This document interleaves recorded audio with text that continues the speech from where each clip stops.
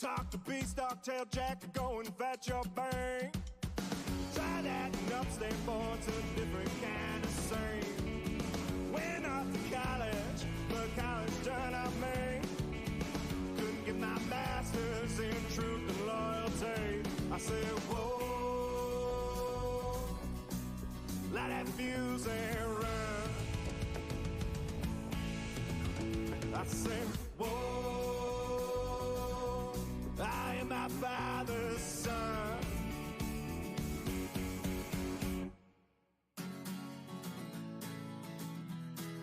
Let that fuse and run. Whoa, let that fuse and run. Went off to college, but college done up me. Couldn't get my master's in truth and loyalty.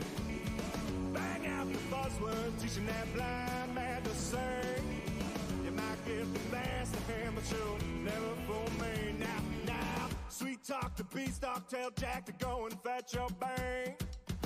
Try that and upstate board's a different kind of scene. Went off to college, but college done up me. Couldn't get my master's in truth and loyalty. I said, whoa, light that fuse and run. I say, whoa, I am my father's son.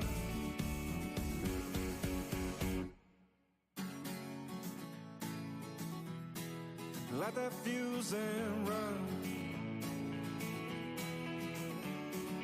Whoa,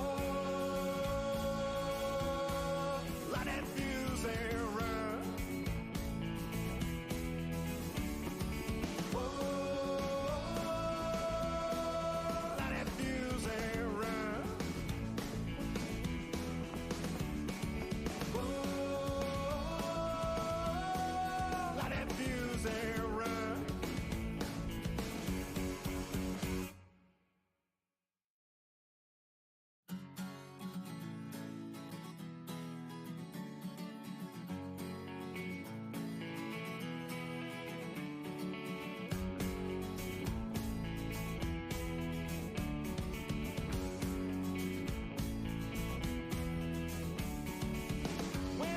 College, but college done up me.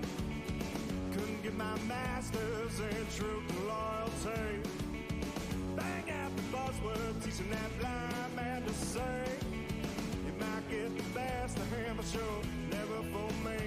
Now, sweet talk to beanstalk, tail jack, go and fetch your bang.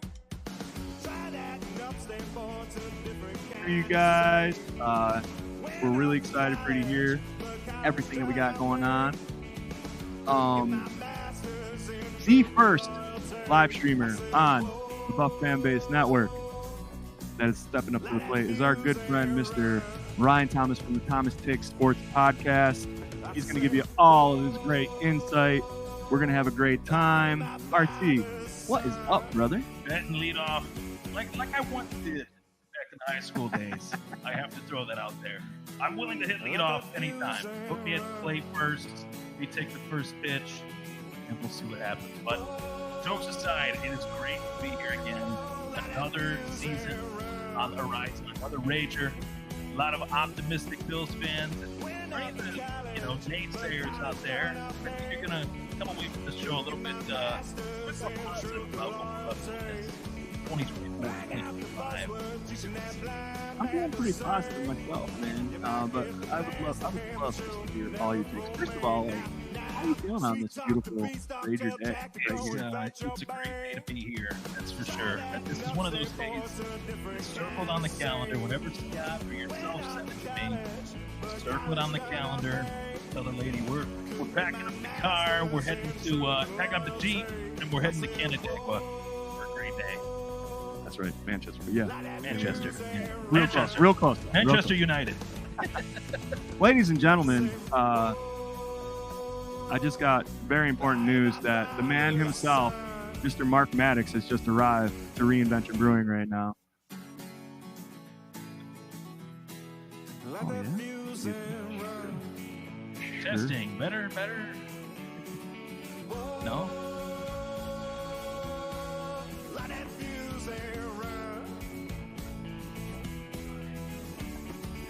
So honestly, let's get into it. Yeah.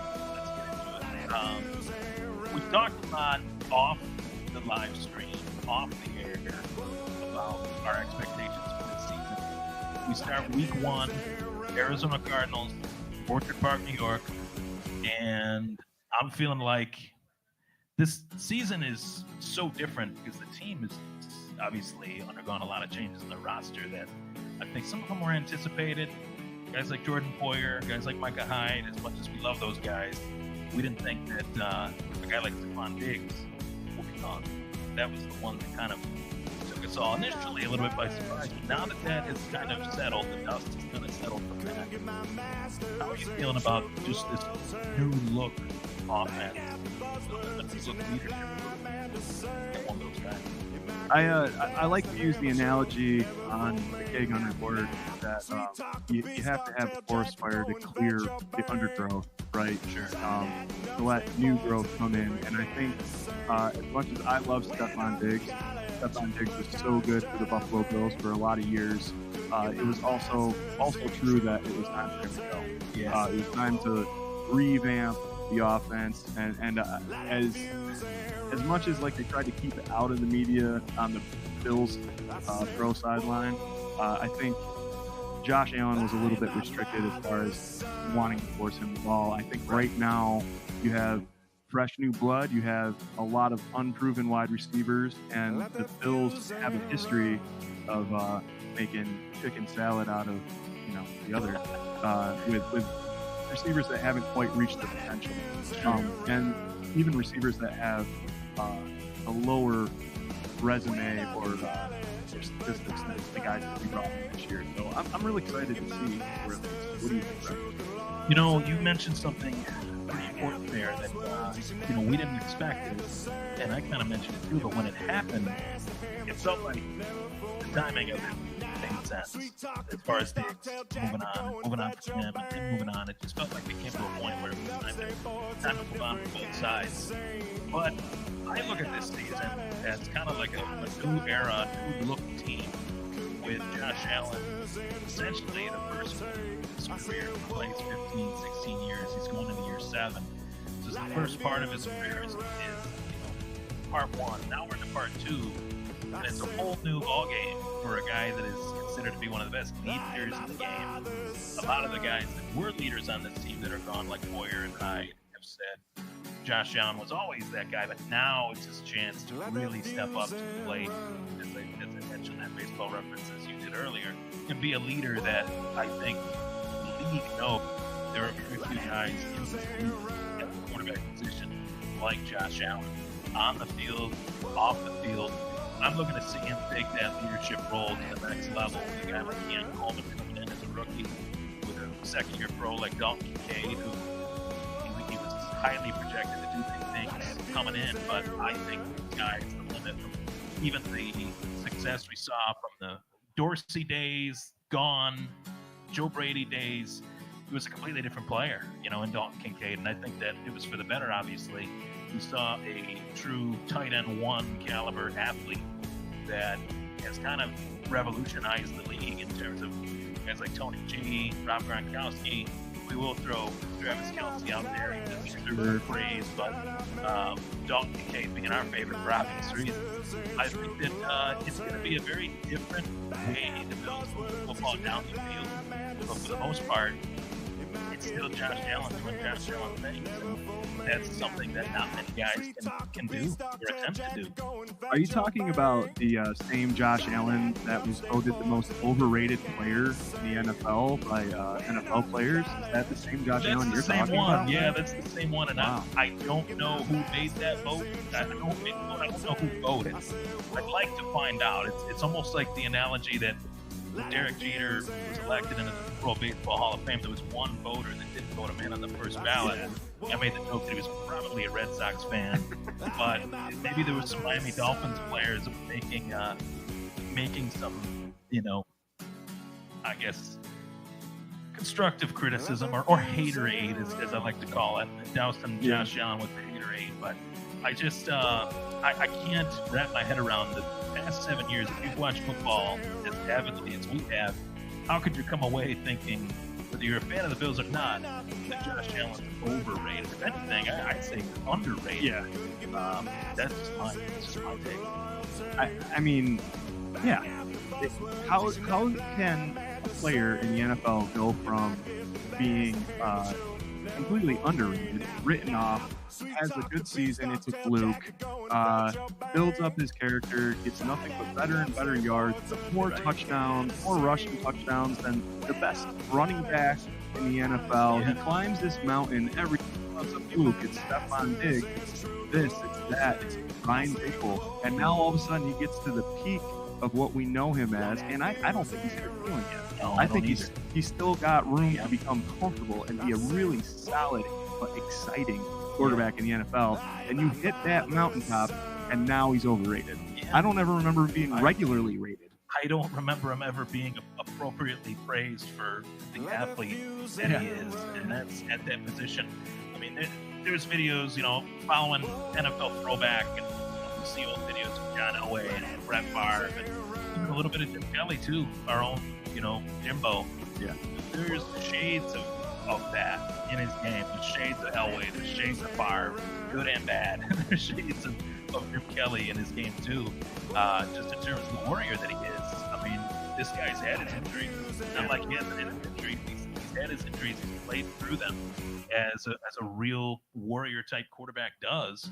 And I think that there's always a bet to be made, but I think a safe bet to be made. At some point, this guy is going to win the MVP. At some point, it's just bound to happen. Whether it's this year or next year, it's going to happen. It's the voting for the MVP, RT. Has it made you participate in the process at all? Yeah. To answer, yes. I mean, to answer, we've talked about it a bunch of times, and I want to sound complimentary to the game. I don't want to disrespect the game by saying that Lamar Jackson didn't deserve the MVP, but in comparison to Josh Allen, it's like it was Allen's award. Yeah. Most valuable player, touchdowns, passing, rushing touchdowns, yards, winning games. We had our backs against the wall last year. We had to win 6 or 7 straight. I think it was 6. To win the division, and they had to continue with the record tied. Final week of the season, and Josh Allen played his ass off. I mean, it was clutch, and that's. I mean, I think he's at a point now in his career. We're talking about year 7 now. He's in the Peyton Manning, Tom Brady point in his career, but they got to a point where let's trust this dude to run his own ship. He's done more than enough. All the shots a little bit. I think Joe Brady's smart enough to let him do that. Let him run the offense. Let him get the ball if he wants to. Let him run the plays that he wants to run. And I think that that's a huge difference between Dable, Dorsey, and now Joe Brady that allowed them to have a lot of success last year, and spreading the football around, not just force-feeding Diggs, to your point. Yeah. It's it's so exciting. I can't wait. We got some comments trickling in. Yeah. I love it.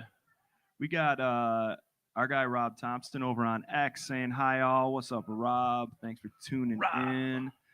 We got Tom saying that he's worried about our secondary. How are you feeling about the secondary, RT?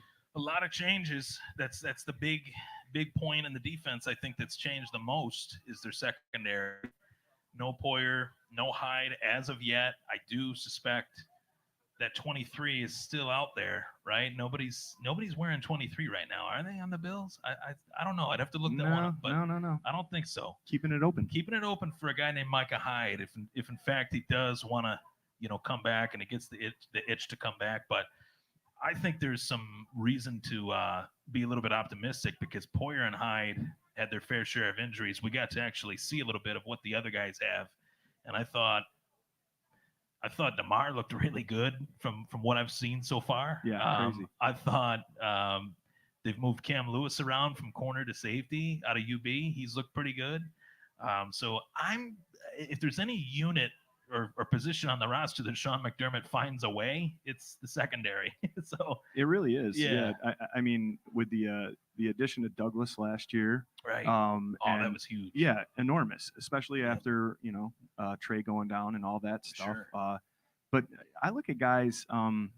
I kind of liken it to last year, man, where we had a big question mark at linebacker, right? Like what was Sure. going to happen at linebacker, and we had all these guys coming in and starting the preseason, and oh my god, and Bernard hasn't even seen the field, man, and now all of a sudden he's out there and he's a stud.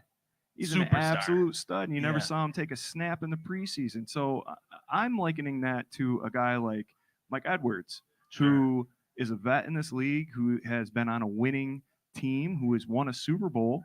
And I'm wondering, if everybody's kind of forgetting about him because he's nicked up, and maybe he didn't get a shot to play because they're saving him. They have a Sure. history of saving players from themselves and injury. Yeah, and they did I think they did a great job of that this preseason, to be Yeah. honest. A lot of people were saying, oh, they lost to Chicago the preseason. We're not throwing every single play out there by Joe Brady. Bobby Babich now calling the plays on defense. He's not going to show his deck of cards. Yeah. Definitely not the preseason. So, there's a lot of questions that are going to be answered in very short order here between now and September 8th.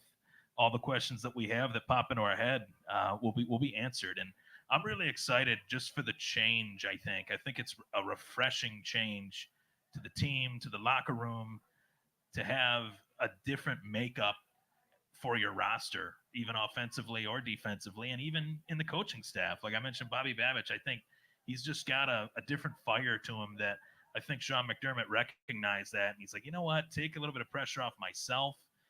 Put a guy in there that is really itching for the opportunity. And it's not like they don't got guys to work with. They have a lot to work with there.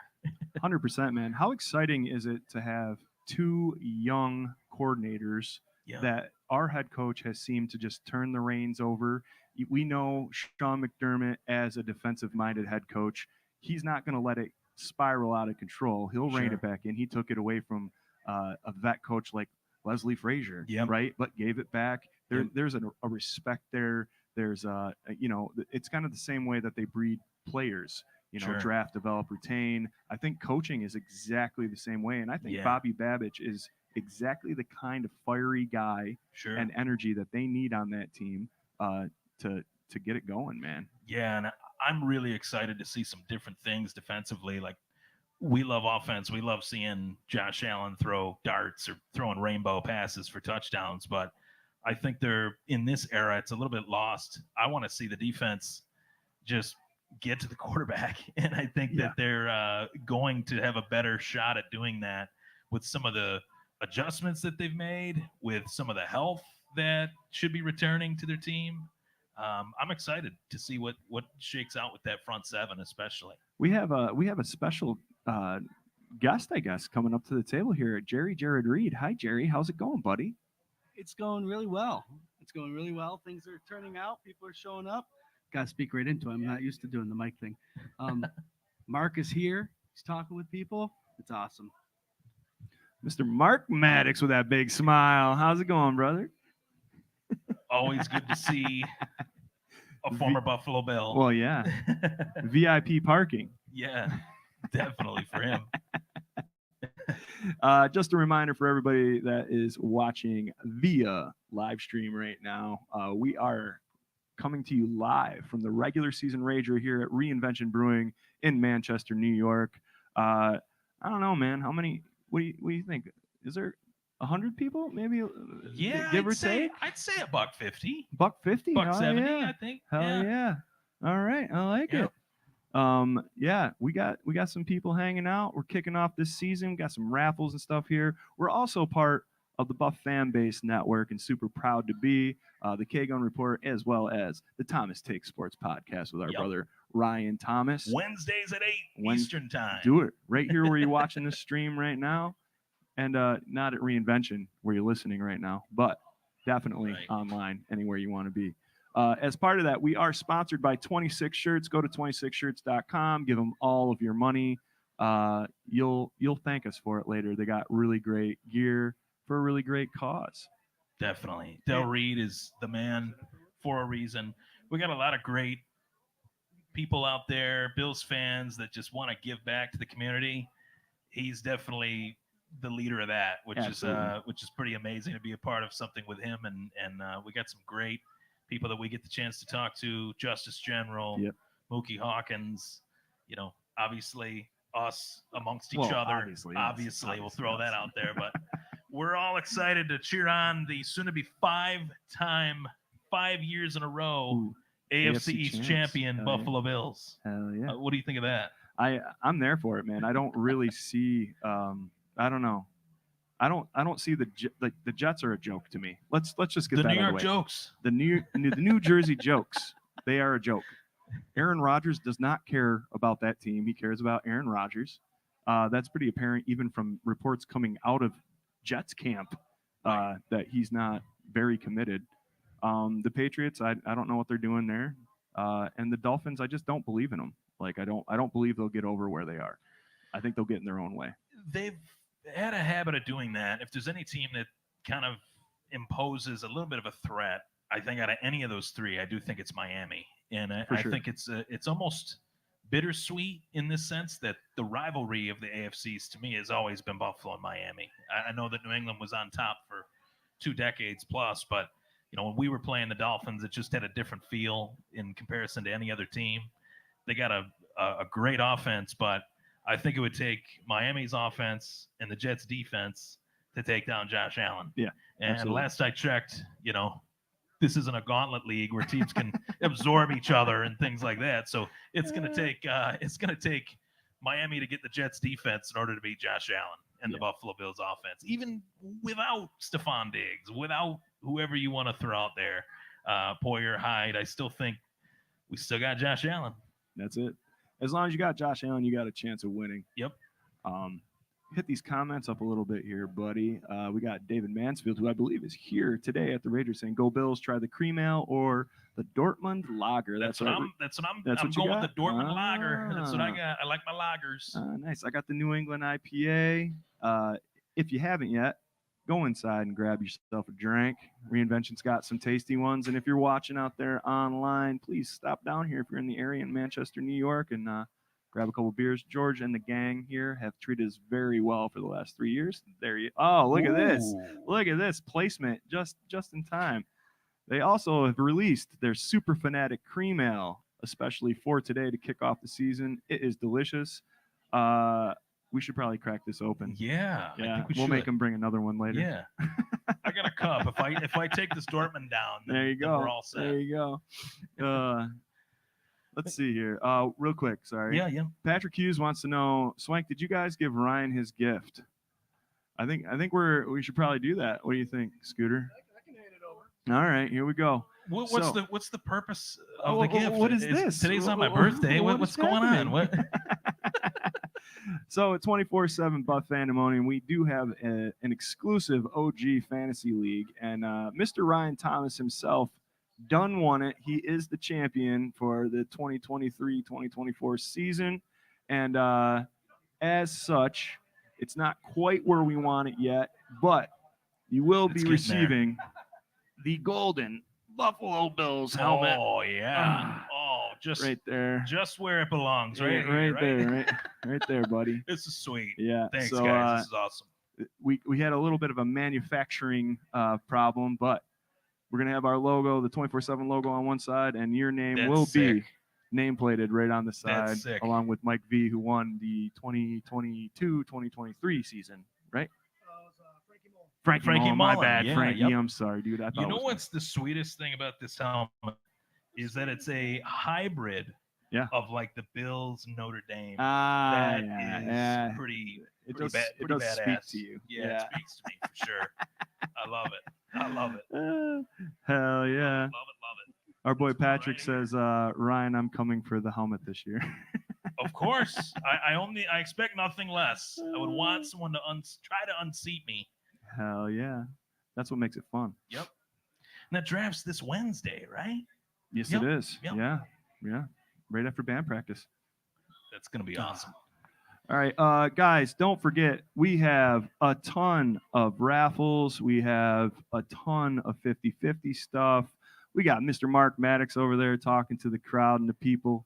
Go say hi, man. He's a great guy. We're doing this all for his foundation, the Help One Foundation. All of the money from the raffles is being donated to that. Hang out, have a great time, drink some beers. We're going to be here until 9 o'clock tonight, and we're super excited to be. RT, I'm going to tap out with Scooter here and have him sit with you. But we got a hell of a panel. We go from Swank to Scooter McGruder. Scoot McGroot. All right, guys, here we go. All right, so next on the TTSP live stream, live at Reinvention Brewery, my man, Scott Reed. What's going on?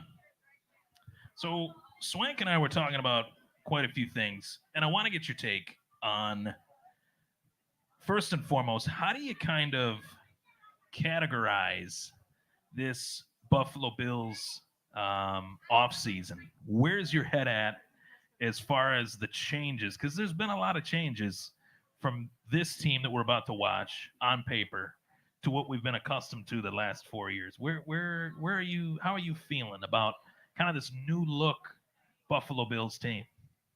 I'll start with what I like that didn't change. Is the McDermott way of preseason. He's not flashy. He doesn't show any other plays other than the basic plays, and he gets an evaluation on these players based on fundamental football. Okay, we're going to run right. We're going to run left. We're going to pass the ball. We're not going to do anything fancy. I want to see how you can tolerate that against the defense before we start throwing in that fancy stuff. So that's the stuff I enjoy seeing year in and year out. That's the best way to get evaluation on players. But to answer your question, nerve-wracking. Yeah. Loss of two safeties in Poyer and Hyde. Sure. We lost an injury, Matt Milano. That one. It just seems like the injury bug is always there. I think that one stung the most. I mean, in terms of, Poyer and Hyde were gone for a few months. We're expecting Matt Milano to be on the comeback trail, and then just like that, snap of the fingers, that comeback is put on hold for another 3 months. September, November, or October, November, December. It's expected to be back, but where is your head at as far as like the replacing of? I mean, you can't replace a Matt Milano. It's really hard to do that. But the guy that kind of did that in some ways last year, just on the depth chart, was Dorian Williams. Where do you see his game right now? I could see him as being a starter right now. Yeah. He does fly to the ball. Of course, Dorian Williams and Buffalo Joe. Congratulations to Mr. Andreessen. I got a story on him that I'll chime in on it now. But real quick, the Bernard, we did not know he was going to be a linebacker last year until the game day. Swank made that point too. That's a great point. So the evaluation on these linebackers, I do think they have a good stronghold on them, and I think Dorian Williams was drafted in the 3rd round for a reason. It's one of those situations. It's your time to shine. Yeah. And if not, I mean, Milano is 30+ years old, so they need to start thinking about replacing him.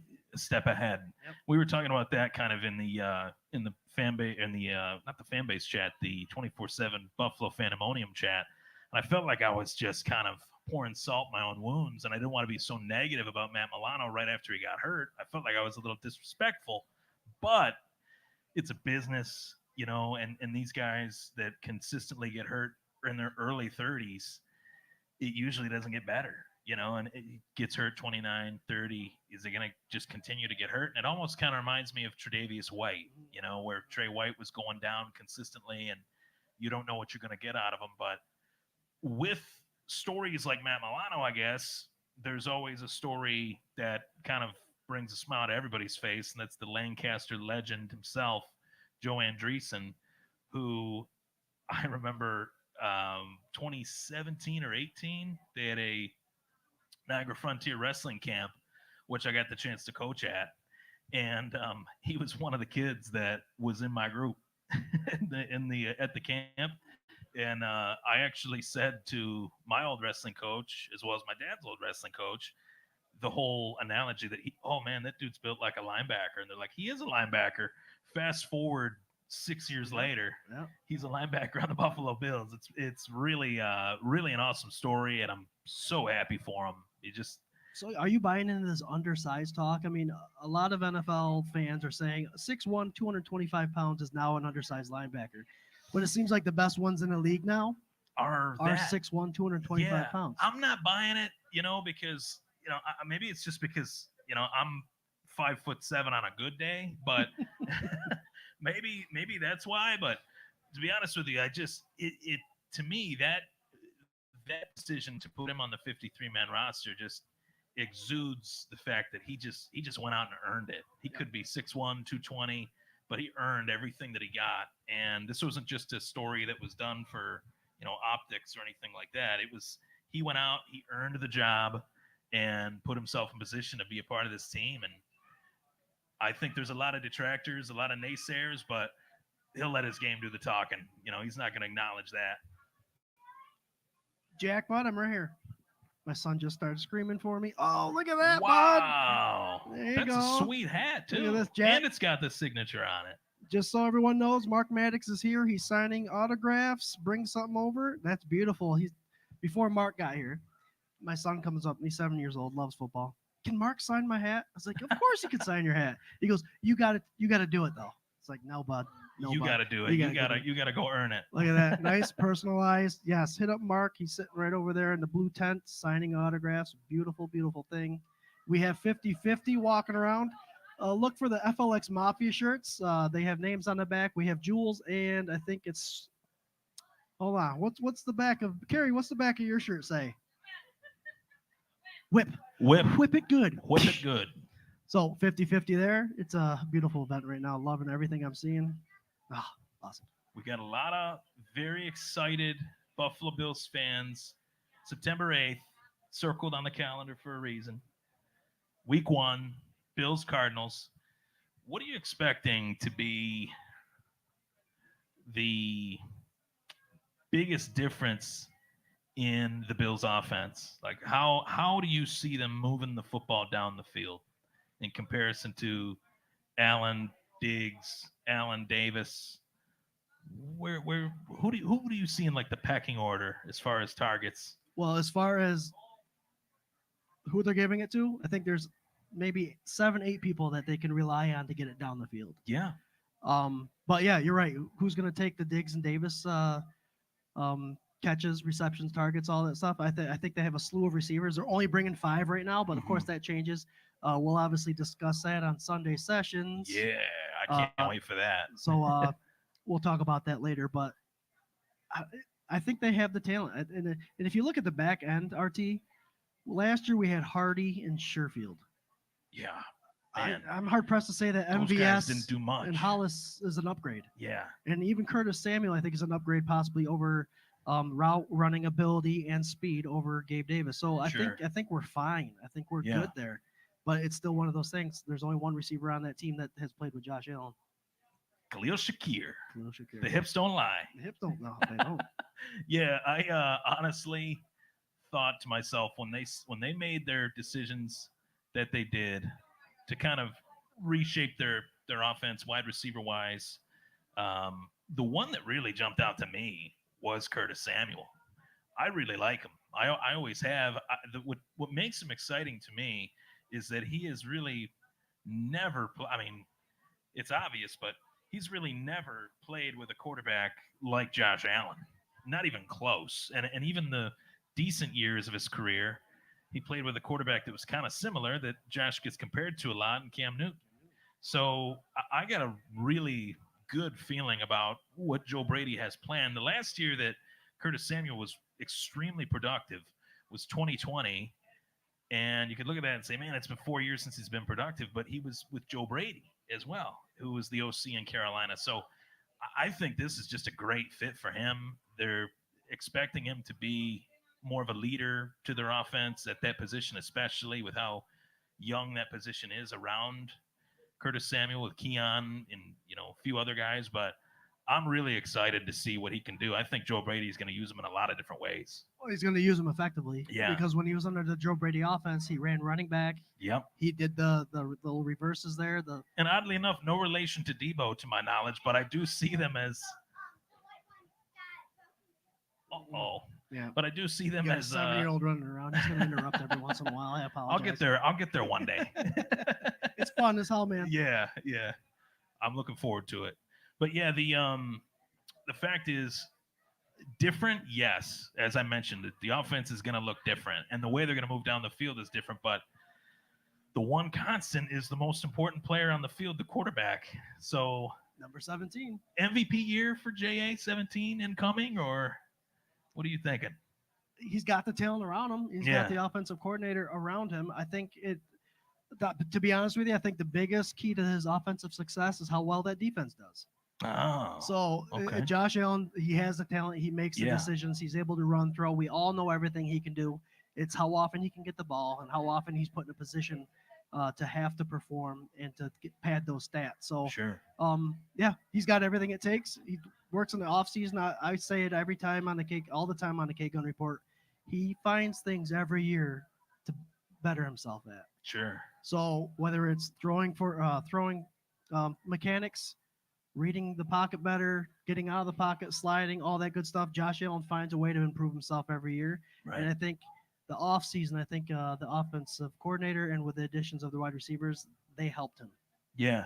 So, Yeah, and I think, too, that it is a little bit more, okay, what are we going to do for Josh? What are we going to get right for Josh to the point where he's obviously not only playing his best football, but to the point where he's comfortable week to week preparing without having to feel like I got to force this guy, I got to do this, I got to do that. No, just run the offense the way you want to run it. I feel like Joe Brady is giving Josh Allen a little bit more of a Peyton Manning, Tom Brady feel to where this is I'm designing the plays, but you're going to pick which plays you want to run. I'm not. And Josh has actually kind of talked about that Joe Brady, Joe Brady has kind of let him run the offense, which that just makes a player even more confident. That's just going to make him feel at ease and the lack of stress. I feel like Dorsey tried to fit a square peg in a round hole that he didn't need to. And Dable was always kind of the smartest outsmarter of himself, yes. And I think we're seeing that with the Giants. And I'm just curious to the naysayers that don't see the Bills as what they were these last 4 years. Outside of KC, 3-time Super Bowl champs, it is what it is. Who the heck is their greatest threat right now? Oh, I'm Sean. Oh yeah, my brother wants custom helmet. Mark Maddox signed. Look at that. Sealed and soon to be delivered to a happy Bills Mafia Bills member. Mafia Mount Up Rager. It's got the visor on there. Bills Jason made that for us. FLX Mafia. Mark Maddox signed it. There you go. Awesome. That's awesome. Thanks, Jared.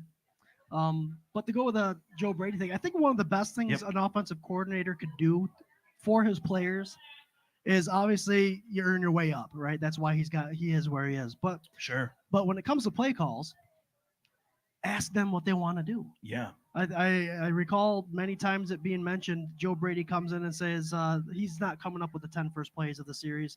He wants the players to say, hey, what do you think will work with this offense in this first series? And that's a beautiful thing. Yeah. That right there is rapport and relationship building. And if players have to trust the coach. Sure. Coach has to trust players. Mark Maddox says it all the time. Yeah. Offensive coordinators and defensive coordinators have to set you guys up for success. Mm-hmm. And the best way to do that, in my opinion, is to ask you what you think is going to be successful. Yeah, that's what good coaches do. I mean, good coaches put their players in a position to succeed. It sounds so simple and so vague, but I mean, this game, for as many shows as are out there that try to analyze it, we can analyze it any which way, but it's really not a complicated fact when you're coaching a team that has Josh Allen on it.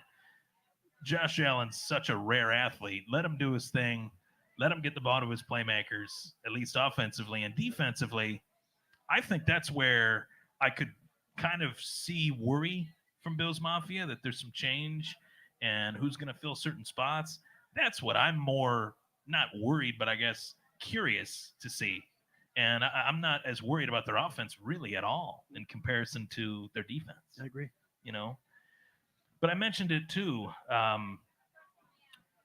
asked Swank this. Who do you see if we throw Kansas City out there out of the way because they're the defending champs, but who do you see as the greatest like threat to the Bills in the AFC? We play him this year, the Houston Texans. Okay. I love C.J. Stroud. I love everything he's doing. He's a guy that is improving every year, kind of like a Josh Allen. Right. And obviously he's got Diggs, but he's got 2 receivers ahead of Diggs, and Nico Collins and Tank Dell. I think are better receivers at this point in their They're career. younger, that's for sure. So if D'Amico Ryans can hone in the defense and give C.J. Stroud the opportunity, Houston's offense is going to be dangerous, and they're going to have a stout defense. I think that'll be a team that will surprise. If you already are not on the bandwagon, they'll surprise a lot of fans out there in the NFL. That's a new look team, a lot of new pieces, and sometimes it can go one of two ways. I was actually talking with Rob Crippen about this on the Nickel City crew this past week, Thursday. It could go one of two ways. The new pieces could be, right out of the gate, shot out of a cannon, or they get a little bit too big in their own heads and fall apart. And that I'm really curious to see which one, or maybe a little bit of a variation of both, and they find a way to sneak into the playoffs and then be the barn burners that everybody's expecting them to be. But I happen to think that outside of KC, if Joe Burrow could seemingly finally stay healthy, I'd say Cincinnati is still pretty damn good, right? They're still pretty, but I think there's a key part missing, though. I think Joe Mixon was a huge part in that offense. Yeah, that's true. He can catch the ball in the backfield and gave you 4+ yards. And now he's on Houston. Yeah, he's on Houston, right where that offense looks more and more potent the more we talk about it. There's a lot of new storylines heading into this year that I'm really pumped up about. But one that has me, I guess, curious to my one talking point that we were saying about the pecking order of the wide receivers. Is Dalton Kincaid a superstar in the making? Yes. Yeah. I mean, catch percentage alone. Yep. And the ability to just flow, his yards after catch is amazing. So he's going to add on to whatever Shakir could do with the yards after catch. He'll be a very dangerous tight end / big wide receiver if it comes to that. But yeah, I think he's all that's advertised and more. And I think, we have the tight ends in this league that do what they do. Right. Got to wave the Paula Brown. Hey. She's an OG, follows the K-Gun Report. And 24/7 I love seeing her comments on the show. It's so awesome to meet her. We love you. But Kincaid is one of those guys I don't think is going to take any kind of steps back. He's one of those guys that is able to adjust. Yep. Very smart, cerebral football player. And man, oh man, I think he's, like I said, as advertised and more. He's almost like ahead of his time. I hate to say it. I think so but, too. They're starting to lean towards a slender, lengthier, tall wide receiver, more tight ends that can do it all. And a guy that can move outside too. Yeah, and I mean, defenses have to adjust. They got to. They better, because I think I was actually, all the quote unquote hype that you want to talk about with a first round pick and a player at that position in this era. They look at the tight ends and they say, this guy's the next best one. This guy's the next Gronk. This guy's the next Kelsey. I'm thinking, I'll believe it when I see it initially. But then... Do you think they'll ever be saying this guy's the next Kincaid? That's what I think they will be saying. That was my point. Is that it's going to change. You beat me to it. It's going to change.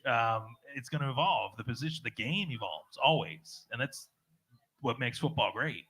But I think that Kincaid is going to be, if I were to put a wide receiver, tight end, you want to label it however you want, I think he's the one. If I were to pick who the one is, it's him. And I was so impressed with his ability to get open, not even necessarily his ability to catch, but it's a lot easier to catch and you don't have a guy trailing you. And it seemed like he consistently found ways to get open once Joe Brady was brought in and once Dorsey was out of there, to be quite honest. It made me think just how lost that offense was when Dorsey was their OC, and then Brady comes in and Kincaid looks like a completely different player. Yep. So I'm feeling really excited.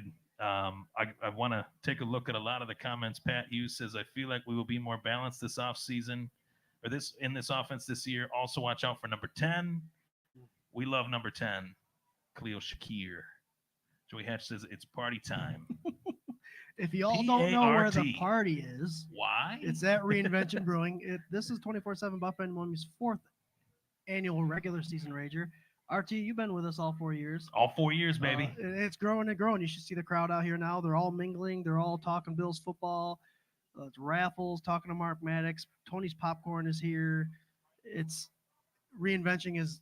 They have some pretty amazing beers. They have the Fanatics Yeah. Cream Ale, which is Yep. pretty tasty. That's what I've been drinking today. They have the Bill's Mafia Boozy Sushi Strawberry Daiquiri. Yeah. I've seen a bunch of them walking I around. saw It's a fruity, few of those. fruity little thing, and then the Believable Cider, which I is a thought tasty about thing. it, but we'll save that for the nighttime. I don't want people judging me I said that too. I was like, I'm gonna tap into that, but maybe after the show's done. after the show's done. But yeah, let's hit some of the comments in here. Joey Hatch says it's party time. Patrick Hughes, what's up, brother? What's up, up? Patrick? What's up, Pat? Jamie Norson, what's up, Uncle Jamie? What's up, Mafia? Pat and I were talking ball at like 1 a.m. It was great. It was a great conversation. He's Oh. pumped up for the fantasy league, as am I. This 24/7 Buff Fandemonium group is something special. That's why we It started is. it 4 years ago. More than that. Holy Yeah, cow. I think it's maybe 5 or 6. But right? if you haven't Yeah. joined, people watching, people out there in the crowd, we do have a Facebook, Twitter, Instagram page. Join up. We keep you updated, but we keep it clean. We try to wean out the trash and the nonsense that comes in through a lot of these other websites. Yeah, and definitely, I appreciate being here. Number one, working with you guys. Number two, once again, and throughout the season and off season. And I really appreciate all the people that have just spread their wings to all the shows out there, whether it's mine or you know, and vice versa. It's just a great opportunity to be a part of something within this fan base that's extremely special. You know. I mean, damn, RT, 10 years ago, did you think you'd be sitting at a Bills fundraiser? You have your own show. We love you. You're good friends of ours. Part definitely, of 24/7 Buff definitely. Fandemonium, I the did, Keg I Report. did, I did. Talking think, to ex-players, having Mark Maddox. yeah, It's pretty awesome. I thought I'd be doing something along these lines, but I didn't think it would take me out of my hometown. Honestly, I didn't. I thought, you know what, it'll take me wherever it needs to take me in my hometown. Yep. But I get to travel and go on shows, do live shows. I've had a lot of awesome opportunities to be guests on shows all throughout the country. Podcasting takes people right to the internet, right where they need to go for all their sports stuff Forever. you Yep. know, and I think that that's really cool. But every time I drive up here, it's like, man, this is really cool. The fact that I get to just Well, that's the spend beautiful thing. spend a Saturday. It brought you out to the Finger Lakes. Yes. And that's why 24/7 Buff That's- Fandemonium, our sister page, FLX Mafia, Finger Yeah. Lakes Mafia, we started that because we wanted to bring the recognition to this area. right. There's a lot of Bills fans. I love that they do the St. John Fisher camp because there's a lot of representation in Rochester. Yeah. But Yep. there's a ton out in the Finger Lakes area, Penny Ann, Geneva, Sure. Canandaigua, and that's why we established Finger Lakes Mafia. There's a bunch of shirts walking around here, people that bought it in the past. It's represented, and we love it. And Bill's Mafia is everywhere. That's all we want to show is like, oh, Finger Lakes Mafia, that's sweet. Bill's Mafia, it's a beautiful I thing. get the chance to spread my wings, represent the North Towns, Lockport Lions, varsity athlete right here at one point long ago. Well, Yeah, we had for the those of you who Detroit don't know, Lions logo. RT showed up with his varsity jacket on with all his letters. We had to actually take it off. I actually never got a Letterman jacket. I couldn't do it. Well, you have to I play couldn't. varsity sports to do that. You do, but I didn't get one. No, like I didn't wear it, I should say. I got one. I was like, no, this is not for me. I took the patches of it, put it in a frame, put it on my wall. Yep. I'm not going to be one of those guys at his high school reunion wearing a Letterman jacket. That's just not me. Well, I want to throw this out there, RT. We've been on air for 40 minutes. We have over 1,000 viewers. Keep it up, share, like, tag, all that good stuff. Get the following. Jared's going crazy out there. But I want to hit some of the comments up. Bruce McKellar, Dr. Bruce, if you haven't visited www.buffandemonium.com, BuffaloFandemonium.com. he gives us an injury report. So if you have any questions about any of these injuries, go to our website, and then Dr. Bruce gives us insight on it. And it's a beautiful thing. He's been with us for 2 years. Thank you, Dr. Bruce. He couldn't make it out today, but he'll be visiting on the Cake Under. One of the nicest dudes ever, for sure. Patrick Hughes, what's up, Doc? Comedian Mo Brown says, "Go Bills." That's a new name on the YouTubes. Welcome, Comedian Brown. Let's hear Alberto. You already say hi to Alberto there, Swank? He's with us. Hey, everyone, go Bills. Alberto Rivera Jr. Count down the game time. What do we got? 8 days? 8 days. Yep. There you go. Yep. Let's see what else. Pick one. Rockstar Swank back in the house. There you go. That must have just came in, Swank. They see you in the Rockstar background. Swank. But Back yeah, in the house. kicking ass and taking names. 1040 Yep. viewers. Beautiful. Whew. Man, I tell you, Squish the Fish, the New York Jokes, and the New England Cheatriots. They got something coming. It's Joshua Patrick Allen. You've been warned. Well, you've been warned. No, we're getting some. Go ahead. All right. Maybe it's that beer getting too close to your thing right there. Right. All right. You'll Swank. Blame it on Swank. If the technology fails, our tech guy. Hey, rookie watch too. Everyone's talking about Keon. Ray Davis. I got my eye on him. Ray Davis. Ray Davis, period. Rob Crippen was saying, Keon's not your guy. Yeah, Keon's my guy, but Ray Davis, man, I really love Ray Davis with James Cook. I think that's going to be very fun to watch. You can't sleep on Ty Johnson though. I think he's gonna have the same amount of carries probably with hopefully the same production because he was impressive. But Ray Davis, the Bills have a knack of getting third, fourth round running backs and utilizing them because I think they have a way of progressing everybody. Yep. But I'm with you, Ray Davis. But you can't sleep on Keon. 5'8", like 220, 17 touchdowns last year at Kentucky. 1,000 yards at 3 different schools. He's actually the only running back that's ever collegiately played at 3 different schools and ran for 1,000 yards. Yep. That's incredible. Yep. Like that's just goes to show you how great of a player he is. And well, I was really athletically happy. and cerebrally because he's got to learn 3 different offensive playbooks. Yeah, and new offensive lines, and blocking schemes, and the whole bit. He's just see the hole, run through the hole. I'm gonna knock you down and try to bring me to the ground. Mama said what? Mama said, knock you out. There you go. Yep. You like that? I love that. Okay, Swank's going to try to. Swank is going to join the show. Let me slide. Slide to the right. Hello? I can hear you. Oh, yeah. I can hear you pretty good. Jared, give us a thumbs up. Can you hear? All right. Sounds a little bit of reverb or something, huh? Oh. Yeah? Okay. All right. Regurge or reverb? Oh, here we are. Hey, guys. Yeah. Let's go. Let's go. Let's go. Don't leave me hanging. Hey, do me a favor. That dial where it says 3 up at the tippy top. Yeah. Up. There you go. Turn that to your left just a little bit. That's better, I think. Hey, guys. Listen. We have some raffles. We're going to be pulling the raffle lots from box 1 through 5 in this break coming up here. Sweet. So if you have any interest in the raffles 1 through 5, I would put all them tickets in it. And my sister's taking care of everybody right at the front gate over there. Bravo. Yeah. She's doing a great job. So go get your tickets. We're going to be pulling that here very shortly. I don't know what you guys want to do, but at 5 o'clock, Robyn, Monday, and T are going to be coming on. I think if you want to hang. It's up to you guys. Otherwise, there you are. Ooh. What's all this? So one, there's 6 8x10s for Mark. We're gonna pull a tag out, and whoever wins it is gonna grab it and go get it signed by Mark. Oh, okay. So that's how we did that. Are we doing 6 of them? Yeah, there's 6 of them. 6. And then you got 2 through 5. So that's what we'll do. We want to start pulling tabs? We'll pull them. Pull tabs. All right, guys, we're gonna pull some raffles. Right now, we're starting with whoever put in the raffle box number 1. A bunch of 8x10s by guest of honor Mark Maddox. You'll come up here, pick one of the ones available, and go get them signed. The winning ticket is 888 016. 888 016. The winning ticket for the choice of a 6x10 Mark Maddox.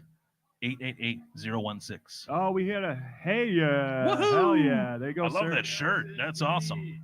Go ahead and pick whatever 8x10 you want and take it right over to Mark, man. Whichever one you want. So you gotta love this one. This one is Mark told us a story about this one. That one's sweet. I like that one.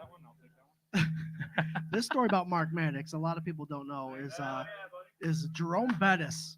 A lot of people see or have only seen half the story of Mark getting kind of run over by Jerome Bettis, but the story doesn't end there. He caused a fumble.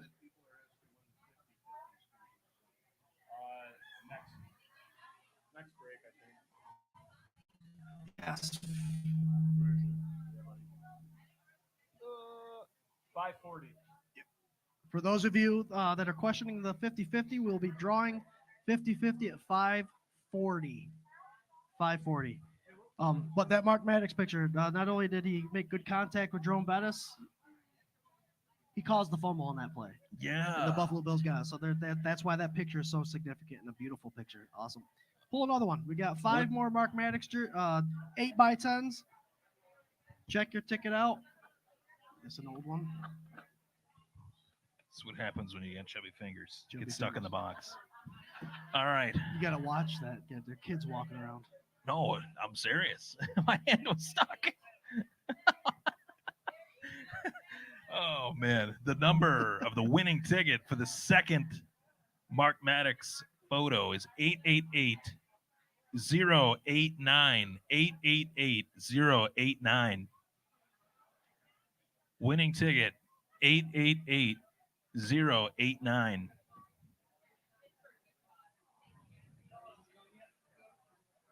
We haven't done that yet. Oh, got a winner. We got a winner. 888-089. There it is. Winner, winner, Awesome. chicken dinner. Pick one of the 5 available here.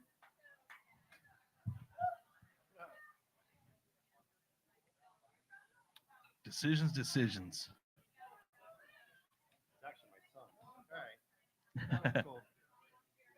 Good choice. Picking one out for his son. Awesome. guy. Nice get. Nice get. All right, one more. We got 4 more to grab there, bud. 4 more to grab. You pick the next one. All Yeah. right, man. Anybody, if you spread put the your swank tickets luck. in box number 1 for the Mark Maddox 8x10, pull your was tickets out. We're calling them right now. That would probably make more sense.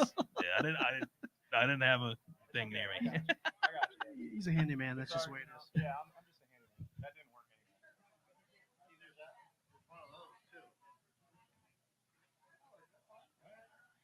Good choice, Dad. Here we go for the third pull of the Mark Maddox Choose Your Own Adventure 8x10. 0837641. 0837641. If you have that ticket, come on up, pick your pick, and go see our buddy Mark. He'll sign her up real nice. Patrick Hughes says, "Damn, I lost again." Of course you did. Yeah, you did. Got her, brother? Hell yeah. You got these. I like the T-shirt guy. Very, very nice. Oh, t-shirt. yeah, I believe you anyway. Go ahead, man. Pick whichever one you want. Let's go ahead and get the next one going. What up, bro? You having fun? Good. He didn't give me Doing the this. fist pump. He gave Doing you the fist pump. Oh, There you go. oh, there we go. Be loud. All right, the winning ticket is 0837688 for the Mark Maddox photo 0837688. Yo! Woohoo! Congratulations. Nope, you can No, hold we on should to it. be- Oh, yep. Yeah. Hold on to You hold that. on to it because you got Yep. more out there. Yep. Yep. So, pick whichever one and Take take it your on pick. over to Mark. Nice. That was the one I wanted. All right, 2 more. 2 more coming up. 2 more. Oh, look at that. wanna call Everybody's a one. winner. Yep. Let's go. 083-7706. 083-7706. Got one? Hey, I love this, man. Rapid fire. There you go. You got your choice, sir. You keep that. That's Yep. yep. You get Yep. keep that guy. Whichever one you want, and go see Mark. There you go. Nice. All right. Oh You're yeah. very Thank welcome. you. Go Bills. I like that one. It had the red end zones in it. I wish they Yeah. bring those back. I'll tell you, this one that's left here, it's still pretty cool. So Oh yeah. The winning ticket, the last winning ticket for the Maddox 8x10 of your choice, but you're getting forced to choose this one. 888-015. 888-015. Hurt in the car? 888-015. Hey, he's back again. There you go, brother. Two Thank for you so one. much. 015. All right. All right, that's our first round. Yeah, thank you. All right. Number 2 going up. All Number right. 2, Delamalure. Joe Delamalure. There you go. What's going Joe on? D. I got his autograph when I was a youngster. Give a little description there. It's a home jersey, Joe Delamalure jersey. Hell Old yeah. school, part of the Electric Company, Yeah. if I'm not mistaken. I For think those of you who don't still know, a big tidbit of dude. information, O.J. Simpson was not named after the juice of orange juice. He was named after the juice provided by the Electric Company. The Electric Company. Electric Company! Hey, speaking of juice that you need to run, could you hand me my beer over there? Hell By the- yeah. And I know for a fact that Joe Here D. comes a sip for you, too. Joe Go D. ahead. still has his Rolex that OJ gifted to that offensive line. There you go. Swank, rip that The baby open. 2K on it. You want me to do it? Yeah. I'll do it. He's got the. Oh, there's a lot in this one. There's Yeah, a winning good ticket one. in there. All right. Joe Delamalure. How do you say it? Joe Delamalure. There you go. Yeah, Joe the only reason I know how to say it Delamalure. is because There's my a Hall grandpa of talked Fame about him all the inscription time. on that jersey, by the way, which is pretty cool, man. The winning ticket 2003. is 888090.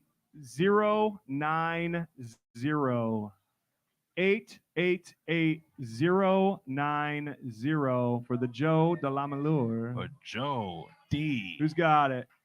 Who's got Hey! it? Let me just check her. Which one you got? 090? We don't want them all. Yeah, you can keep the rest. Hell yeah, it's confirmed. There you go, brother. Good Thank you so Congrats. much. Good job, dude. All right, what's number 3? Number Number 3 is the 3. Don Beebe bundle, Little People bundle. Okay, so we have the Little People, the new one that just came out. Ooh. We Believe, and then the Never Give Up Don Beebe book. It was the Competitive Athletes Devotional. He was Yeah. on a show a couple months ago. Yeah. Yeah. Don, Don actually there's a helmet over there that Jared sent to Don Beebe after he was a guest on the show, and he signed that specifically for us with a crazy inscription. It had all the years that he was in the Super Bowl for the Bills on it, and that's very cool too. beautiful. But Don sent us copies of his book to give away, all to benefit, again, the Help One Foundation by the amazing Mark Maddox. Go talk to Mark Maddox. He's a great guy over there. So this is for the little people and a copy of Don Beebe's Never Give Up book. Scott just pulled the winning ticket, and it is 0837666. 0837666. Yeah, Don Beebe ended up getting a ring with Green Bay, right? he did. Yeah. He did. He talked about it. You know He what? got the game ball, didn't he? Didn't Favre give Did him he a get ball? 2 rings? Did he get 2 rings? I think he went twice and he got 1 ring. Oh, here goes. Oh, Lonnie's Lonnie got it. Cook. Hey. Yeah, 'cause they, The first year we did this, Lonnie bought 1 ticket at the end of the event. Oh, and won. yeah. She won That's all the cool everything. stuff. dude. Yeah, I remember All that. of it. Yeah, gotta make sure. Yeah, we Keep your believe stub. her. Yep, We 666. believe her. believe Yeah, There it is. keep her stuff. There it is. We believe her. Jared, where's 4 and 5?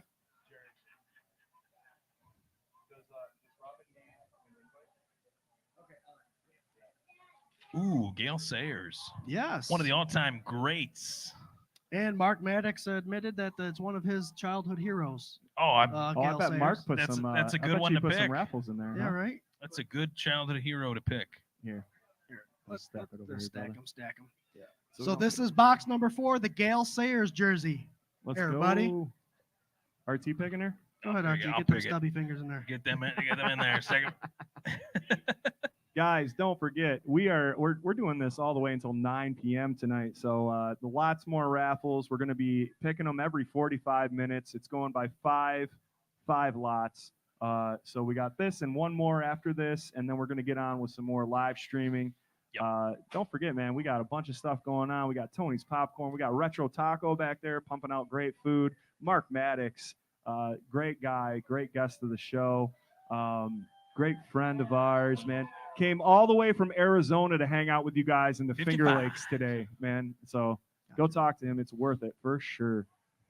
But yeah, keep buying tickets, keep hanging out, keep supporting the Help One Foundation. We're gonna have a great day and kick off this season. Boom.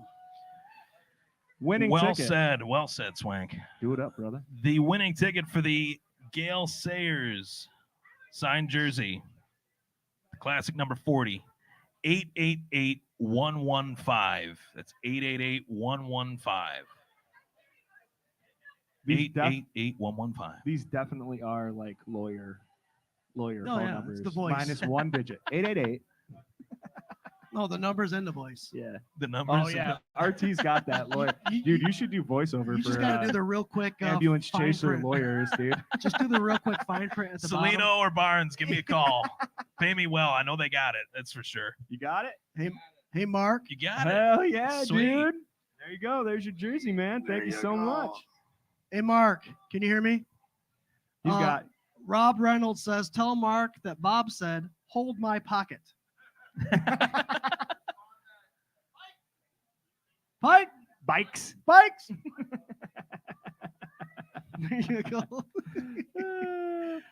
right, we got one more giveaway, I think, There's that here, and then comment right we're gonna get on here. I think Robyn and T are gonna pop on, and Sweet. one or two of us are gonna keep her going. Hang. RT's also gonna come back and hang with us for the Yeah. K-Gun report, Yeah. as is tradition for the fourth Tradition. year in a row. We got to brother. keep the traditions going, hence the word, right? That's it. Tradition. So I this got- one's a fun one. This is a Tito's Neon Light. Oh, a Tito's. Tito's, neon man, light. my favorite vodka personally. I've been making some Moscow Mules. Tito's. as of Oh late, yeah, so, I remember from last night. Yeah, some ginger beer, Moscow Mule, some mint, and That's some good, dude. mm. That's good. Hey, who donated the Tito's light? Was that Josher? This is coming from our buddy Josh Cook. He's actually donated a couple things. Hell Friend of the show, personal friend of ours is for a what- long time. Yeah. Lonnie Cook's son. Yeah, So Josh, if you're out there, thanks, bud. You've supported us since day one and Josh Cook. helped us out 100%. significantly. He's been for doing sure. his thing for a long time. yeah. Long He while. actually gave us the footing to have the first venue for the Rager up in Rochester before we moved it down here to Reinvention. Yeah. and that's right. great dude. Not yet, just hang on. Zero. The winning ticket for Tito's Neon Light is 083-7641. 083-7641.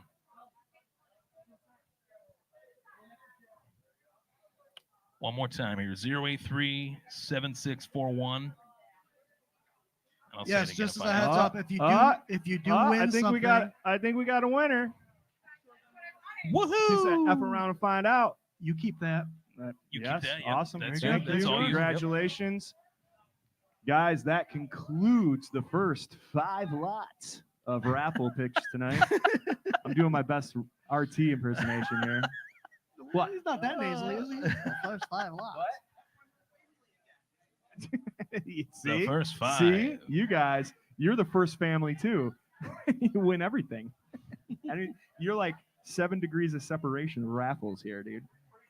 So I want to throw this out here. Yeah. And anybody that bought raffles, if you do win one of these raffles with your door prize ticket, do not give us your door prize ticket. We would hate for you to lose that. Yep. But the opportunity to win that Josh Allen helmet, don't give that to us. Yeah, Just show us. if you guys are here and confused about anything, my sister's taking care of everybody at the raffle table. If you bought the special, the $20 special, you can get that special again. You will not get an Yeah. extra door prize ticket because we want everybody to have a fair crack at that Josh Allen signed white replica official helmet. Fair cracks. Fair practice here at the Rager 2024. But We you got a can high still get jersey. the deal, man. You can get 25 tickets for $20.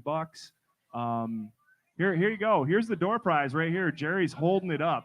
We have it in creche. That's or one of those enshrined. fancy, authentic. Yeah. No, Not one you wear. I let One you put on the shelf.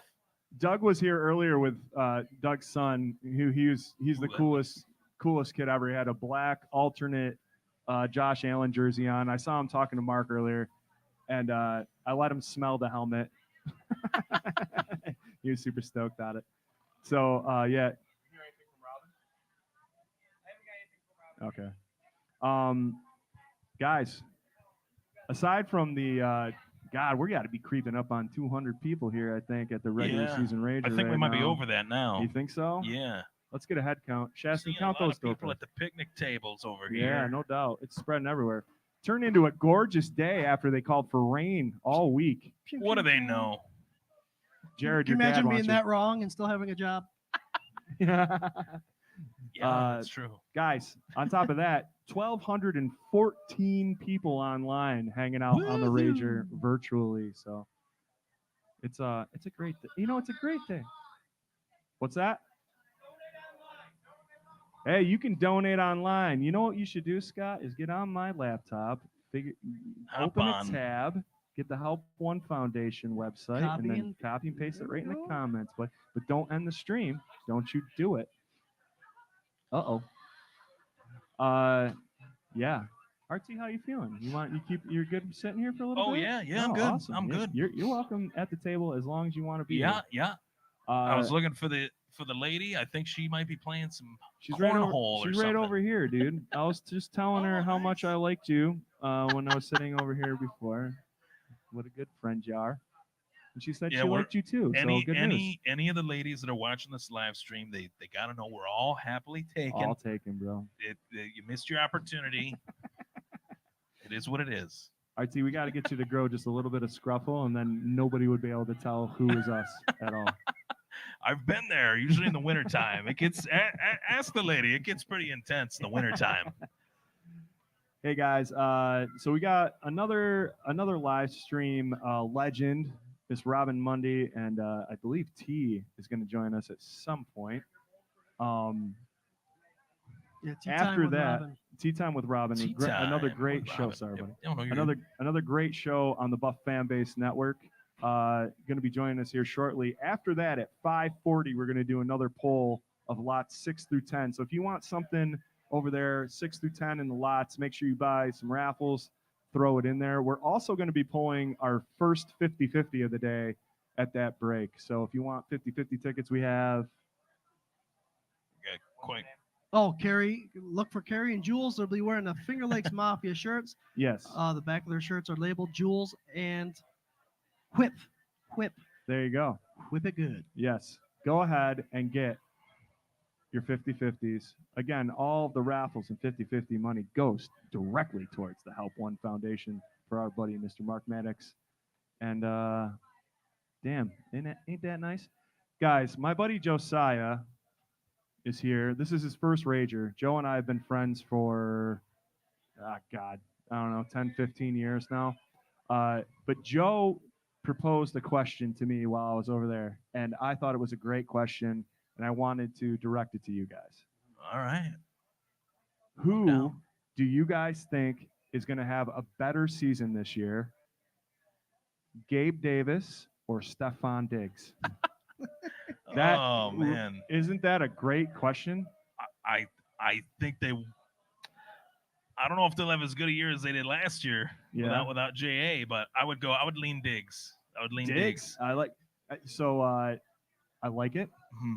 Oh, we got Tony from Tony's Popcorn coming up here. What you got, brother? Oh, nice. Oh, hell yeah. Very nice. You want to get? I'm on it. Hello. How you guys doing? Thank you. Tony.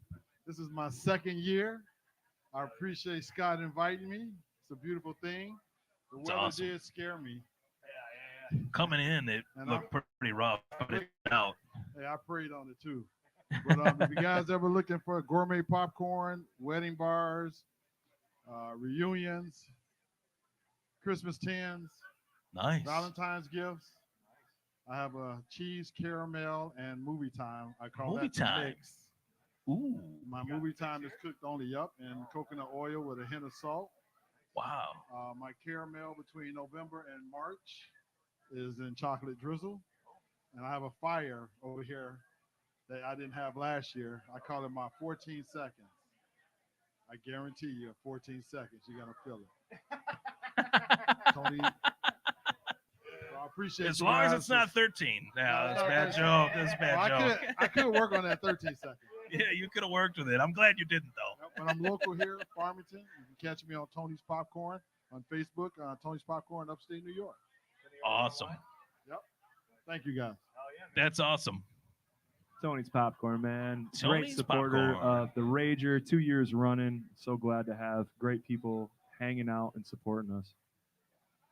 Make sure you're visiting the Tony's Popcorn tent over there. Also, we got Retro Taco in the back there. I'm going to have to get a taco or two here pretty soon, man.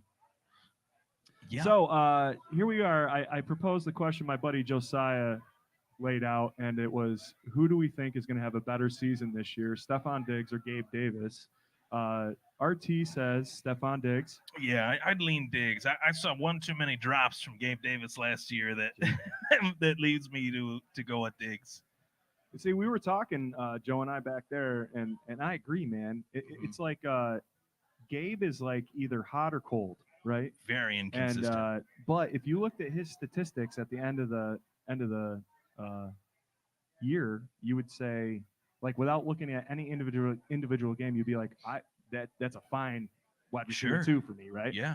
So I'm leaning more towards Gabe just because Gabe has less competition at wide receiver in Jacksonville than Stephon Diggs does at the Houston Texans. So as much as I love you, and I don't think it's going to be much, but I think Stephon Diggs absolutely the better receiver. Gabe Davis is going to have more opportunity to get more yards, and he is a flash player. So I think that he'll get chunk yards where Stephon might get underneath stuff. Yeah, I agree with you. It's Yeah. Swank. like the Jacksonville breakdown. has Travis Etienne, and obviously we already discussed Joe Mixon is over there Yep. in Houston. It comes down to the tight end for me, and who's got the better tight end? For me, it is Houston.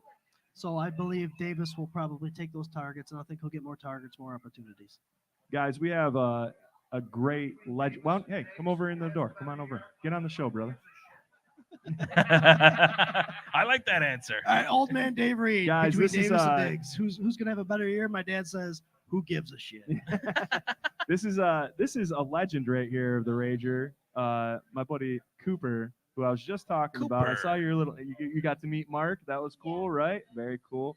He wants to answer this question about Stephon Diggs and Gabe Davis, and I'm going to give my mic right over to Cooper. All right. So I definitely think that Gabe Davis is going to have a better season. Again, because like Stephon Diggs has teammates that are really good, and he's probably not going to get the ball 100% of the time, which he doesn't like. That we already saw that. And even though Gabe Davis drops him, but he's still a really good player. 2 great points. Diggs with Two an very attitude, good and points. Davis dropping the ball. There you go.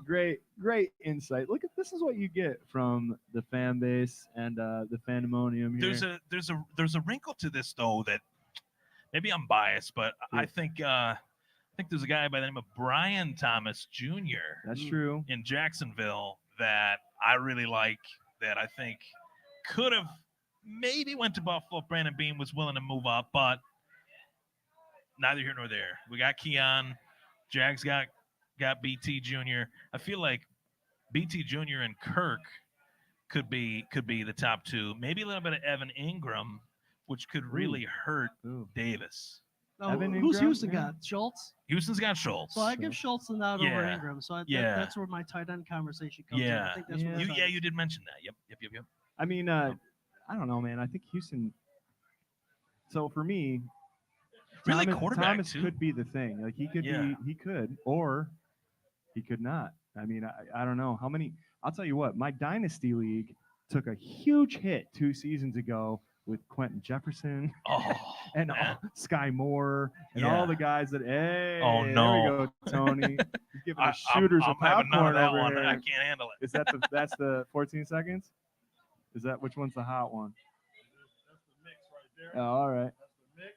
Okay. The 14 All right. Oh, all right. man. Going live need a- review right here. If I do that, I need a cold one with it.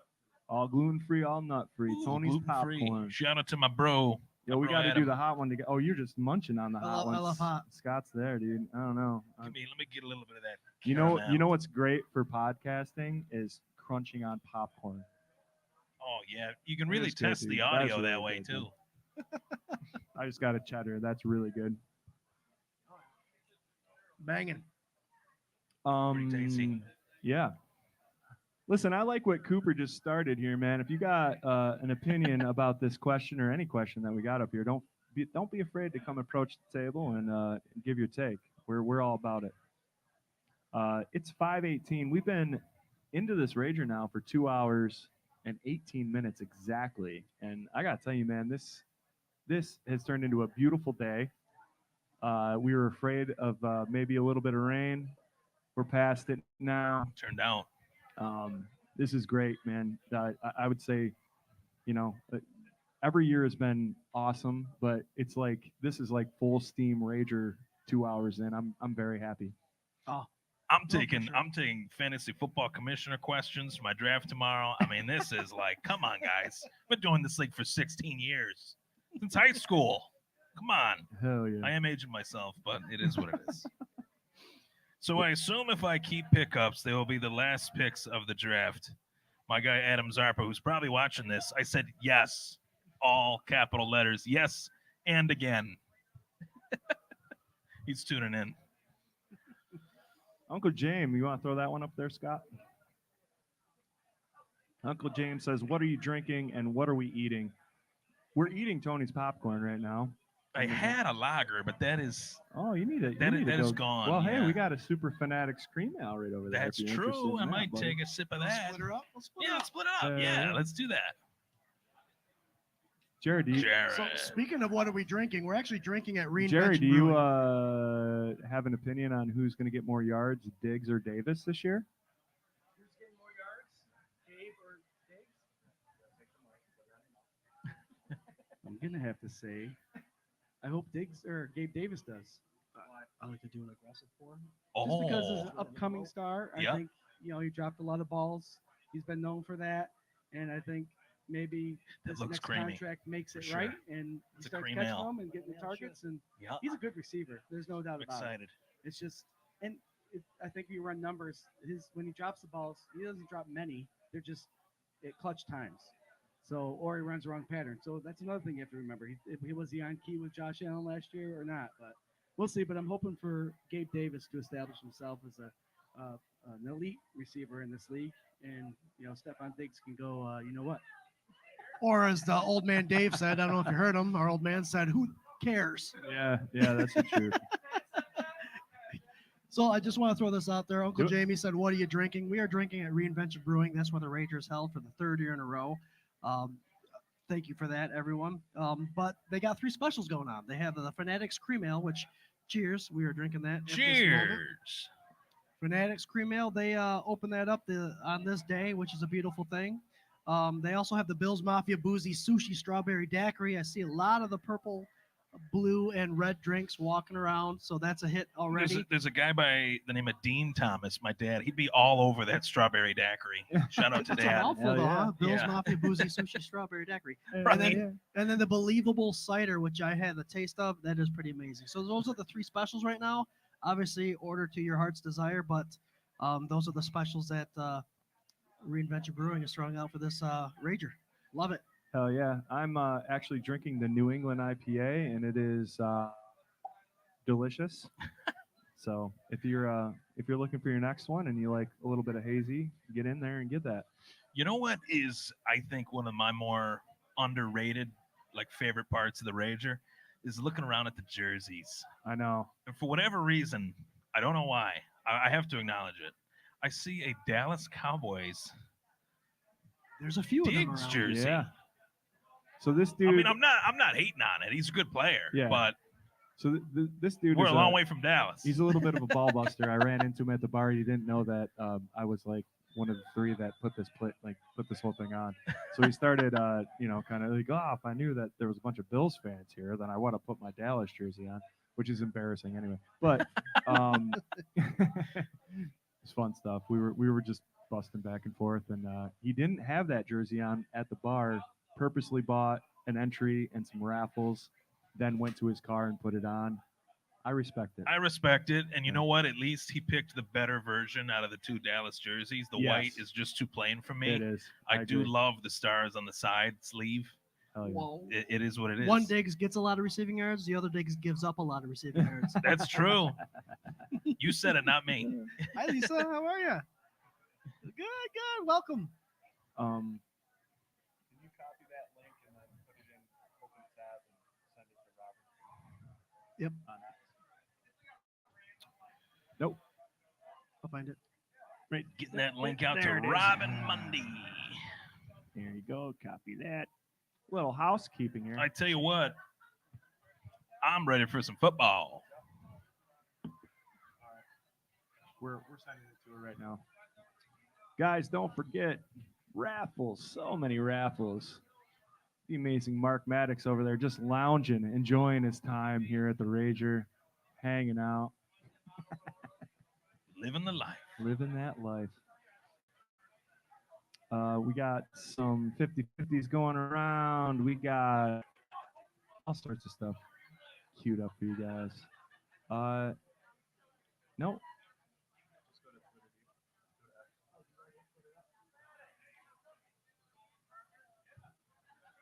Our team, man.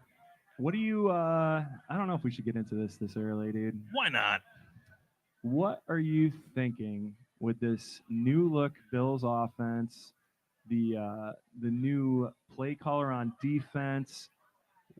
Man, we should wait, dude, but tease it a little bit. What are you thinking? What's a record looking like? I'll tease it with this. I'll give you that take when we're on the K gun. I will answer that, but I think I'm going to give you a better take than what the answer to that question is. So the thing is, I'm all about the locker room. You know, spent my fair share of time in one, player, you know, coach, things like that. And it is a huge deal at any level, whether you're coaching 7-year-olds or 27-year-olds. It's a huge deal. And I just feel like the vibes with this team is just different. And I know that for a fact because my lovely lady, we were out at the Chris Stapleton concert, and Darian Lee a week back. I'm sitting in my seat waiting for Chris to come on. No, he's and I see Dalton Kincaid walk right, and the vibe are up. That's see teammates going to think that nothing to that's a really good. Can I apologize? I got my wife to they put on a show at the Wayne County Fairgrounds every year in Palmyra, and I can't remember who it was, whatever country pop guy, but I got my wife tickets, and she sent me a picture, and she said, "Oh my God, Dawson Knox is here." This was 2 years ago.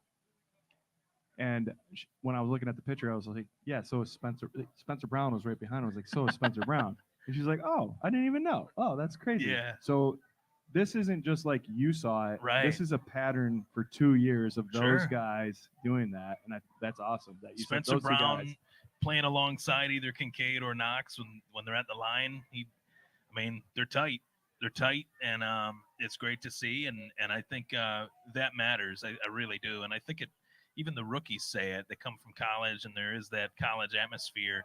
But then it comes to the pro level, you think it's a little bit different, and it is. But I think Buffalo is one of the few teams in the NFL that actually still embraces like that college get together, get acclimated. The Sabres are like that too. They just need to put it on the ice. They started right off the bat by signing them to St. John Fisher, where all you're doing is hanging out at a college in the dorms, eating college food and all that stuff.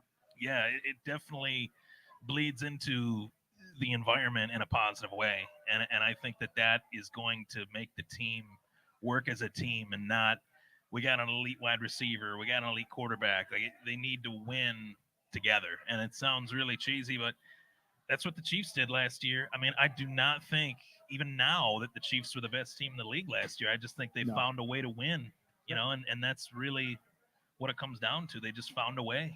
Literally, I think that's the formula, right? Because it seems like the same old story with Patrick Mahomes and Andy Reid, where in September you're like, oh, right, they don't look that good. Oh man, it's not happening this year, and then all of a sudden it hits October, and you're like, oh, damn it. Pat Mahomes is doing what he does Yeah. best. He plays magician out there. And it's that same old tale where it's like you don't have to win the first quarter of the season. You have to be firing on all cylinders in December. You got to be getting there, and they just have that formula locked. Yeah. And it pisses me off every single time. Yeah, But you're like, here we go again. Yeah. Here we go every year. again. yeah, but I don't think that the Bills are that far away from it. And No. I think that's like kind of an interesting topic where like the Chiefs are this team that like we praise and we put on this pedestal as like far and above the number one team in the AFC and the NFL, like for historically 4 or 5 years. But if you're looking at the Bills, they're like right there. They're like right there. There's not that much separating them. Sure. Super Bowls are a big thing, but in the scheme of things, are there any other teams that are closer to the Chiefs than the Buffalo Bills in the entire NFL right now? I don't think so. I don't You think know? so. And I think maybe the only team that could argue about that would be the 49ers or the Eagles, Yeah. who the Chiefs beat these last 2 years, Yeah. who I think we would have beat too, to be Yep. quite honest. So, Absolutely. and Well, definitely you know, the Rams. You know the a few Chiefs years are ago. bringing their best when they play the Bills during the regular season. So, Sure. and we figured that out. Yeah. It's just that adjustment key, that aspect of rivalry football. We play a division twice a year. It's hard to win those two games. It's hard to beat the Chiefs twice a year. You play them in the regular season, Right. you play them in the playoffs. It's just like a divisional game, but it's not. Yeah. Yeah. And I mean, you're going to get the best of both worlds as a football fan. I would always say that, like, I remember watching Peyton Manning and Tom Brady. I didn't really root for either one because neither one of them was with Buffalo. But if I was rooting for one, I was rooting for Peyton, trying to, get a over the hump that was the Patriots for the few years that they did. They finally were able to break that door down. And once they did, it's like Peyton Manning wasn't afraid anymore to do what he did best. And I feel like Josh Allen's just right there to get to that. And it's not like Josh Allen's played bad against the Chiefs, or Peyton Manning played bad against the Patriots for a long time. So it's the two best quarterbacks in the league going head to head, and I only expect it to happen again. I Well, don't see hate to anybody in their way. Cut you off, R2. You came with your woman. Our two smoking hot wives just showed up. So They that's- showed up yeah. at the same I time. know, How right? did that Yeah, happen? hanging out. Al's got the Color Rush Allen jersey on. My wife's got the FLX Mafia shirt on. They just walk in the gate at the same time that Nate from Circling the Wagons walked right in. Man, You know, this is like, what a crazy day. What a crazy day. And I'll tell you what, and Jared's not here, but with the support of the ladies in our lives, I mean, Oh, yeah. every Tuesday, you do every Wednesday. Mhm. There's a lot of time dedicated to this Yeah. every day of the week. And then when Sunday session shows up, starts up on Sundays or hour and a half before game time, it's a lot of time. And that's Yeah, a it lot is. of, hey, I'm going to disappear for 2 hours. And thank you, loves Yeah. of our lives, for letting us do that. And yeah. it's appreciated for sure. They're rock stars for a reason, right? They really are. I got a lot of support, girlfriend, family. I'm really thankful. Great friends along the way. Getting the chance to work with you guys every year has been a treat, and it's only going to continue to grow, man. Well, you're the newest one of the relationships. How quick into the relationship did you mention this? Is this like Very, very quick. Is To this be for- honest That's with the you, way to date do stuff? it. very. It was 100%, dude. First date. NYBP. I told her I'm one of those. I'm a different. I'm kind of a big deal. I'm a You know? nerd. I'm kind of a big deal. How else do I put this? No, in all seriousness, I told her I do a little bit of radio podcasting stuff, and she was like, "Oh, what do you do that about?" And I told her Buffalo sports, the Bills mainly, and right from there, she was supportive. So Hooked, dude. if I had said the Dolphins, we might have had some problems. If I had said the Patriots, she would have been like, "What?" But yeah, let's go Buffalo. That's the way to do it, dude. You put it all out there. You put out what you're passionate about. You find somebody that supports you, and my wife is 100% that all the time, with music and with this, Yeah. and just makes you feel real good. I had a really great story, I think. Probably about 6 or 7 years ago, my wife was on her way back from Rochester. The game had already started. It was a Sunday. I'm watching this new quarterback that we have, Joshua Allen. and they're playing this team That's good. in the winter wilderness, the Minnesota Vikings. And Oh, and wow. I'm being who I am, which is kind of a jackass sometimes. And I'm like, well, you're driving. I'll give you the play-by-play. You know what I mean? I'll tell you what's happening. So I'm like, here he goes. He drops back. Yep, nobody's open. I'm doing that, no, nobody's open. And she's giggling a little bit. And I said, here he goes. He takes off. I gotta get a red one like Yeah, that. no Not doubt. like that, but Yeah, a yeah. men one. A man Yeah, one. It'd be man one, tight. men's one. It'd be tight on you. It'd be very tight. So I'm Josh like, would not like that one. I'm like, yeah, it's very, he drops back. He's scrambling. Oh, here he goes. He's Rolling running. around, he He's fires running. the football. And I'm doing this stupid voice like, oh, he's running. Here he go. Oh, and then I was like, oh, he's going 5 yards. Oh, 7. Oh my God, he hurdled. Like all of a sudden, he hurdled. He hurdled a linebacker. Oh my God, we have a quarterback. What the hell? But she got that real time on the phone. in I her was car. in Tonawanda for that game at my She dad's. saw the first symptoms of bipolar, Yeah, She yeah. did. It was like, oh, and she's still with him. Yeah, I was in yeah, Tonawanda for that Kudos, game. Sarah. Kudos. hey, hey, baby, hi. 1,370 people watching live I on thought the you were going to internet say right now. 1,370 days since we've been married. That'd be impressive. It would, no. yeah. I was going to say that is that's winning some brownie points right there. Yeah. Well, let's see. It's over like If you counted the days, that'd be legendary. 5,000. it's been over like it's been over like 5 years, so it's like 15. 1,500, something? yeah. that's There pretty you good. go. That's See, pretty you good. got it. You got it. Yeah. Oh man. Quick math. Yeah, I had to do the math. How many Ragers had she been to? I'm like, this is her third one. It's like, wow, yeah, third one. That's pretty Yeah. awesome. She pretty was good. she was excited for the raffles for sure. Oh, Amazing. My dad says, amazing. Amazing. Yeah, I'm shocked too. Got anything left in that can over there, or do I got to make a run? I think we got to make a run. Oh boy. So the fourth member of this group should be Jared? doing the running Jared for boy. us. Hey, Jared, where are you? We need a refill. And it's under RT's bill. Yeah. There you go. His tab. Oh, yeah. So we do have raffles coming up here very shortly. Yep. We are going to call 5 through 10. So anybody that's listening, hey guys, anybody that's listening, we're getting ready to pull 5 through 10 raffle items. So if you haven't looked at them yet, go check them out. If you want to participate, go to Shaston over there at the greeter's desk there. Purchase some more if you want. The that's greeter's what desk. that's what it's all about, right? Raising the money for the Help One Foundation. Mark Maddox, founder of that, does amazing things for families and children all around. Book bags, books, amazing stuff. He's been a part of this for a bunch of years, and that's what it's all about. It's money.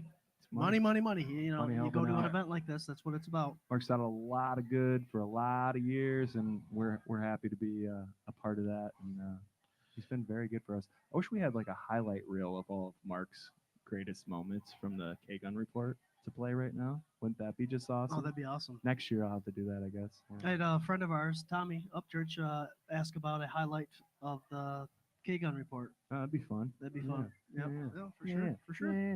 Yeah. Every time I see a youngster with a Josh Allen jersey on, I am extremely jealous because I did not have that luxury. Are we talking about that? I mean, come on. Can you imagine watching football for the very first time in your life? Josh Allen's your quarterback. I got the Can mic you for hand you, me that buddy. box over there? No, The big box? The big one. I'll ask you a question. I want to show everybody the door prize. Especially my dude Carson needs to see this door prize right now. He looked like he wanted the mic, and then he said, "No, I'm good." I mean, he does. He wants. You know what this is? You know what this is? What is it?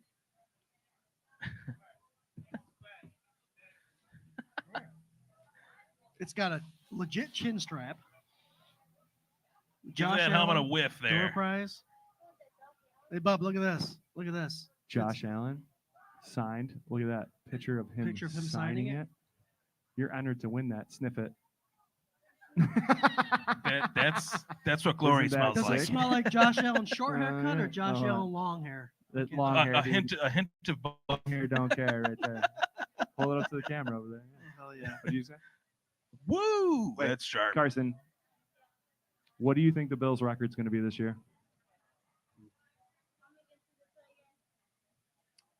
17. It's an 18-week season, but they have one bye, so 17 games.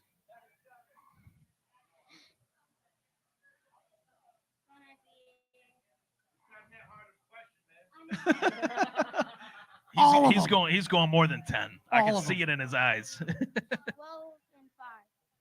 and 5. 12-5. That was some quick math. That's pretty. I'm not. I take it. Listen, I'm not. I would not be mad about. I'm not that. hating on that. Yo, I'm with him. Who has the most receiving yards on the Buffalo Bills this year? With Stephon Diggs leaving, Gabe Davis leaving, who do you think? Shakir, dude. I love that answer, Proud dude. Dad is Future right there, ladies and gentlemen. Number 10, Nice get. Khalil Shakir. Do you guys think he gets most targets? I- Most of what? He's got to, with what he did the latter half of last For year. my dynasty team, I hope so. Uh, I got to repeat in that league too. there you go. Yeah, Damn. I got to make it Damn. happen. Yeah, dang. All right, kids. I got to go get a refill. Yeah, I'm gonna get a refill too. We're gonna leave Scott on his Of a own. lager. You want me to? I can get it for you. Want to get it? Oh, I'm good. I'll grab one Okay. for my lady too, All right, and I'll all right, come back. all right. Sounds good. Hey, this was awesome. I'm excited yeah. to be back on again. A little Ladies bit and later. gentlemen, Mr. Ryan Thomas from the Thomas Takes Sports Podcast. Please follow him on Thank Twitter. you, everybody. Check out his show every single week on the Buff Fanbase Network. Wednesdays at 8. He'll There be you back go. on in about an hour. Yeah, he'll be back. He'll be back. Yeah, I'll be back. I'll be back. Yeah, we got 1,400 people watching live on the internet right now, with another couple hundred here, right live at Reinvention Brewing for the 4th annual regular season Rager. Go ahead, Ryan. Go get your beer, hang out, Get my chill lager, You know, like, shake some hands. Yeah, is I'm it too gonna. warm for you? No, I'm I gonna. mean, I I'm could gonna. drink it. I'm out. gonna. We'll drink it. I mean, if you want to, No, You- don't let him do that to you. it's up. It's up to you. I didn't backwash. It's all good. Not with the vid and the mosquito stuff going on. I don't want to. I don't know if you got bit by a skier here once or twice. No COVID. No No, COVID. no COVID talk. No, none of that. We got cornhole happening in the back. We also got a little target. The drummer in my band, Mr. Jay Donk, is going to try and throw a little accurate pass right here. Carson, was it good? Let me know. No, No, good. No, no. good, he says. No good. He's just got to warm the shoulder up there. That's all. He's happy about his father's failure. He was so Dad, happy, you dude. suck. He was so Here proud. we go. Here we go. We're winding up for another one. Oh, it's going to Carson. Let's see, Let's see, Carson. what's rip, Carson got? Rip it. He's Dad's got the gonna Allen let us know jersey if he's on. got it. Let's go. Yeah, Jay represents it at? the military hat with a white standing. Good. buckle. Oh, Touchdown. that's good, dude. Boom, yeah. Oh yeah, dude. There That you might go. be the next quarterback of the Bills. We call that the passing of the torch. Here it comes. Yeah, Penn State, Yeah. 58. He was from Oh, Frewsburg, there you right? go. Yeah, Awesome. yeah, There yeah. you go. Beautiful. My dad saw him play at the state championship Yep. the year that he was Frewsburg High School. Skinny dude. Yeah. Oh yeah, I think we're gonna go ahead and pull some stuff. One more round. You got one more chance for this 50-50 right here. Get your tickets. See Jules. See Whip. Whip, Whip. watch me Whip. nay nay. She just looked back at the table like, oh my God. But the Shane Conlon thing, I don't know if any of you guys following us on the website, on the stream right now, or out there in the crowd. Brother and I'll get you Jared. one too. Brother Jared, part of the K-Gun Report, he does a Did You Know during the off time of the season to keep people informed about Buffalo Bills knowledge. And he did a nice piece about Shane Conlon. Man, special player. Oh, he was, man. Yeah. And I think, and me and my dad growing up, he would talk to me about how like the team got built and things like that, and he would say like something to the extent of, I don't think their defense got a massive boost when they were able to have Shane Conlon. They drafted, but they traded for Cornelius Bennett shortly after, and they had Bennett, Conlon, and Darryl Talley. Oh. I mean, You can't go wrong with that. I think Darryl Talley should be in the Pro Football Hall of Fame personally. I think Kent Hall should be as well. But Biscuit's got a good argument too. There's a lot of guys that I think should get more credit than what they get, and obviously Steve Tasker. You know, he's the best special teamer ever. Just saw Devin Hester get in. Where's the love for the gunner Steve Tasker? He's the best ever to ever play special teams in the NFL. Well, special teams is more than just returning the ball. Right. We obviously have kickers in the Hall of Fame, but there's all and phases punters of that too, part. right? Yep. Yeah. We got punters, we got kickers, we got returners. The only thing we're missing is the defensive part of it. Yeah. And you're right. It needs to be recognized. It has to be recognized. And now that maybe Hester opened up the. I hope so. And that's the silver lining in that is I hope if one guy gets in, then other guys get in, and I hope that Steve gets the recognition that he should, because I also know, I remember I had Glenn Parker on my podcast, and he was talking about Steve. The leader he was. What's going on, dude? I love it, Dirty. How you doing, man? I've been good. Doing my thing, man. One day at a time. Hi, Frankie. Hi, Scotty. What's up, brother? I love you guys. I'll catch up with you. Yeah. Thurman Thomas. I called him my uncle when I met him, and he laughed. He's like, "Your last name's Thomas, I take it?" I said, "Yes, it is."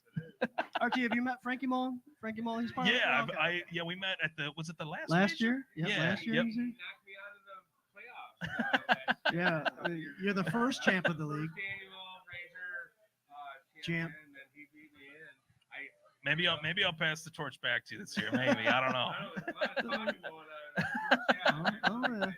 Yeah, you're awesome, man. I appreciate it. Well, you guys just got done with practice, game, scrimmage. Oh, coach. Okay. I'm gonna be a dad. Yep. Live the there dad you go, life. brother. I hear you. That's the way to do it. That's the way to Go Bills. I love it. Thank you. 6, 7, 8, 9, 10. We're gonna be next call. Yes. You want in on the Tally jersey? Is that what it is? So if you put in raffle for 6, 7, 8, 9, 10, we're gonna be calling did on here. the Tally jersey. There's a Tally jersey there. Jared's calling it out. I'm not sure what else. And then What were we the will other be ones? calling. We got Tally. He's gonna go check it out. Yeah, yep. I can't keep track of it all. And then after that, we will do the 50-50. Beautiful thing. Woo! Beautiful thing. Jules just came to me and asked for the second batch of the 50-50 tickets. So we are Sweet. rolling through that, guys. Sweet. Bill's Mafia does it right. And we've mentioned other fans. We got Dallas Cowboy fans here and all that stuff. They know contributing and donating to a good cause when they see when it doesn't matter what kind of fan you are. You guys do a That's beautiful awesome. thing.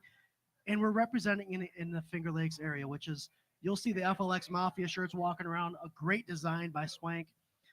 Catchy little figure there, catchy little image. And we're looking to spread the love. This Finger Lakes area needs the recognition because just like Rochester, Rochester has a big Bills Mafia following, but the recognition's not there. So we want people to wear the FLX Mafia proud. Yeah. Tell us you're a Bills fan. Tell us where you are and be proud of it for sure. And of course, the longtime radio broadcaster of the Buffalo Bills, John Murphy, from my neck of the woods, from Lockport, born and raised. So that's a big feather in our cap, you know, to have a guy like that from my town. Right? Yeah, exactly. So it's good to know that the Mafia is obviously well traveled. They're going to the game, but it spreads out. Dad, you out? You saying goodbye, Dad? Love you. Thank you. My dad. See you, sir. Yep, the old man left. He stayed last year, helped out, and did a great job. You were saying? I hate to cut you off. No, you're good. Yeah, gotta give a shout out to Pops, man. I hear you. Definitely nice to see. Golf? No, Little League football starts tomorrow. Yep, I coach the Mid Lakes Eagles, the Screaming Eagles, and flag football. So our kickoff is at 8:45 in the morning. Wow. And who are you guys playing? We're playing Marcus Whitman. Okay. Yep, Marcus Whitman. It should be fun. It's fun to teach the kids the basics. Oh yeah. Just the drastic difference between like 5 and 6 year olds and 7 and 8 year olds. It's like the earliest age that I coached was 9, and I thought, man, it was actually the most fun I've ever had. Yep. It really was. I'm not just saying that. Like the enthusiasm, obviously, as you get older, I guess I don't want to say it's taken more seriously, but the seriousness of it kind of takes the purity out of it from the kids enjoying the game and learning the game and Nine's wanting a to be a hump. part of a team. Nine's a hump because Yeah. I've got the 4, 5, and 6, and 7-year-olds, Mhm. and right now it's like, do they like the sport? Are Right. they interested, or are they just Are they engaged? Yeah. Or are they just doing it And then because their dad wants them I to? could see the 8, 9-year-olds are like, I'm gonna do spin moves, I'm gonna do juke moves, Yeah. I'm gonna learn the touchdown dances. All right, so what do we have here, Jared? Bills times 4. So if you put in, we're gonna put off the raffle number 6. We're gonna pull this one off. Bills times 4, which is autographed by We got Glenn Parker, my guy. Jeff Wright, 4-time John AFC Fina. champ. Yep. Glenn Parker, 4-time AFC champ. Mark Maddox, 3-time AFC champ, and John Fina, 2-time AFC champ. This is an awesome photo. John Fina was drafted the year I was born. Yeah. We've had him Throwing on that our out show. there. He's Yeah, a character. He's an awesome Oh dude. yeah, he for sure is. His son's a good football player too. UCLA. Yeah, he's UCLA, a stud. Keeping the tradition alive there. Yeah. And Glenn Parker's kid is doing really. I think Glenn Parker's kid is a running back. He's shifted from receiver to running back, or vice versa. Must be the genes. He's a stud, man. Yep, He's yep. an athlete. So we're doing raffle. We're doing number 6. Anybody put in for the Bills times 4, which is the autographed 8x10 from all 4 of these players? Let's pull it. Let's shake, Let's shake. pull it. Shake, shake, shake. Fat fingers go. We're gonna dump. We're gonna dump right on my phone. No, this is when you wish you had 3 hands. All right, ticket 888-283. 888-283. 888. Sold. 283. He's an 8, he's a 9, he's a 10. I know. Again, 888-283. We are pulling raffle box 6. The Bills 4 autographs. That's a sweet It's a photo. Sweet little image. Yeah. It's a beautiful thing. Those guys protected Jimbo. Some of the guys went after Dan Marino. They got the red helmets. Okay, there's a Yeah. question. It's always brought up every year. It's like as Bills fans, you start the year off, the same questions come out through all these Bills Mafia pages. Yeah. Red helmets, white helmets, standing buffalo, charging buffalo. What is your primo? Last 283. 283. 888-283. Bada bing. Woohoo! We got a winner. Winner. Congrats. Congratulations. Thank you. Honestly, the one that stands out the most, it's got the sentimental value watching games with my grandfather. The red helmet. It's the red. It's the red helmet. So obviously with the red helmet, you're bringing Yeah. in the red end zone. Yep. The helmet in the Yep. Mr. Touchdown, Butch Roll. Mr. Touchdown. If you- Butch Roll. Box 7, Butch Roll, 8x10. Yeah. We had him on the show too. Actually, Yeah, Swank. with the I Endless was Mountain Derricks. commenting on that one, I remember. Swank actually played. He plays in a Well, Butch Roll plays in a Didn't wanna band. do that, but I did. You sure did, didn't you? That's the old one right there. Just grab one of them. I'll take this one. Butch Roll, Mr. Touchdown, plays in a band, guitar. Swank played with him. I forgot where. That's but awesome. It's a pretty awesome thing. So He was at an event at Anchor Bar for a Bills game. He was with the alumni, and he was with Booker Edgerton. 083-7703. I've heard that before. No, I haven't. 083-7703. 083-7703. there you go, bud. That's Keep that. here. Ooh, I like this one. A reminder, if you win one of these raffles with your door prize ticket, do not give us the door prize ticket. You still need that for that Josh Allen helmet. I missed this one. Dang. Lee Evans. Oh, man. All right. Giving this one away, right? One of those situations. Can you imagine if he had a quarterback? You say the same thing about Molds, too. I know. Hall of Famer, probably, if he had Jim Kelly or J.A.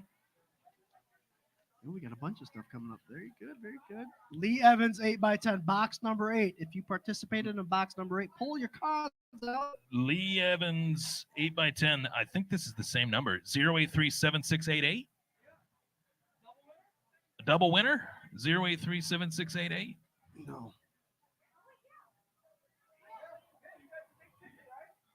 I think I tell you what, that's why we do it like this. He pulled a double win. That's why we do these rap. No, that's 703. What was the 7? Oh, no. It's 0837688.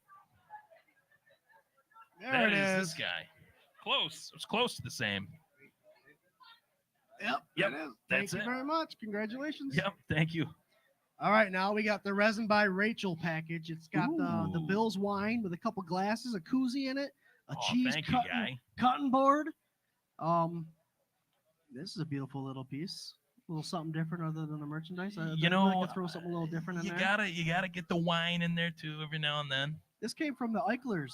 It goes right through me, but The you know. Eichlers have been part of this. They've come Yeah, to I every one remember- of our rages. I remember them last year, and I remember them at the Hyatt too. Yep. So they brought this in for donation for the raffle. We appreciate you guys. The support is awesome. This one is 0837655. 0837655. Woohoo! No, there you go. Awesome. Let me see. 37655. Very good. That's all yours. Thank you. Thank you. Congrats. Keep your ticket. Josh Allen's still out there. What do we got here, Jared? Box number 10, the Daryl Talley jersey. Daryl Talley. It's a red one. Oh, yeah. Very sexy little jersey there. Very nice. Number 10. Pull your tickets out, people. I want to pull this one. You pull that one out. Yep. 083-7708. 083-7708. There you go. Woohoo! Daryl Talley jersey. That's it. Good Appreciate stuff. it. Thank I you. like the jersey. I like the hat. Yeah. Hey, Yes. I got the Jim Kelly jersey back there. All right, that's it. That's it. I think Wow. we are getting a hold and ready for the 50-50 draw. Yeah. Jared, where are we on that? All right, they just collected the last for this Ooh. 50-50 draw. Don't worry, everyone. We will be doing another 50-50 after this. And we appreciate you guys because we ran out of the first roll, which means a lot to the Help One Foundation, and what this fourth annual Rager is all about. Yep. Shout out to everybody out there. I see a TO jersey. Unfortunately, a Yankees hat, but we'll let it slide. We'll let it slide. We'll let it slide. You got a little angry look for that one. I opened myself up for that. That was, I mean, I'm just playing around. I love Derek Jeter. Derek Jeter, that's it. Not so much A-Rod, but all right. What are we thinking here? Record prediction. Oh, yeah. Well, we had a 12-5. We had a 12-5. I like that. I'm gonna go 11-6. I'm gonna go 11. I'm not gonna go 10-7. That's too low for me. I think they're better than that. So I'm there too. I think 12-5, 11-6. But my question is like, obviously we say number one priority is win that division. Mhm. Number one priority, win the division. How many games? And I want to hear it from the fans out there and then the live stream following us, which we are at almost 1,500 followers right now watching the live stream live. How many games do we have to win this AFC East division? Honestly, I think 10. I don't think. Oh. Okay. We got an iPhone up here. Somebody Yeah. left. We got an iPhone. It's an what's it? Who wins the? Okay, we're gonna pull a number to see who wins an iPhone that was left in the ladies' bathroom. It's got a nice floral screensaver, and it's purple, and it's an iPhone, Yep. and it is not mine. And it lets us know. Mine's right RT, here. More importantly, that it's mostly cloudy and 76 degrees. It's mostly cloudy. It looks like it's got a good charge as well. Oh, she's doing good. Yeah. Oh yeah. All right. Good to see you. Thanks for Go coming. Bills. Thanks for coming. Oh yeah, for sure. Thanks for doing Nice. that. So yeah, we got an iPhone in the bathroom. That's the first time. First time for everything. Yep. Right. I don't think they need. I think honestly they need 10 to win the division. I don't think that highly of Miami. I think their defense took some hits. Their offense is great, but I think if both Buffalo and Miami had the same record again, Buffalo will get the edge because I think they can sweep them. I really do. I don't know what to make of the Jets, to be honest with you either. I think they're the biggest wild card, maybe even in the AFC, maybe even in the NFL. You know, just it's in up terms there. of what is Rodgers going to be, what is their defense going to look like? They're not going to get the linebacker that they traded for. He doesn't want to play there, so I don't know. I mean, it's all. Our opponents are all up for Yeah. conversation. It can go any way, like the Jets, for Yep. instance, like you're mentioning. Who's going to play the linebacker? The New England Patriots. I think they have 3 quarterbacks they could choose from. I will say I do like Drake May a lot. I do like Drake May a lot. I think that they're doing the right thing with him. Go ahead. I think they're doing the right thing with Drake May. I think Jacoby starting the season is okay, but by the end of the year, I think Drake May is going to be their starter. And I really like Drake May. Is Milton still on the roster? Milton is still on the team. Yeah, and I do like I like Bo Nix a lot in Denver. He's one to keep your eye out on. He can't throw the football like Josh Allen. Not many guys can. In Denver, But he might be able to. He might be able to in Denver, and he's smart. He doesn't turn the ball over, reads defenses really well. I think he's just what Sean Payton wanted. You know, I think maybe Sean Payton had his eye on him for over a year because it seemed like they were really not willing to trade that 12th overall pick that they used to take him. So they're pretty happy. How are you, sir? Good to Go see you. Irish. Go, yeah, we got an Tonight, Irish fan here. tonight's the night. Who are they playing tonight? Who are they playing tonight? Texas A&M. That's right. I knew it was a Texas team. I couldn't think of if it was A&M or UT. It's a Texas team. Texas team. Tough team regardless. Somebody that's good. Right. So those of you who are drinking, I just want to get this rundown. We got 3 specials going. The Fanatics Cream Ale, beautiful beer. I know Reinvention and George Eldrick there, the owner, has done great things with his. It's a tasteful bunch. Yeah. That list he's got up there. You can't go wrong with anything. But if you're going Buffalo Bills, the Fanatics Cream Ale's out there. The Bills Mafia, Boozy, Sushi, Strawberry Daiquiri. Like I said, I've seen a lot of those. And the Believable Cider is on tap too. Woohoo! Vendors, guys, if you're hungry, Retro Taco was with us 2 years ago. They did a banging job, and love that they're back with us. Their food's great. Had it. And Tony's Popcorn right over here. We've had some samples, some good stuff. The website, the Facebook and Instagram page, we put it out on the stream here. So like, tag, and follow. We had some samples. That was pretty good. Did you try the spicy one? Spicy? I did not. I Oh. chickened out. Are you that? What spice? You're not going to spice? I am okay with it. I just thought, you know what? If I have that and then I have a taco, it might throw me off. And I don't want to be Take a couple times, man. I want to. Yeah, I could. Tom. Tums. Honestly, who you taking in this fantasy draft Wednesday? Who am I taking in the fantasy Who, draft? who you got your eye? I'm picking 13th. Best So- available. Best. Okay. Okay. Right. That's it. Right now, my keeper is Justin Jefferson, so I can't be That's bad with that. right. At pick, No, I believe I'm at pick 7, so that's a that's a steal. great pick. I kept Brees. I did. I hated to keep a Jet. I didn't keep Chase because of the contract situation. I Right. thought I don't want to play in that. I'll let him go to somebody else. I'll figure it out. But Who's the first Bill to go? Josh? How soon? Probably top 10. I think somebody's gonna bite top 10. Everyone in every Not draft because you I've done, should, but not because because you of the- should, but because we're in Buffalo It's a or Bills Western fan New York or organization. whatever. Yeah. And not only that, I've seen it actually happen in every draft I've done so far. Yeah. Every league I'm in, he's been picked in the top 10. And I did it too. He's like, I'm sick of him getting picked ahead of me.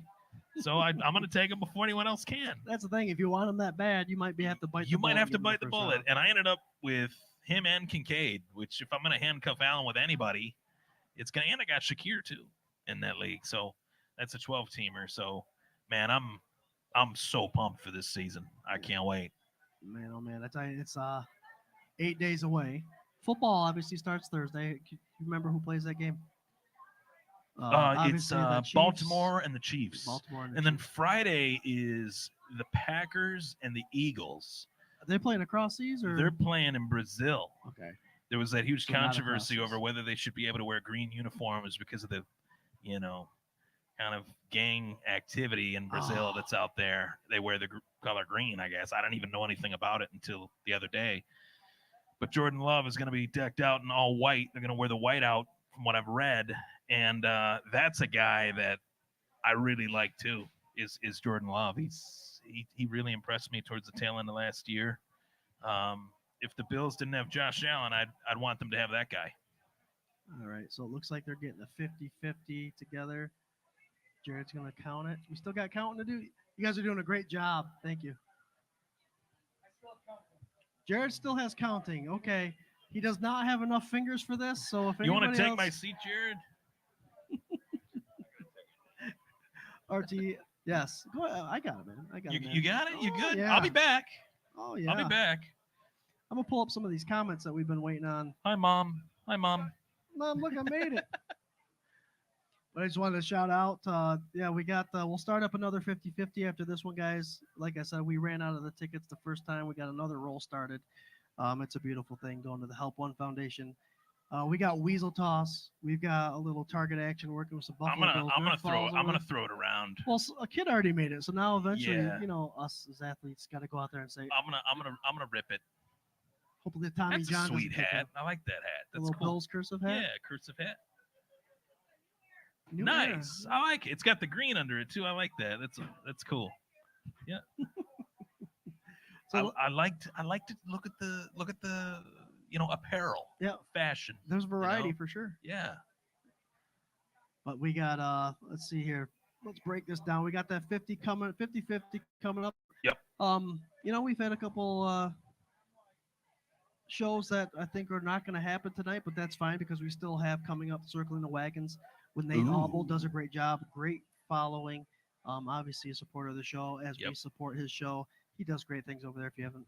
Now, is he? I know we chat with him on Facebook and stuff. Is he in the fantasy league as well, or no? No, not yet. Not yet. There's a spot for him somewhere. We'll make it happen eventually. But he's a busy guy. He is. We'd love to have him join us.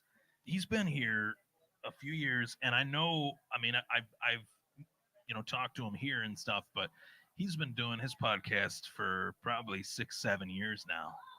And I remember.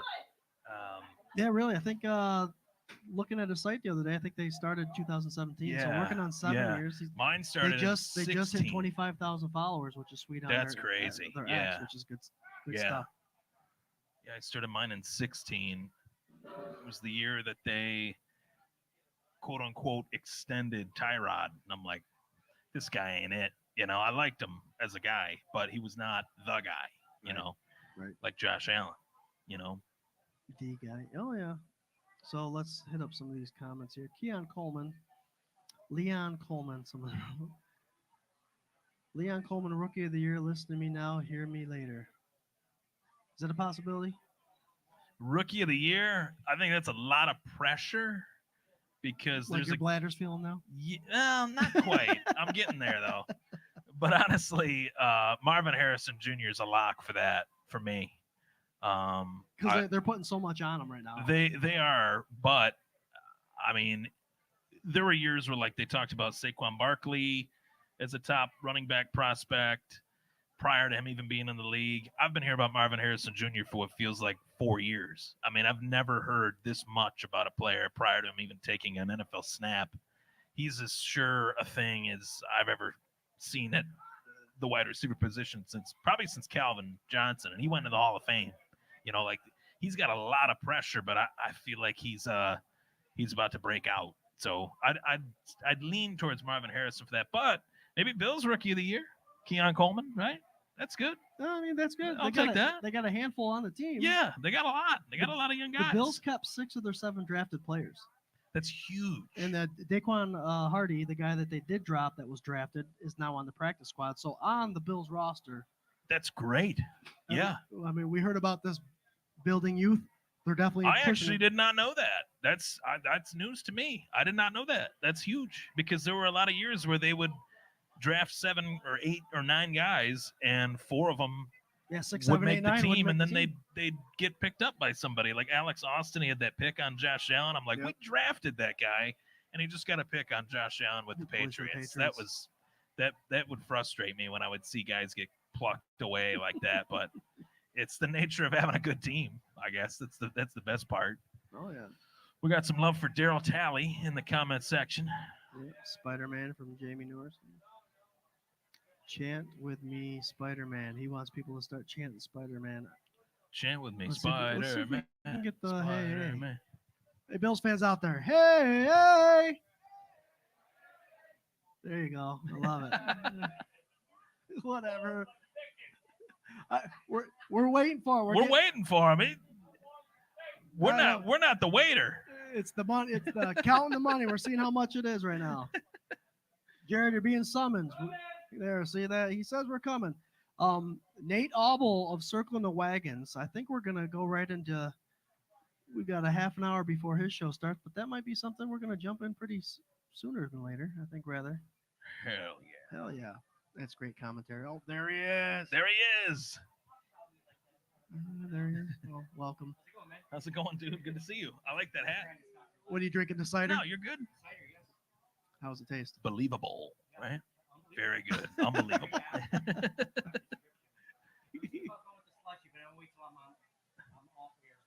See, we've discussed that. We're drinking beer now. I said to my girlfriend, I was like, definitely at night. I'm feeling. I don't want to have a slushie in front of me, in front of the camera. I'm worried that, especially a strawberry daiquiri. I don't want to chance.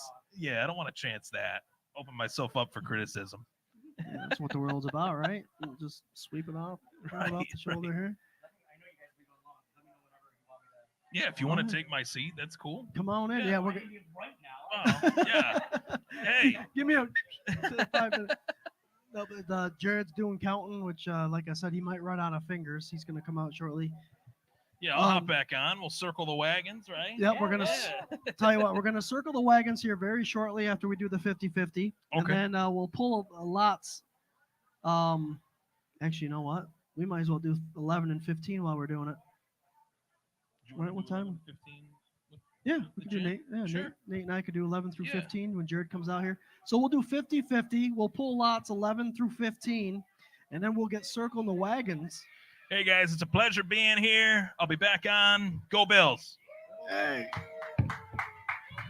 Take the headphones off. I've walked away with the headphones on. And Nate, come on in, brother. Oh, no problem.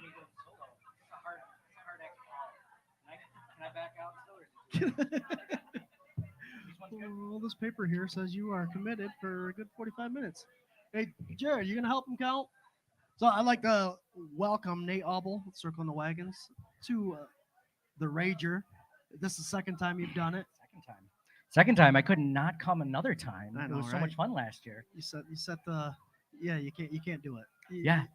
Well, last time, my wife and I were just talking about it. We came here. We were one of the first ones up. I think we might have been the first one up because we had somewhere to go. And we're like, wow, this place got busy quick. Well, I was like, well, we only stayed for an hour and a half last year.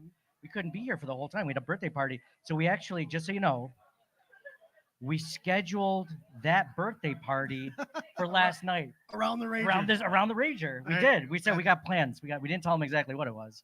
They're like, we got plans. They don't need to know. Oh, yeah. Plans are plans. Exactly. Plans Exactly. are plans. Plans are So, plans. hey, Jared, where are you?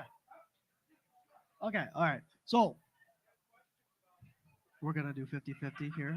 I keep saying it. I know people are getting antsy about it. Okay. And then we're also going to do pull boxes 11 through 15. I can't tell you what boxes are which ones they are, but I know it's getting up towards those pretty sweet stuff. That helmet you're looking at, Yeah, it's nice. we do a fantasy football league, which if there's openings, we'll extend the invitation. But that's the trophy. Every year we're going to put a nameplate of the name of the winner on there. And Jared made it. It looks like a Bills/Notre Dame. Oh, there it is. Okay, I see it on the other side. And there'll be our logo on the back. On that, our logo will be there. The Bills logo will be on the other side. Oh, And nice, the winner will nice. be able to take that home for bragging Nice. rights.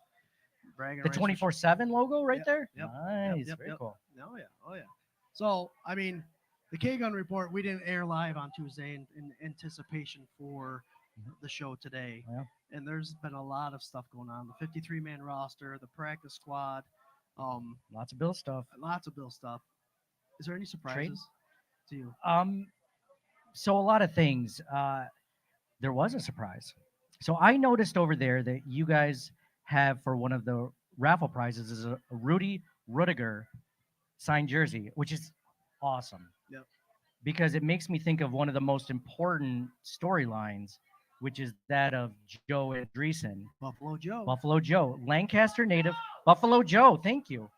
Thank you. I think that's one of the biggest stories, if not the biggest story. And I likened him a little bit to Rudy. And the reason I did is because it's a local small town guy. And first off, before I even get into that, like, how unlikely is it that an undrafted rookie makes the team? Like, it's rare. It's rare in general. The fact that he's also from the area, I mean, you're talking like, exponentially unrealistic. So, like, we hope we were going to get it with Naaman Roosevelt a few years ago, local kid. We got a couple of UB guys, Jamarcus Ingram, talk about, guys that made the roster, good cornerback. Cam Lewis, UB guy. But Joe, I mean, that was like 4 years at a small college, played 1 year at UB, and, went through the Chiefs minicamp, went through, got claimed off of waivers by the Buffalo Bills, was good enough that I don't know if he makes the roster if Matt Milano's healthy, but, played his way on the roster. I mean, how can you not like this story? So it's kind of like Rudy, because like small town guy, that was a big fan of the local school sports team, and ended up playing for them one day. So I love it. Not like the real Rudy. I mean, it's a completely different story. But I said on our podcast, which is the first podcast I released on the Buffalo Fan Base Podcast Network. Right. And I Welcome, was by like, the way. Was that? Well, Welcome, thank you. welcome. Thank you. You guys are one of the reasons I joined. We'll talk about that later. But I was like, one of the benefits of that is that, I forget what I was talking about. Rudy. Rudy. And people are like, oh, he's nothing like that. So I checked out his height, and he's 5'6", 165 pounds. Because I'm like, oh, he's a little smaller. Joe Andreessen's like 6'1", 230, right? So like, there's no size comparison. It's just the feel, the storybook, movie, cinematic ending. Like, I'm really excited about that. So I think that's the biggest thing. What about you? And then you see the Bills Mafia pictures of him celebrating and watching the games. Yeah. And then he comes out and says his favorite player is Matt Milano. It's just like, oh my God, we should write a story about this. There probably will be. Yeah. All right. Before further ado, guys, $467 was raised for the first 50-50. So to split that in half, $233 will be going to a lucky winner. Thank you, Jules and Carrie, for walking around with that. Woo! So $233 going to the winner. Thank you all. Hey, pull a ticket. Jeez. All right, whoever I pull owes me a beer. 881060. That's 881060. 50-50 is being called as we speak. That's the code. That's it. 881060. $233 coming your way. 467 raised. That's amazing. What's that Mafia slushy called? I mean, the raffles have been going off like that. People are looking at their tickets. We are drawing 50-50. The lucky ticket number is 881060. The slushy is the Bills Mafia Boozy Sushi. That's not right. Strawberry. Slushy strawberry daiquiri. Dude, I've gotten to the age where, like, I drank the crappiest beer in high school and college to the point where I got older. What was it? And I'm like, it's time to, like, if I like it, I'm just going to drink it, right? Like, if I'm not a big IPA fan, if I don't like it, I'm not drinking it. Like, Right. I'm just like, I'll have a Seagram's or whatever. Like, if I like it, it tastes sweet, I'm going to drink it, Yeah, have a couple. It comes to a certain age when you're in your 20s, like, I can't be seen with a slushy. Like, everyone's going to make fun of me. And I'm Right, married, if it I have tastes kids. good. Yeah, it tastes good. If it so. tastes good, it tastes good. I don't care. Zero. Yep. 881060. Is that you? Son of a bitch. Nice, awesome. Confirmation. Very good. Confirmation. $233. What's your name, sir? Thank you very much. For here. Mr. Bill. Mr. Bill. Good. You don't. Oh, wow. Mr. Bill's donating. That's very half kind back. of you, Mr. Bill. Appreciate it. I like that. He's retired. Good, He man. has nothing Congratulations, better to buddy. do. Mr. Bill. Thank you. Thank you very Absolutely. Thank you. much. These girls, yeah, see? See, they were down in my pocket all night. I put my last $20 for this formula, guys. There should be a winner here someplace. Well, you got them more than an arm's length. You had to look at them all. Yeah. Well, thank you very much. That's awesome. Congratulations. Oh, that's a story in itself. You're the man, Mr. Bill. Go Bills, Mr. Go Bill. Bills. All right, we got Buffalo Spartan joining the show here. Not joining the show, but sad I can't be there. But what up, boys? This is Sparta. He's one of the super fans. The Wing Fest is actually happening now. What's up, bud? My buddy Luke there. He's a flag football guy. He's one of the kids we coach. Oh, you coach flag football? Oh, yeah, from Midlake. Yeah, it's fun. It's an experience, let me tell you. I can imagine. But, Jared, we're going to do 6 through 11. So we're also going to pull, not 6 through 11, I apologize, 11 through 15. Boxes 11 through 15 for the raffle. We're going to pull that.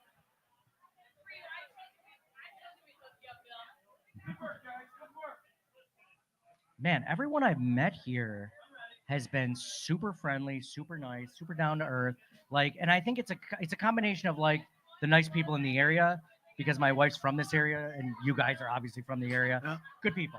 Good people. But have you ever seen a Liar Liar skit? Everyone's been so nice to me. It's because you're wearing Bill stuff. That's why. I did hear you guys talking about the Cowboys, the Cowboys. So it happens. It happens. But not only that, it's Bill's Mafia too. Bill's Mafia is a totally different animal in general. Oh, for sure. So I went to UB, and so UB's like half people from Buffalo, half people from downstate. And the only thing that stinks about it is a lot of people that are from Buffalo, they commute, so they live at home. So I was from Rochester. I didn't stay with a lot of them. But one of my favorite times would be like when like break just happened. Let's say it's spring break or February break or whatever. And the downstate kids had already gone home because they were the first to go home. Right. And the Buffalo people were back from college and they were hanging out at the bars. It was such a fun time, man. It was like a Bill's tailgate every Friday, Saturday night. It was fun.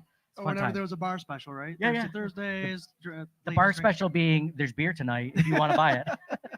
We have beer. Beer on tap. Special. Oh my God. I didn't know special. That this fancy of a place. Jeez. You got to go to the beer. All right. So we're doing box 11 for raffle, guys. This is, I clicked something I probably shouldn't.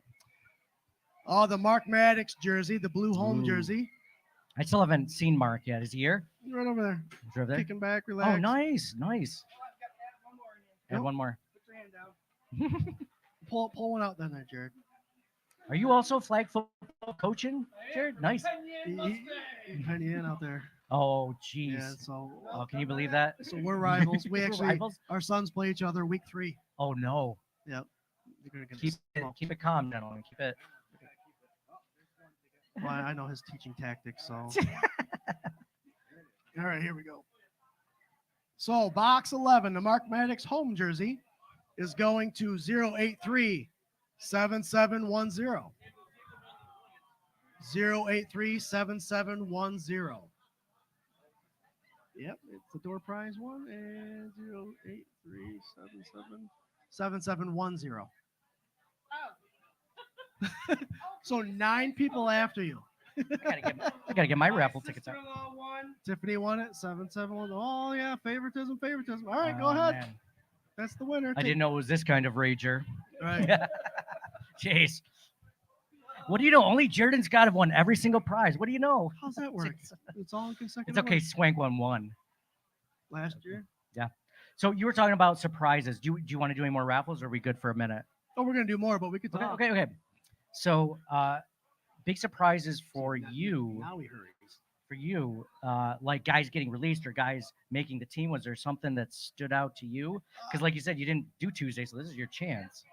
For me, the surprise was I know the Buffalo Bills have gone 5 receivers often, but the fact that they still went only 5 receivers. So a Shavers kind of off the roster was kind of iffy, and then the Shifty Kamler, who I thought he proved himself well. Obviously, they both came back to the practice squad, but I thought one of those guys was definitely going to make it. I thought they were committed to 6, but it looks like that whole double tight end kind of run the ball more often may be the situation, understanding that they only brought in 5. We'll know a different story come Sunday when we see that active roster, and there might be 6 receivers, but that was the biggest shock. I thought Shavers did enough. Well, I was rooting for Shavers too for the same exact reason. But I was also thinking they were going to go 6 wide receivers because of the injuries. I mean, it's Curtis Samuel has a turf toe, I believe. Yep. And I forget what Marquez Valdez-Scantling is doing. I can't remember off the top of my head. You guys? Yes. Excuse me, I'd like to donate these to like the Jim Kelly Foundation or whatever foundation you guys got going on. So if anything is won throughout those tickets, those go to a foundation or to the next organization for Bill's Mafia or whatever. All right. We do That's giveaways on the show all the time. We'll just do Nice, the man. giveaway. Thank you. Thank you. Appreciate it. Thank you. That was very kind. Let them know it was a Dallas fan. It was a Dallas fan. Right. They're 100%, Appreciate you. 100% cool guys so far tonight. So far. So far. You got a Dallas fan right there too. Help with the 50-50. Dude, those Finger Lakes Mafia shirts are fire. Holy cow. My wife will not let me get any more Bill shirts at all. I am banned. She said that she probably has, I think she said for every one I buy, she gets rid of 2. She's standing right there. She's not even listening. That's okay. No, they're always so that one might be worth it. I might be willing to get rid of 2 other ones for that one. That's nice. There you go. Nice. Just a reminder, we did find a cell phone in the bathroom. It's got a nice floral pattern to it. It's an iPhone, 76 and cloudy, high of 80. All right, we got a red Mark Maddox jersey we're going to get rid of right now. Big surprise, too, Ray Davis. I'm surprised he got cut. I thought the Bills were going to go with 4 running backs. Ray Davis didn't get cut, did he? Not Ray Davis. Geez. I'm sorry. I was like, holy cow. Frank Gore Jr. Frank Gore. Oh, yeah. Frank Gore Jr. I think what it comes down to is like the Tyrell Shavers thing, the Frank Gore Jr. thing. At the end, it was like the special teams. Where could they find a special teams guy that was also going to fit in an area on the roster? So they didn't think it was Tyrell. They didn't think it was Frank Gore Jr., which PFF ranked Frank Gore Jr. as the highest ranked running back in preseason week 3. Oh, hell yeah. So I was like, there's a chance that he might get scooped up if he didn't make it. But That's he didn't. a surprise, too. He didn't. He still might because he's still on the practice squad. You don't know between week 1 and week 18. Do they still have going on where they can keep people like the practice squad you can't touch? That's a great question. I'm not the guy to ask that. I'd have to. This is the part of the podcast where I look up Wikipedia. Look, yeah, when your eyes go off the camera and you just kind of wander because you're looking up Wiki. Yeah. Why don't you guys talk while I think about that? Yep. Red Maddox jersey going for 0837675. 0837675 Red Maddox jersey. Going once, going twice, older than man. It is like that.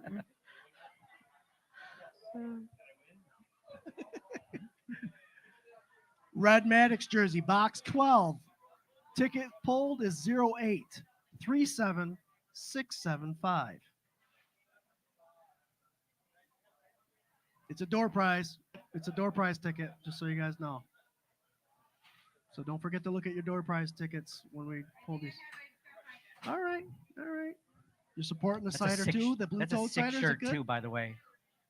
What's it say? Is it 8 o'clock yet? Bleep around and find out. Right, Yes. I was gonna say it's 6:25. 6:26. I'm a Bill. I like that. Hold on, I got tickets here too.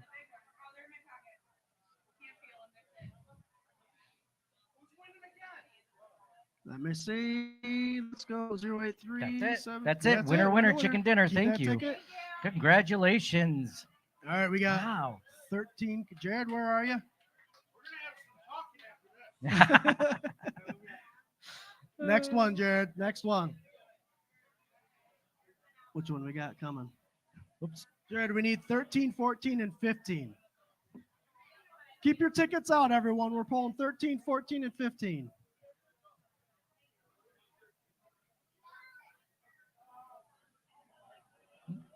My bad.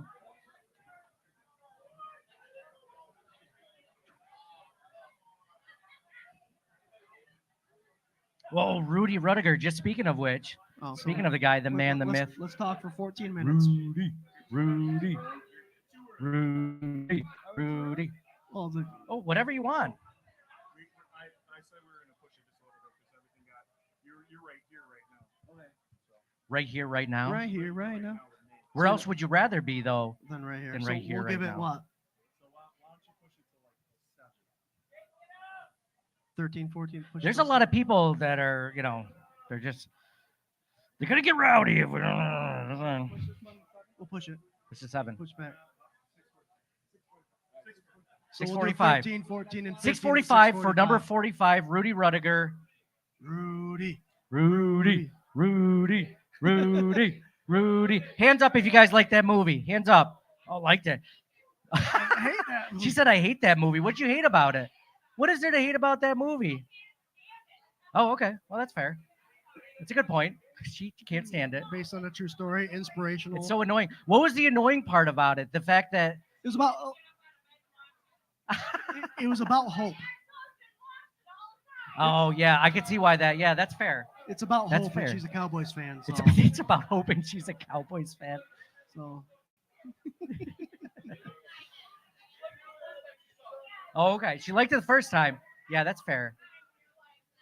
So we've got we talked about it, our own Rudy situation. Our and own- Joe. Our Buffalo own Joe. Rudy. Yes, yes. So he's a linebacker. We know the Buffalo Bills have brought in linebackers in the past. Like Bernard last year had no idea that he'd be linebacker number one. Nope. Week one comes out and he lights out. Joe's not going to be a starter. No. But do you think he'll get any kind of significant time? Do you think he is? Well, the obviously way he's a work in progress, but I mean, the way I think his goal right now is probably going to be inactive most weeks, unless they have more injuries or whatever. I think he's a developmental guy that they knew that if they put him on waivers, oh, there it is. Is that yours? Nice. we found We only the charge iPhone. half the bar to that to your phone if that's okay. Yeah, Apple Pay was on there. Apple Pay was open, so we just opened the tab. All right. See, I keep telling you, good people here. Good people here. So what were we talking about? Oh yeah. So I think they knew if they put Joe on waivers, he would have been claimed by somebody. Yep. So they already had a weak linebacker depth to begin. Yeah, Buffalo Joe. And I like when people walk by and just yell stuff. That's fun. It's fun. Yeah. I like it. You gotta come over. You can maybe I can get my son over to talk. But yeah, I think if they subjected him to waivers, he would have been picked up by one team or another, and they would have regretted it. But I hope he doesn't start because he's not really ready yet. You know, he will be. I think he'll get there, and I think he'll be good depth. But right now, I think it's good insurance, good break glass in case. But hopefully, you never have to break the glass. You know what I mean? Right. I mean, there's a lot that he has to work on, and it's clear on film. But when he shines, and that. Hey, sweetie. That's my little girl. How you doing? Oh, did you just stick your tongue out at me? Do we get that on camera? Oh, my goodness. Uh-oh. I thought she was coming to give me a hug. Nope. But I'm kind of curious, and because Bills fans, when they catch on something, they chant it. Yeah. Is he gonna get, like, if he gets some significant play time, or if he even runs on the field, will there be like a Rudy chant or a Joe chant? Oh, yeah. Because of Buffalo this- Joe. yeah. Buffalo Joe, right? It's got to be the chant. No, like, I've actually thought about getting a Joe Andreessen jersey because of how cool of a story it is. I mean, it supersedes, like, there's so many storylines that go throughout the year, some big ones, some small ones. How many of them are good? How many of them are bad? This is one good one. And this is so good. I mean, it was on Good Morning Football. It was on national TV. So it was, see, just yelling. I love it. Dude, You got 4 arm lengths of tickets too. So he's like, I'm winning this next one, dude. I'm trying not to swear in this one, so you can swear. that's All all right. Kid, right in It's a front of family us. event. My family's here. I can't swear. If this was my podcast, I'd be able to do it. So, but no, I think that's one of the biggest things, so one of the things, speaking of big stories, people on the team, Damar Hamlin makes the roster. A lot of people are like, why? He's not that good. Like, people are really ragging on him. And I think what it comes down to is injuries again, Yep. kind of like the Joe Andreessen thing. The safeties have been injured almost all preseason. And then he just knows the system better than anyone else. He's been in here longest. He's on a rookie contract. Listen, like, I don't think he's going to start. Hopefully he doesn't have to, but like, he's got depth, but he's one of those good stories where it's like, if you're a Bills fan, and I've talked to like Bills fans out of the country, and they're like, they sent me news articles where it's like, he's on the front page, Damar Hamlin. Like last year in the season, like, makes the team. It's a big story. Found in the grass. Oh, we have a cell phone up here with a coach case for this cell phone. It's nice and glittery on the back side of it. Another iPhone. I say, got like a rainbow color, not rainbow, but like pastel colors, shiny. There you go. Check your iPhones. You take your iPhones, yeah.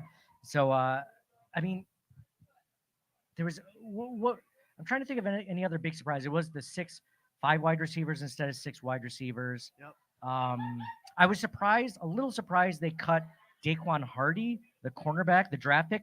But out of the 10 draft picks, which is the most I think they've ever had in recent memory, they only got rid of like 2 so far in this draft class. Is that yours? Okay. Yeah. Cool. Glad we found it. I didn't say that we charged half the bar to her. No, it wasn't up here long enough. But yeah, they got rid of Daquan Hardy. Daquan Hardy. He's on the practice squad. Yes. But they went to the Jets and they traded a pick for his position. Yeah. It's this whole kickoff thing, I think. Yeah, and you could see it. Like they haven't had a good kickoff returner since Andre. Why do I always forget his last name? Roberts. Roberts, thank you. Andre Roberts was the best returner. Naheem Hines was good, but I mean, we didn't get hardly any of him. You know, we had like half a season, maybe a full season of him. So, one big game. I got to ask you this: like, as far as the Bills season goes, outlook wise, are you optimistic or pessimistic or somewhere in between on how you think they finish this year based on what you've been paying attention to off-season, preseason, training camp, all that stuff? I've always been an optimistic Bills fan, but I'm going offensively. I think they're better. And better. Okay. Anytime you have Josh Allen under the helm, and Bills fans will tell you, preach this all the time, as long as 17 is back there taking the snaps, we're okay. But the talent around him, I honestly think we're a little better. Diggs' fall off last year, I don't think it was just a scheme thing. I think it was a Diggs thing. So bringing in that rookie, bringing in Curtis Samuel, I think we are better. Defensively is where I'm skeptical. A lot of talent there, a lot of raw talent. It's not that hard of a defensive scheme to understand. We drop 2 back in the zone. Don't let anybody behind you. But it's the linebacker injury with Milano. It's the question at can our defensive line create pressure? So it's not having Micah Hyde and Jordan Poyer for the first time in what, 6-7 years? Yes. And that leadership alone, I mean, those guys did it with their eyes closed. And now we've brought in a rookie in Cole Bishop to try to take over that role. He's bigger, faster, stronger, but can he get the concept?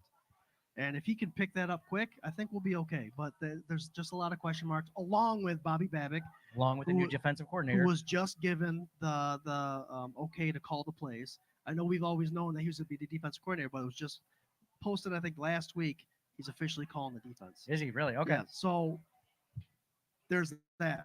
He's been in the system. He's come up through the system. You can wiki or whatever you want, and he's been a coach for 20 years, even though he only looks 21 years old. But he's someone that for sure, when things get hard, it'll be interesting to see will he blitz more? Yeah. Will he play soft, which we all have seen in 13 seconds and all that stuff. We don't want to see that kind of play call being done in big key moments of football. Yeah. So he'll be tested, I think, a lot on that because us Bills fans have suffered because of that. Yeah, if I was to, where would you rank? So let's look at defensive coordinators. Last year's Sean McDermott versus the 3 or 4 or 5 years of Leslie Frazier. Who would you choose if you had to choose between McDermott's last year and Leslie Frazier's tenure before that? Which one do you pick? That's tough. I like McDermott. Like McDermott, right? Yeah, I do. He did more with less, in my opinion. Yep. Like, I mean, injuries-wise, he was aggressive. Leslie Frazier was so much less. I feel like he was less risk-prone, So what I like about that is I think, if I had to guess, Bobby Babich is more of a Sean McDermott type than a Leslie Frazier type. Right. So that makes me feel better. I'm hoping he's not too aggressive. I have no idea. He's only been a positional coach, right? So we'll see. But I'm excited about that. I think he's been under the helm of Sean McDermott long enough that Sean McDermott would only give him play calling duty if he felt comfortable with it. Right. If he's like, and Sean McDermott's comfort is like, would he do the same thing I would do? Exactly. It's not like, is he going to be a wild, is he going to do his own thing? Is he going to be, is he going to go off script? No, he's going to do what I think he's going to do and maybe just a little of his own. Mm-hmm. So, Frazier was one of those defensive coordinators that seemed to stick to his game plan regardless of what was happening. did not seem like there was a lot of adjustments. Mm. And I know it's a small sample size, but there was that game when McDermott came in, coached the rest of the game, and they shut the rest of the team out. That's a very small sample size, like I said. Where Frazier had already had his mold set, Babick is moldable. And like you said, he came up through McDermott for a while, position coach, now defensive coordinator. He understands the players. That's the big thing, because he's also one of those guys that asks, what do you guys want? Yeah. And so that's a big thing. And being a moldable coach under McDermott, you may not have to see McDermott come in. He may interfere once or twice. Oh yeah. But he won't take full control, I don't think. I think, and I don't think he'll do it live. Like he won't give him criticism live. It'll be like notes next week, like they do for, anything like, hey, like here, this is what I would have done, versus this, it worked out all right, or it didn't work. And this is, how. Mhm. So yeah. Yeah. Can I tell you one of the reasons why I can give you a couple reasons why I'm pessimistic, but one big reason why I'm really optimistic for this Buffalo Bills season this year. You mentioned number 17 being under center. And one thing I've come to like the conclusion of over time, over this preseason and off season, is that Josh has a lot to prove this season. This more than any other season, besides him just trying to win the role in general, is that he's got to do it without a top 10 wide receiver for the first time ever. So that's, and that if Josh Allen truly wanted Stephon Diggs on the team, he'd still be here. Oh, Exactly. So I'm not saying that Josh Allen wanted him off, Diggs off the team, but he didn't necessarily, if they came to him, are you guys taking off? Bye. Bye. Bye. Love you. guys. Thanks for coming. Yeah. Just some random fans. I'm just talking to some random fans. Love you. Some random buff Fandemonium folks. Love you. Bye. Well, Sweet dreams. we're raising them right? Yeah, exactly. You're along the same lines as us. We're fan first perspective, love the Bills, but want to raise our kids the right way. Oh, and yeah. have them be Bills fans. Yeah, So, have them be Bills fans. Dude, I'm trying my darndest, man. My son's fighting me a little bit. He's not a fan of anything else, but he's still young. It's hard for them to watch a full game until they're probably 8, 9, 10 years old. Right. So I'm working on it. But so with Josh specifically, he could have kept Diggs here if he wanted to, or said to being like, you better keep him here or else. So given that understanding, given the fact that normally when Josh comes into training camp, he's mentioned this on podcast, so I'm not breaking any news, but he comes in a little bit puffier, a little bit not like he's been training crazy hard the entire offseason. Right. And he's mentioned so much beers, wings, pizza, whatever. Yep. When you're 22 through 27, easy to do that. You spend the next couple of months working out, finally Comes looking off at a quick. diet. Exactly. 25 pounds, in the first couple months, right? Not even trying. He's a little bit older now. Mhm. He's got a little bit more to worry about. Like we mentioned, the Diggs thing. He came in looking good. Yep. Looking like a guy who was more focused than he's ever been in the off season.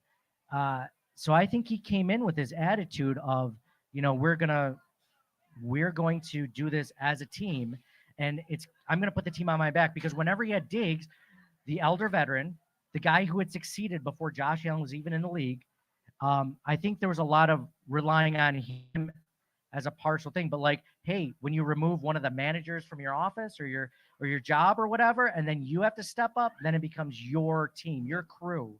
And this is Josh's crew. Because besides maybe Deion Dawkins, there's no one on that offense that has had more success than him and has done as well in their career as he has. He is the alpha dog. Oh yeah.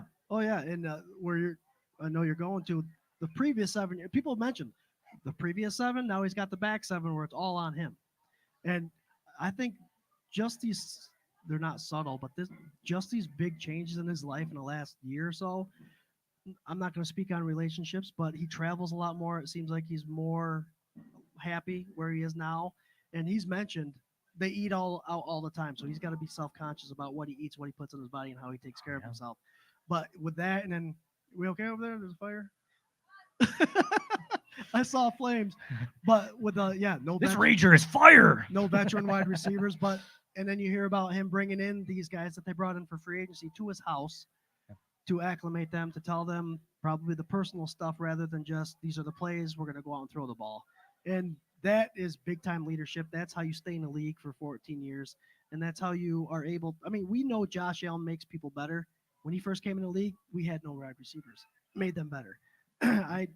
With him being more mature and older now, I see that being an easier task for him than in the past. Yeah, when he was young, you're talking like second or third year, he Yeah. was giving career seasons to John Brown, guy who had been to three or so different teams. Cole Beasley, same thing, career seasons. Yep. He brings out the best in these players. So he's just got to do it with guys that don't have as much name recognition. Not that Khalil Shakir can't be as good as Stephon Diggs. We don't know that.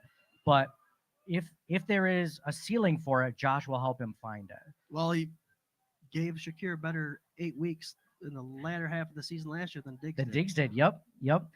So I don't know if you heard this. Eric Wood on his podcast was talking to Chris Brown, and they mentioned that one of the big differences between Josh this year and last year is that, like, so I think it was like Marquez Valdez-Scantling scored a touchdown in preseason, but when Josh went to go, celebrate with his teammates, he went to the wide receiver that was used to clear out space for Marquez. So this is more of a, instead of a, hey, run this route, get open, it's more of a clear out to make space for one or two guys, right?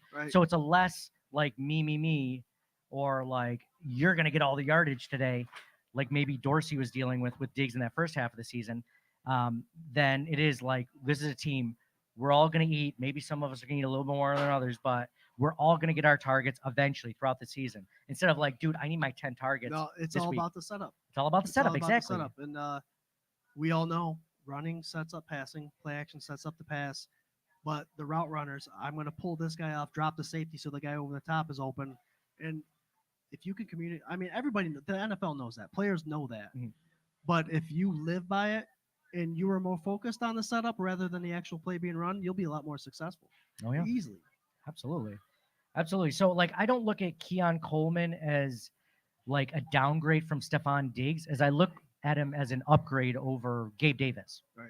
So, so I don't look at, so then if you look at that and then you look at Khalil Shakir, and everything added on top of it, maybe we don't have a Stephon Diggs necessarily, but I mean, let's be honest, the last 8 weeks or 6 weeks of the season, we didn't really have a Stephon Diggs either, including the last game against the Chiefs. So, yeah, I'm excited. The reasons I'm optimistic, the reasons I'm pessimistic, if I'm going to go into that like just a little bit, is because of what you already mentioned it, the defense, safeties, and it's mostly it's an overarching theme of injuries. Wow. Injuries are, if there's something that kept the Bills back in the tail end of last season, I mean, the Chiefs game, they lost 24-21.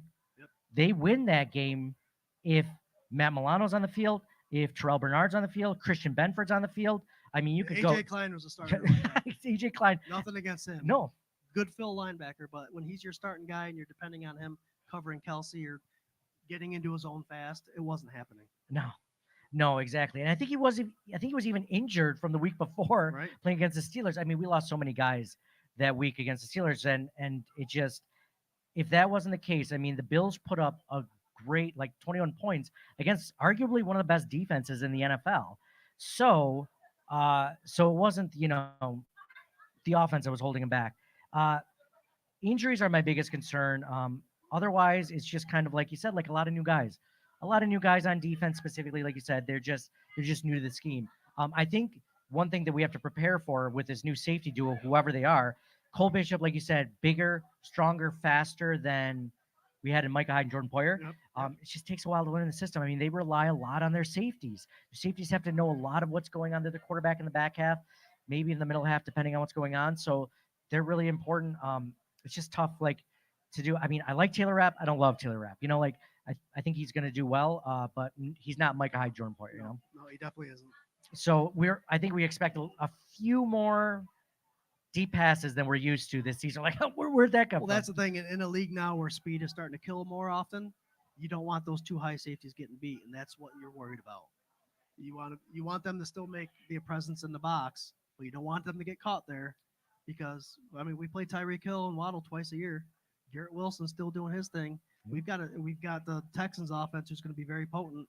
You have to not let anybody get over the top. And with two new safeties, it's possible. I mean, there were points in the preseason in watching The safeties, like I think that first game, which was, I can't even remember who was against at this point, Bears, and the safeties looked lost on a few of those plays, and they had big chunks, and we're not used to like a lot of big chunk plays. And by the way, and that shouldn't even like take away from Caleb Williams. I mean, he looks good. Oh yeah, I mean, we kind of knew he was probably going to be a good. little bit of a drama queen, but A little bit. Oh yeah. But dude, if you're good, you can be a drama queen. It's only when you're not that people are just like, "What is going on with you, dude?" Yeah. You can already see why they chose him over Justin Fields. I mean, it's like night and day. But so I think we need to worry about that. I think they'll figure out the scheme. It just stinks that the first half of the season, when we don't have Milano, when everyone's still learning the scheme, we have a new defensive coordinator still figuring everything out. The hardest part of our schedule is the first half of the season, which is what's unfortunate of it, because it gets a lot easier in the second half. Yep. I wouldn't say a lot easier. It's just easier in the second half. So that's when you want those things to happen. Well, we're playing all over the place too. We got 2 1:00 games in that first half.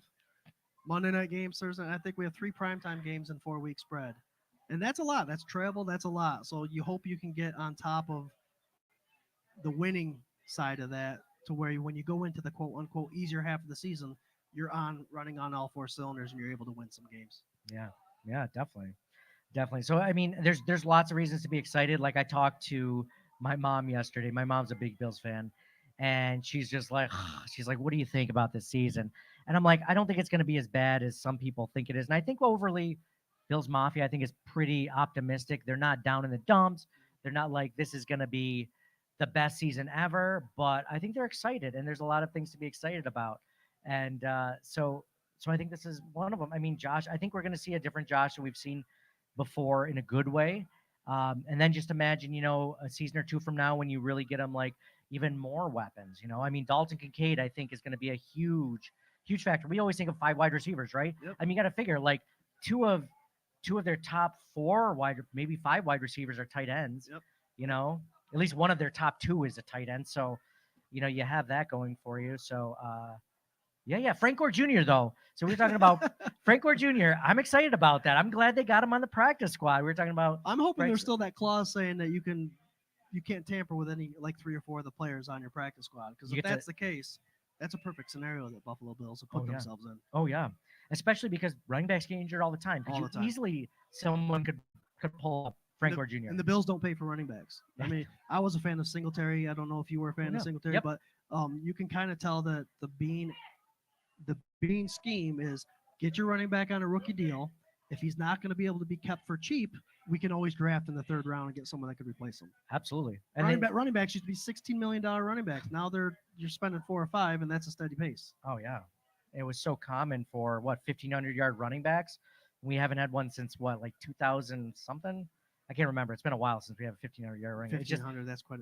Yeah. So like, I think they used James Cook more than they wanted to last year, at the tail end of last year, with injuries and stuff like that. I think they'd like to go with a 2, maybe 3-headed approach whenever they can. So yeah, I mean, Ray Davis will fit into that. If one of those guys, Ty Johnson, Ray Davis, gets injured, I mean, Frank Gore Jr. will be the first guy called up, which is exciting. I like him. It's hard not to like him. So in my mind, you got to put a handcuff on him. You got to handcuff him kind of a little bit, make sure no one can get him. Yeah. I mean, how crazy would it be though if Josh hands off to Frank Gore Jr., same number 20, right? Yeah. In the regular season. I mean, that's kind of like its own little like Rudy like cinematic like storyline. Got a bunch of Rudy stories. Yeah, he was just a Rudy. Yeah, that's why it's so easy to like this team, man. Like we don't have any convicts. We don't have any, like there's a lot of guys that are likable on our team. Breaking the law and hiding away like. Yeah. Man. Yeah, and gets like a slap on the hand from the league. Yeah, no one cares. Yeah, you mean like half the Chiefs team and coaching staff? Yeah. That's okay. But like, whatever. A lot of fun stories to root for. So we are at 50, the 651 mark. We're gonna call box 13. It's the Rudiger jersey. Rudy. Pull out your raffle tickets. We got a Rudy jersey we're giving away here. Ticket. We're gonna shake it. Jared, if you're around, we need 14 and 15.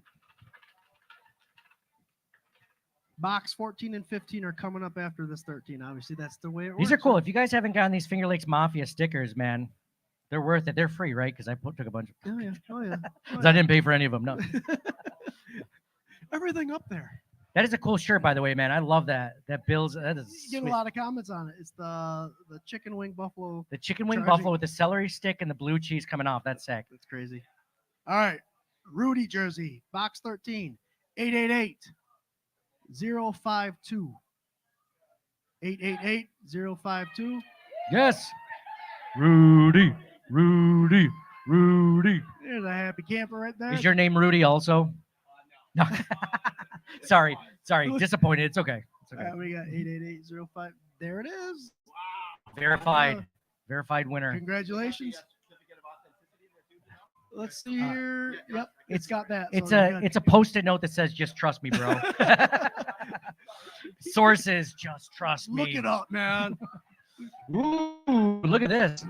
Which What do we one's have this? next? Oh, the Bud Light beer cooler. Oh man. The Bud Light bundle. We have a nice Buffalo Bills Bud Light official beer sponsor cooler. Can you get that in front of the camera? Like that is sick. That is awesome. Very nice. And it's got bottle openers on that side, like you said. Hold on, hold this. Hold this. Yeah. Show me. Oh wow. Got a little serving tray for ice in there. Wow. Looks like it could teleport you. Is there LED lights on the inside of that LED too? lights. Yep. Wow. If you don't have the winning ticket to the door prize, it can tell you what numbers are going to win already. It tells the future. Uh-huh. And we got a Bud Lights NFL. Looks like a little, what do they call these kind of It's like from bags? Star Trek. It's awesome. A little bag. So it's a bundle. It's a bundle. We'll pull this one. Get your tags out. Box 14. Box 14, the Bud Light bundle. Bud Light bundle. Bud Light, real man of genius. Is that Bud Light or is that blue? Okay. I These can't Bud- remember. I can't remember. 0837-647. 0837-647. Real man of genius. What was one of them? It was like the roly cooler guy.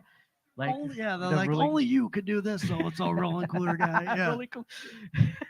All right, the Bud Light bundle package 0837-647. Whoa. Swank stumbling in here. Stumbling, rumbling, swank, and fumbling. Oh, there Wow, you go. she Let's see. won. 0837-647.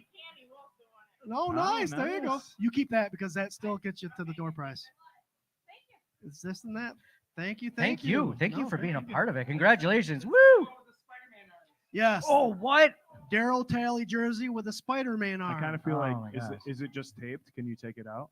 The Spider-Man arm. Just to show everybody. saw- you sewed the jersey. Jared sewed it. You sewed it. No, I think it's still sealed. I mean, you got to show that in front of the camera too. That's pretty. Yeah, that's pretty dope. Just trust us. Just put faith in us. Yeah, there's But Spider-Man that's things. how you know it's Well, we authentic, can't right? see him, Jared. Does it come with a Just JSK trust or me, bro. something? Just There's trust me. Spider.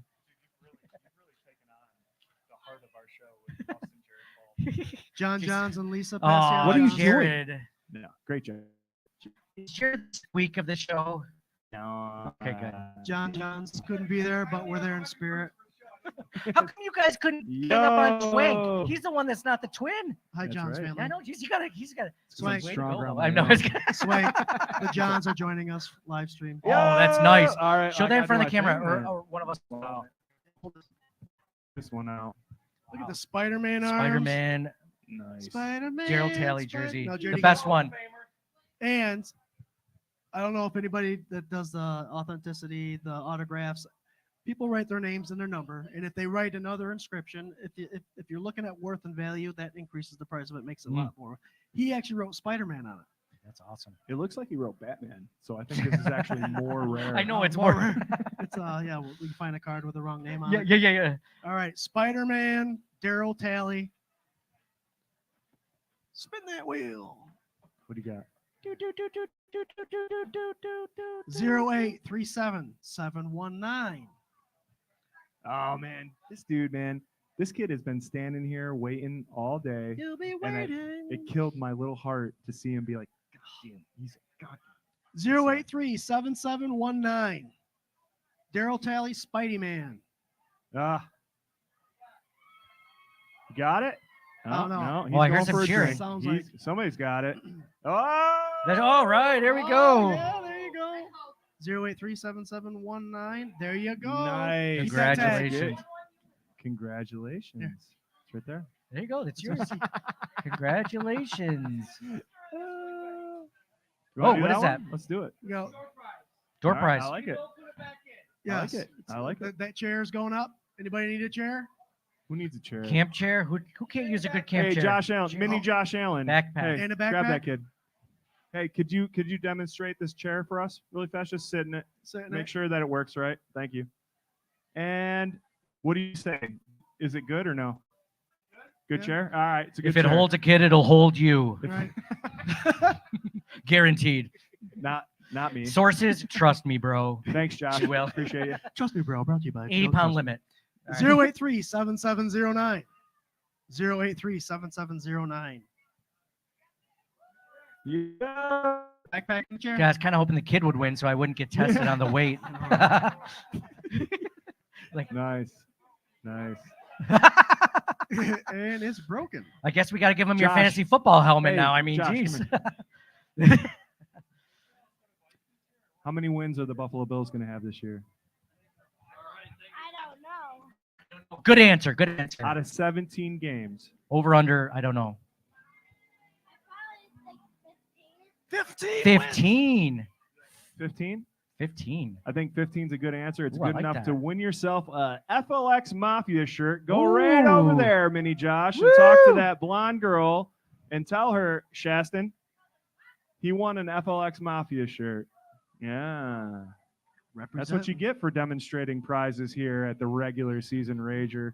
FLX Mafia shirts are amazing, by the way. I know I've said this before. Now that my wife's gone, she took the kids, I'm getting one. He wants the 24/7 Buff Fandemonium. Sure, you can have whatever you want, buddy. Just not that Josh Allen signed jersey. Oh, he's doing a gritty. Nice. Are we doing the gritty? Nice. Got to get that back now. No, I'm just kidding. No, it's good. I've never had anybody do the gritty. Every time I go to the elementary like school where my son goes, it's just gritty after gritty after gritty after gritty. And I'm like, okay, I'm gonna try this at home. I gotta get good at this too. I don't, but Well, you Do you gotta practice it by yourself? that's the only way to practice it. You gonna practice it in front of people? I mean, Depends. Especially kids, no way. I can't dance to begin with, so it's not gonna go well. The last items are Maddox mini jersey, or mini helmet, Russo mini helmet. Maddox, did I say Maddox already? Say Yep. Mini helmet? Yes.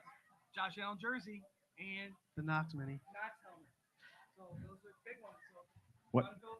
Wait, guys, give it up if you want that Josh Allen jersey. Ooh. Josh Allen jersey. Jerry, come back here for a second. And this one's actually signed by Josh Allen too, unlike the other ones we gave away. So Guys, actually, this is- really quick, we have one more round of raffles to do. So I'm going to hand the microphone to my friend Jared Reed, part of the K-Gun Report, 24/7 Buff Fandemonium. You haven't seen him if you're on the live stream. With the 1,658 people that are watching right now, that is nutty. But he's going to hold the microphone really close to his face, and he's going to tell you what we have left to raffle off. Ladies and gentlemen, I want a big pop, a big cheer for Mr. Jerry Reed. Hey.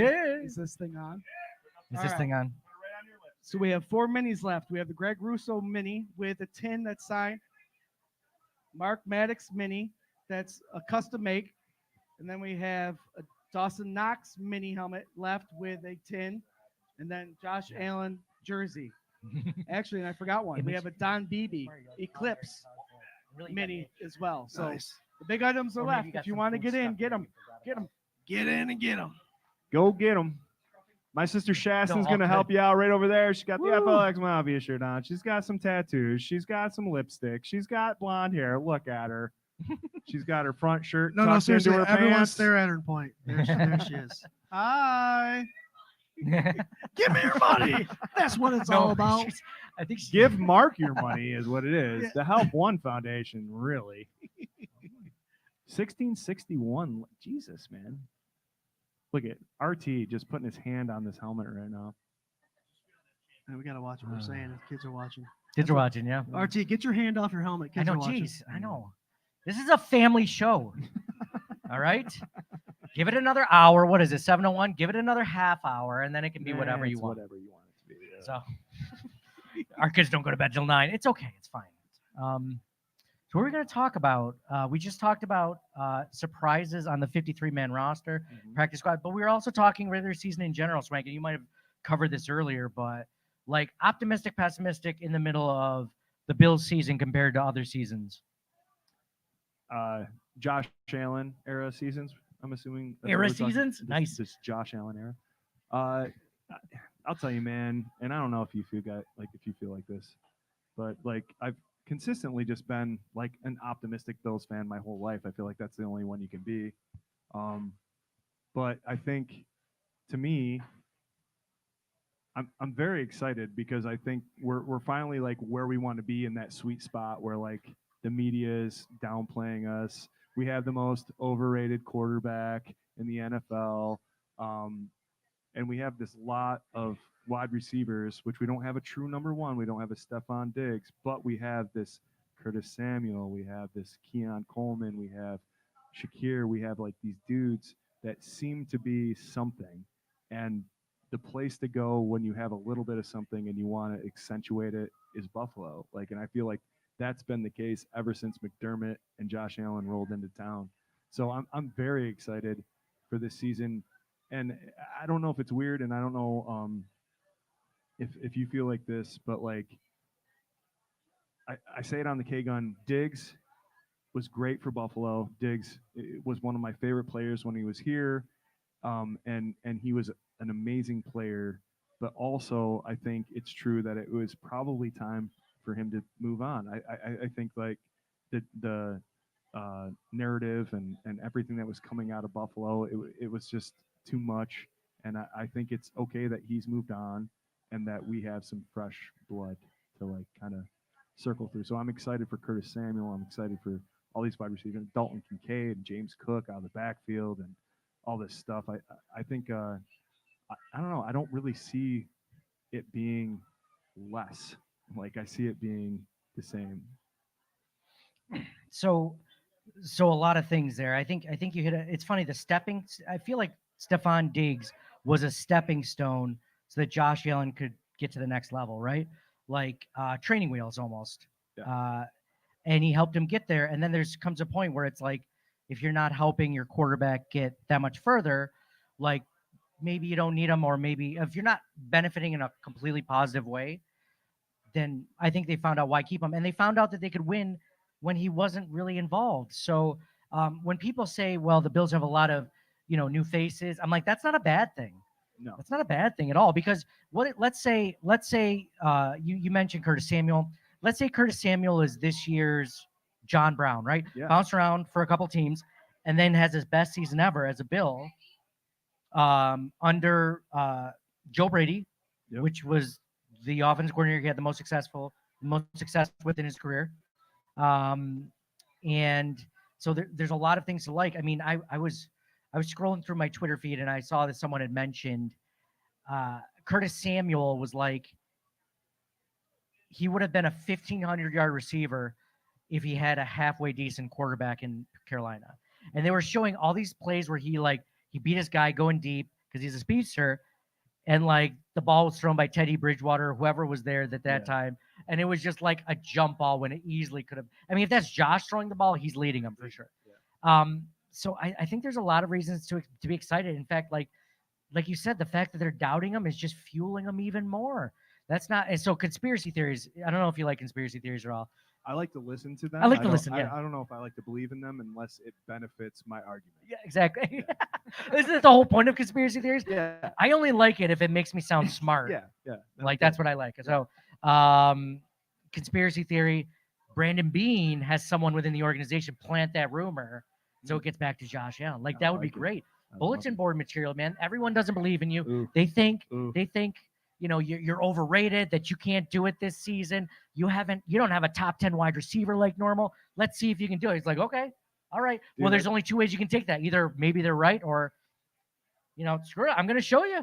It's like NFL like Inception, like where he plants it and then he like does a press conference where he's like, I mean, executive can mean a lot of things, right? Like, I mean, who is this guy? And it's him. Yeah. Oh my God. That's amazing. Josh Allen's asleep on the plane and they're going deeper and deeper. They're 4 or 5 dreams in. Brandon Bean has been into the dream for 58 years, and then they finally gotta come make back the to the jump. We 2024 gotta make- season. Just spinning a football on the table. Am I the only idiot that watched that top spin? I'm like, I think I see It's it wobbling, dude. I think it's you. I'm right there with you. I'm absolutely right there with Yeah. you. So that's a movie. It's a No, good no, movie. but I think that I think it's good that they, like you said, that they have less expectations than they've ever had. They're not Super Bowl favorites, and the national media is so fickle. Unless you're Patrick Mahomes and you've won 3 Super Bowls in the last 5 years or whatever, like they're gonna go to whatever the next hottest thing. This year it's Houston. Could be anyone else next year. The Bills were it a couple years ago, but think about like last year at this point, we're like, who's gonna play linebacker? Terrell Bernard was coming off an injury. An injured preseason. We're like, how's he going to do a middle linebacker? He's not going to be as good as Tremaine Edmonds. Better than Tremaine Edmonds. Yeah, by far, by like week 3, better. Right. Absolutely. Yeah. Spencer Brown was a big concern. Yep. He ends up being almost a Pro Bowl right tackle. Yep. Right. So much to the point where we think he might price himself out of Buffalo next season. That's how good he's playing, which is what you want. Yeah. And so like you look at these seasons, it's just so fickle. It's so weird for us to realize that if you actually have a quarterback, you don't need your defense to play lights out every single game, which is what we were used to for 20 years in the drought era. Absolutely. Like, the defense isn't amazing. There's no way we're going to win this one. Yeah, it was that year of Madden where there's like defense wins championships. Like, and we're like, yeah, absolutely, it could. Our defense could, but the reality is like, if you have Josh Allen, you're always in it. Josh Allen has made wide receivers' careers. John Brown was a great average wide receiver. I think like that's like kind of like a Bills fan thing where like John Brown comes here, we want him to be good. Then he's good, and we're like, yeah, he was good. But really, was he like all that good, or was it the scheme and Josh Allen and the opportunities he got? And to me, it's like him, yes. Cole Beasley, same thing to me. I loved Cole Beasley. Like as a player, I hate Dallas. I loved Cole Beasley. He came to Buffalo, career season. Same thing as John Brown. It's just, to me, the common factor is Josh Allen. When Stephon Diggs came to town, they had a great relationship. They had a great hookup for 3 years, and then it didn't happen like for half a season. And a lot of people were saying, it's Josh, like Stephon Diggs made Josh Allen. I think if you're looking at it before Diggs rolled into town, there's no way you say that. Like Josh Allen made a lot of wide receivers' careers before they were anything, and before Stephon Diggs. So I just think there's a short-term memory effect that happens with Bills Mafia and the national media.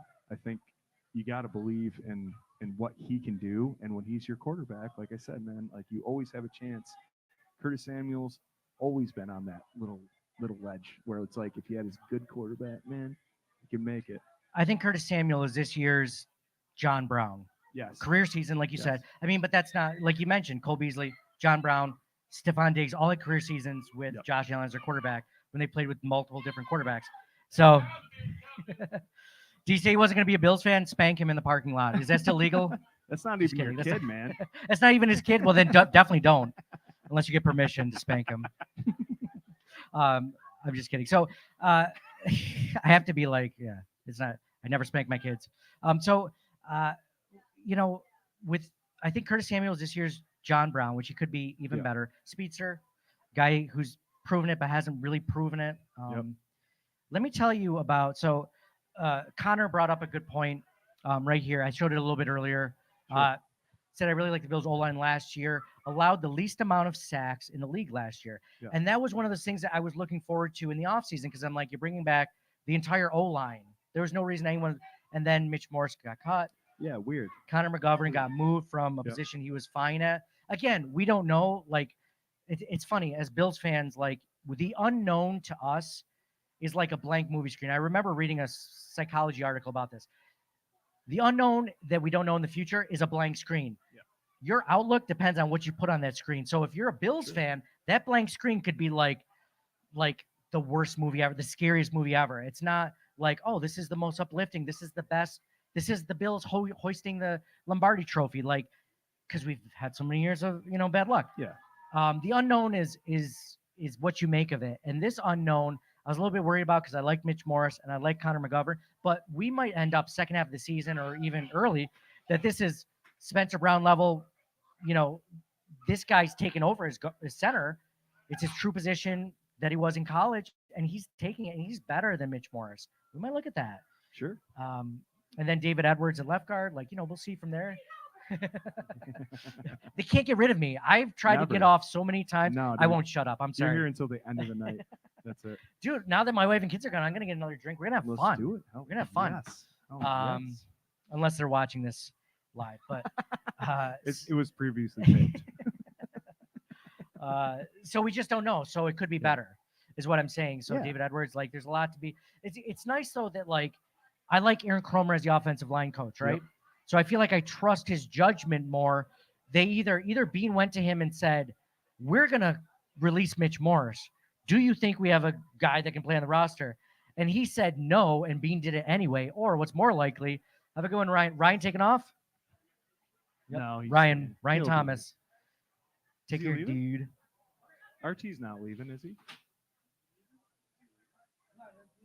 Oh, No, he just wanted to say hi. dapping. He's just Okay, dapping weirdo. around. Weirdo. And so,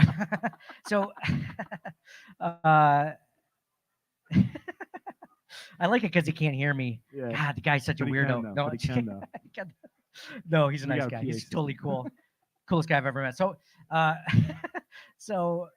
where were we talking about? Oh yeah. So either he went to Aaron Cromer. He's like, "I'm going to cut this guy. You're going to be okay with this." He's like, "No," and he did it anyway. Or what's more likely is can you find a suitable starter at center on the roster? And we might also get a developmental guy / competition with Will Clapp, who just got cut, or anyone else. And he said, we'll make it work. Because I think Aaron Cromer, from what I've heard from Eric Wood, other guys on other podcasts or channels or whatever, is he puts his guys in the best situation to succeed, which is what you want from any coordinator, coach, positional coach, or whatever. So I'm excited about it. I'm not as nervous as I first was when I saw that. So I think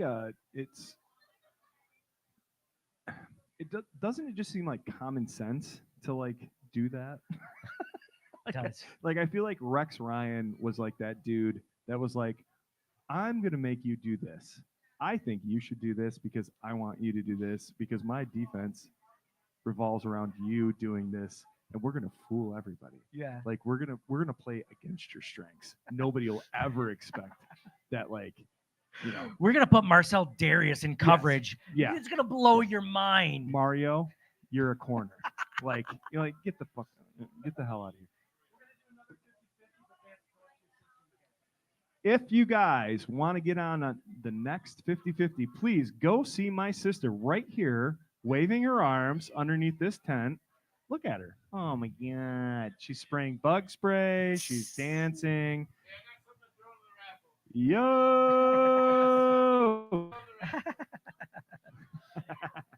Can she do chores? Lots of chores. My kids can't either. That's useless. Oh, I think she can do chores if she needs to. She's like, Dad, let me go. See you later. God, you're embarrassing me, Dad. That's what you're supposed to do, though. If that's how you can tell a good dad. It's I don't care. I'm supposed to embarrass you. One more 50-50. Go see my sister. It's going to be real. 50-50. Last call for now. Bye, Sarah. Love you. 60-40. Or Hey. That's good. 40-40-20. Wait, where's that 20 go? Don't worry about it. Got to pay for it somehow. Don't worry. Trust me, bro. 30-70. Can I talk about something? I don't know if you guys have mentioned earlier. I was listening in the car on the way here, but it wasn't mentioned. Tyler Bass. Can we talk about Tyler Bass for a second? Absolutely. I don't think he's been brought up, to be honest. This has to be brought up. Normally, I don't want to bring him up, too, because to bring him up is not in a positive light. Yeah. Tyler Bass scares me. It feels like he's in the same area of Dan Carpenter, Steven Hauschka, any number of kickers that have come here since. Dude, not to cut you off. Yeah. Dan Carpenter is exactly what I thought of. Where Dan Carpenter came to the Bills, he was a hero. Everybody loved him. He was automatic. Got a little injury, done. Gone. Not there's no transition with special teams. There's no like, hey man, you're just like slowly declining. It's like you're automatic or you're dead, and that's it. So great comparison. Continue. It please. like happens mid-season too. It doesn't even need to be like during the season. We should call that something. If you get an injury and you can never come back from it, was that the Trent Edwards effect or something? Like, Oh, you know, and I Hearing love Trent Edwards. footsteps, Yeah. Yeah. I mean, it was never the same after that. Dan Carpenter's another good one. He got, which was BS because he got ran into by Richard Sherman Yes. on a play that Yeah. was offsides and the Yep. ball wasn't, the whistle wasn't blown. Yep. And they didn't call a penalty on it. One Yeah. of the all-time. Sorry, Connor, I've had you up there for like Yeah, it's great. the whole It's time. okay. Connor's like, dude, I've gotten like 25 friends on Facebook for it. What do you Awesome. care? Thank you for the Uh, mention. I'm gonna bring this up next. Yep. Patrick Hughes' thing, but it's so funny. It's like one of those things where it's like the yips, Yes. right? Like there's that famous thing where Chuck Knobloch, the pitcher, couldn't throw to first base, Yep. which is just like crazy. But if you've ever played like some sports, like I mean, I tightened up in something like I used to play tennis, I played softball, like in a beer league, I played like, you know, soccer, whatever, just Yeah. nothing famous, but like sometimes you just like get in your own head. Mhm. But as a kicker, I was hoping he would have got over it in the off season. And from all media accounts, even though he was like what 6 for 7 Yeah. in the preseason, but nothing over 40. No. He missed everything over 40. Yeah. I mean, there's legitimate concern. And you know what scares me about this is that I think there's going to be a lot of close games this season, specifically with a harder schedule, with the Yeah. fact that they have new coordinator, new players, like a lot of different things filled, that it might come down to a kick. And Yeah. that's the reason why it scares me, because good teams like the Ravens, like the Chiefs, they have kickers with, you know, ice water in their veins. We don't have that. No. So No, I agree, man. I think like, 2 years ago with Bass, we did have that. Like I felt like, that feeling you get in your chest and your stomach, like when it comes down to a kick, you didn't have to worry about that when Bass was out there because you're like, this kid is gonna hit it, and he did. And now, like you're saying, man, the yips, that is absolutely the best thing to like describe what's going on. I don't know, man. I really wish they would have brought competition in. I think that would have helped Bass. I'm not trying to push Bass out. I think if he had somebody on his heels, maybe it would have like bumped him to that next level. He's too young it's too young. That's to it. like be missing this kind of like these kind of kicks. Something had to happen. I don't know what game it was.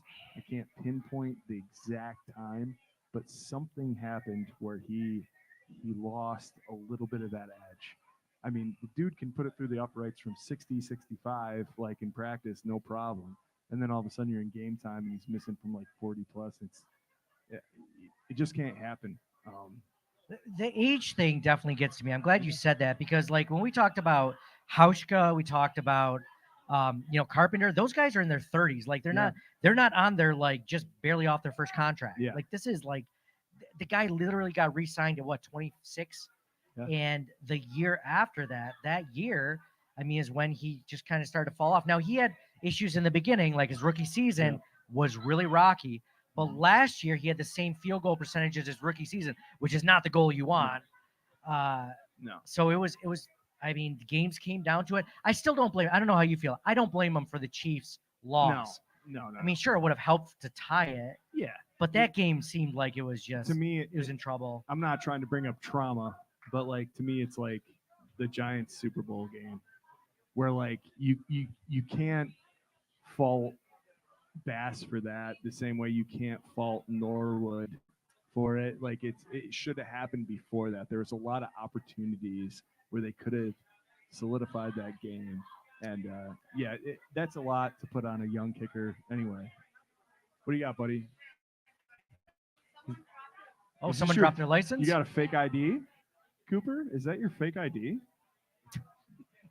What do It's you got? just like you, bro. We've got a driver's license for Hughes Norwood. Hughes Norwood. Do you guys know Hughes Norwood? Anybody know Hughes Norwood? Is he still here? That's not him. I can tell based on that picture. Don't flash that in front of the camera. Oh, he left? Uh-oh. Be good, be If Dude, anybody- thanks for getting me. This guy got me a drink because Swank was going to give me a drink. Yeah. So shout out to this guy. What's your name? Josiah. Josiah. Oh, good. You left it nice and warm. Is that weird that I like that? Or is it... He can't speak that much. He's a Mennonite. Don't worry. Does he have his own podcast too? Jeez. No, he was can't crushing it. because he's a Mennonite. Oh, he's a Mennonite? Oh, yeah. It's just like bicycle powered by squirrels. Do Do you, Mennonites know, have to... do you know whose? Do you want to give it to him? Okay. Oh, yeah? Oh, sick. Dun, dun, Listen, I don't know if any of you guys are bowlers, but you should probably go to Doug Kent Bowling in Newark, New York, because A, the Endless Mountain Derelicts play there. Also, Doug Kent, Chrissy, they're here. You know what I mean? Hanging out. Hanging Ooh, out raffle hard. time. Hanging out Is hard. that him right down there? Who that? Down at the end. Yeah, that is him right there. Don't forget, Jay is giving free piggyback rides to anybody under 300 pounds. Go nuts. Also, we got Tony's Popcorn. We got retro. Dude, Tony's Popcorn. I had the hot stuff earlier. Yeah, pretty good, right? Thank you to Tony's Popcorn. You can find them on Facebook and Instagram, I believe. Yeah. If I had to guess, I'm not 100% sure. If the canopy is correct, yes, I believe so.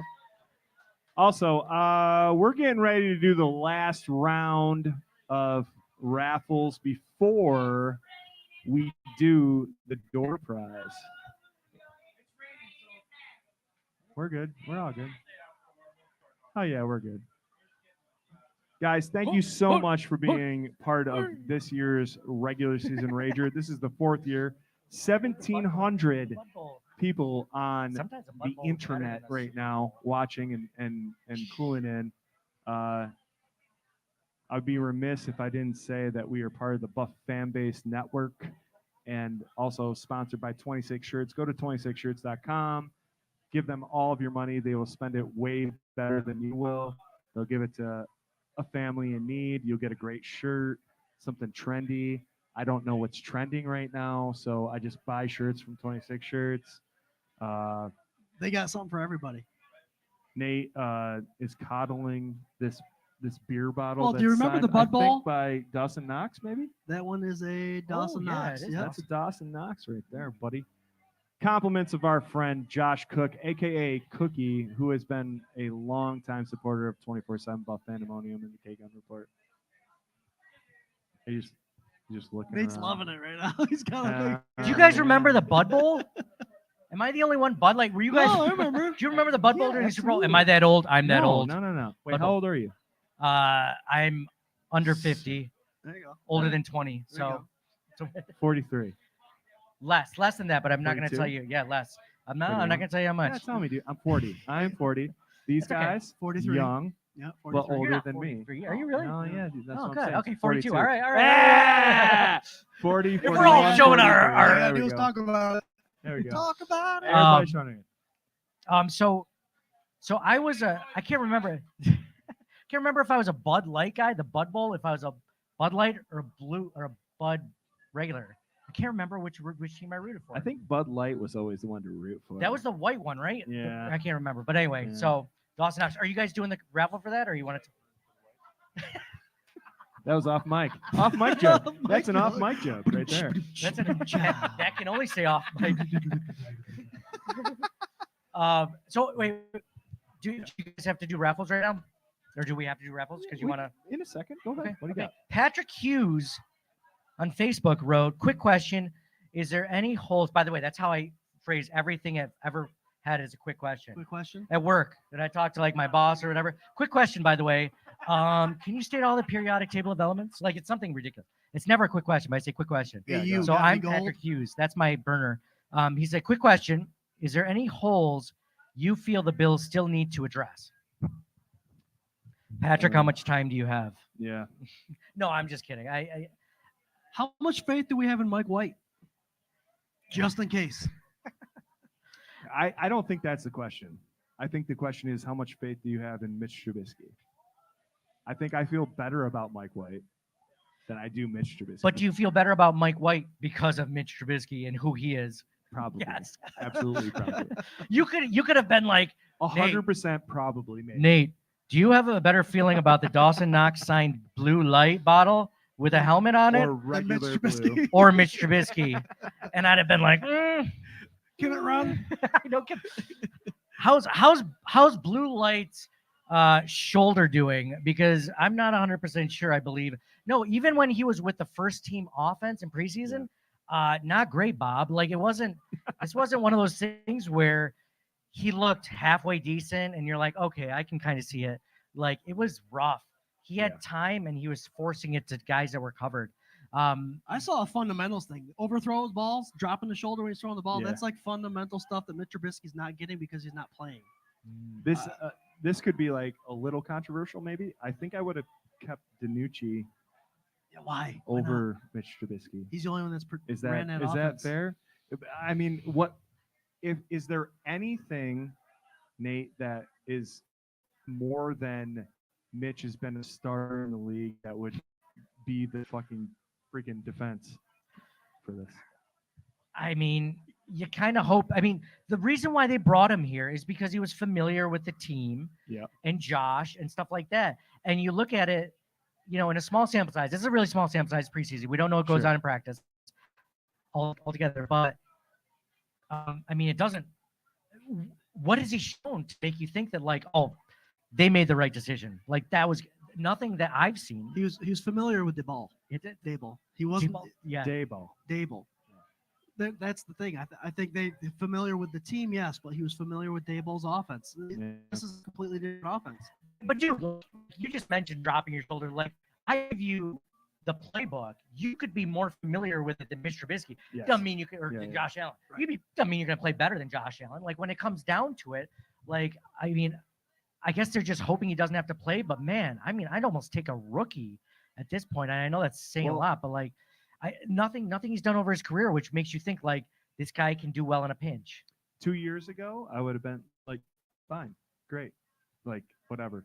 And we do have the quarterback that is the most durable, even though he makes, he takes these risky chances and everybody's whatever. But there was 2 quarterbacks last season that played every game: Patrick Mahomes, Josh Allen.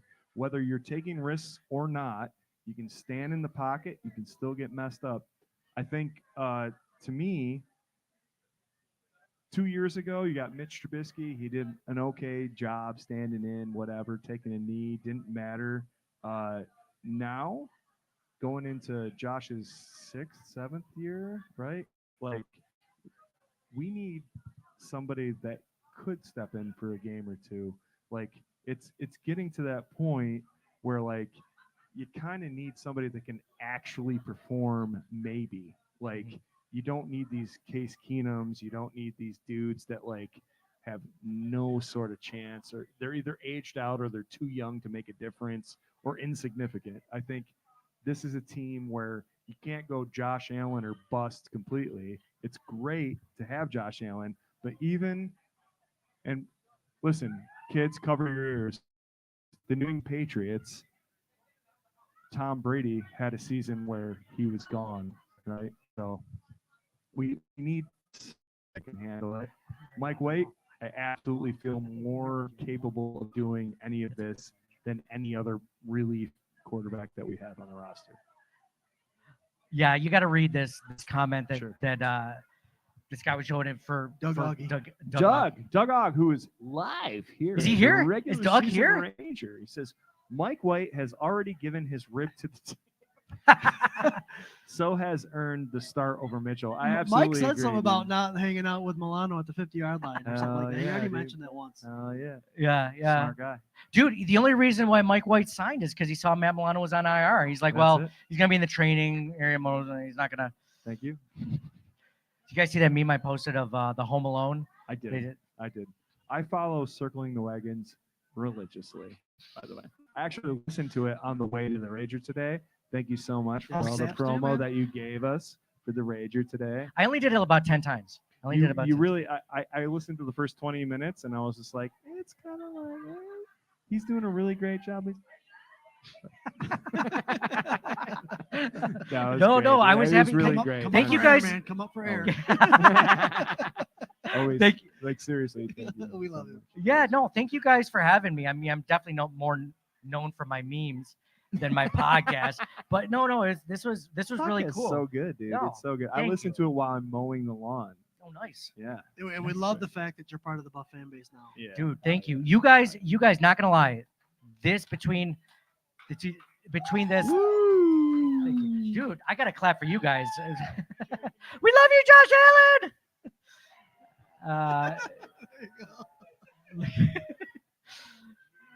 Allen. You guys are one of the main reasons why I wanted to join this network, and I had thoughts before. So for those that don't know, I was part of Buffalo Rumblings.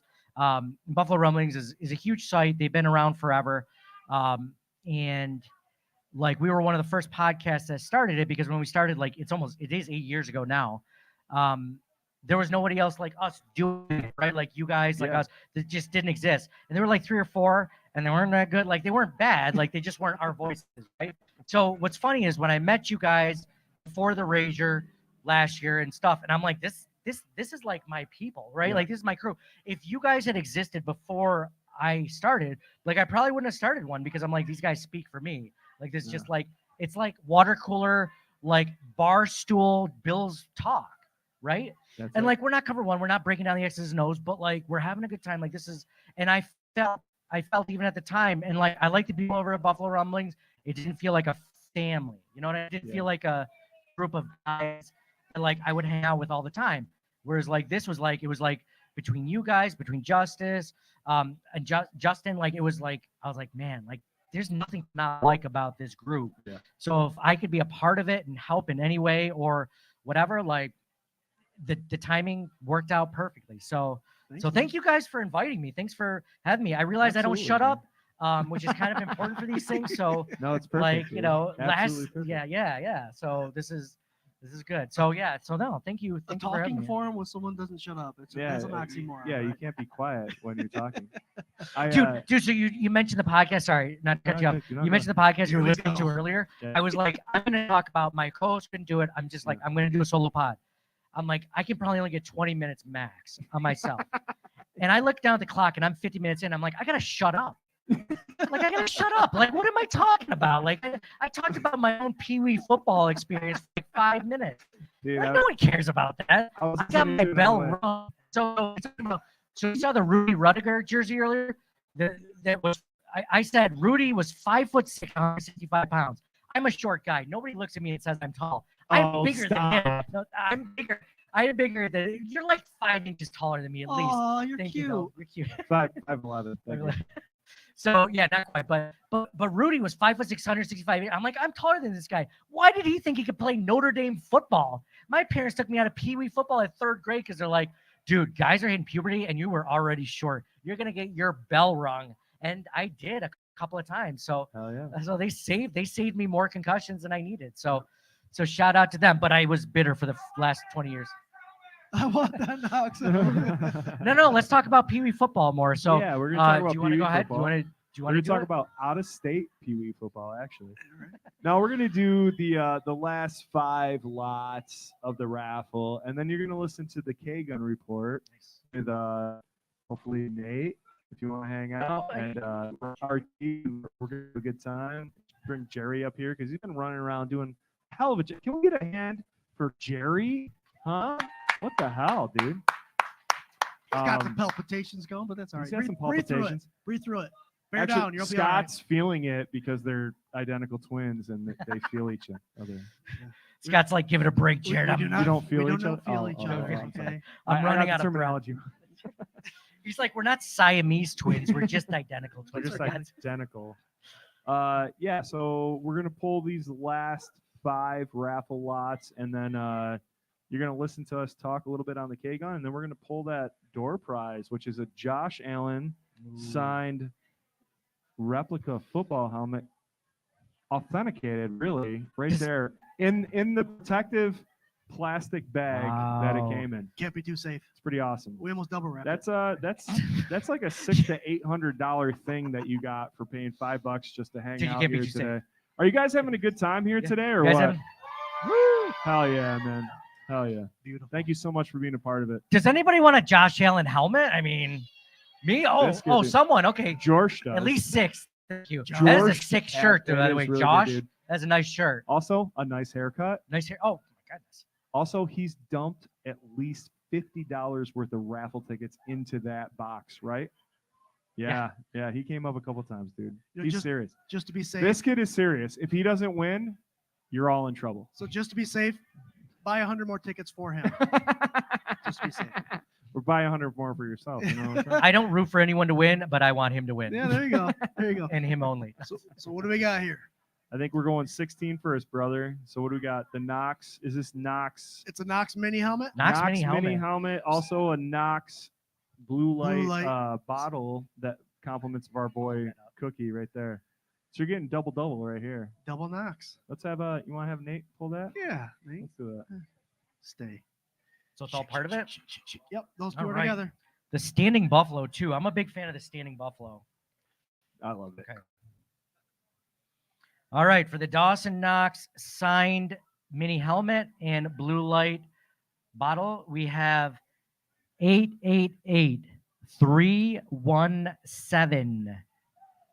Oh, I heard a woo, but it could have just been There's a woo. Could have That been might be just someone enjoying the Is Ranger. that a false woo? It's getting late. Is it a real woo? The beer is flowing. I would be one of those guys going, "It's me! It's me!" What's that? He's checking his ticket. He said woo, and then he said check my ticket. He's like, You got "Woo, it? wait, I still got to look at my ticket." All right. Is I thought I Ric saw Flair 315. here? Is Ric Flair here? Woo! He thought I said 315. He's like, yes. Let's do it. Yeah. Yeah. Whoop, whoop. Read it again there, Nate. 888. No, just kidding. 888-317. 317. Hey, oh, he did it. Was it the He original did it, word? It dude. was? Nice, every nice. single year. Wow. These This guys, they're guy, gonna wait till dude. the top 5 start going Every out. guy. I'm gonna win every one He's now. like, hell yeah. I just dumped $400 into that.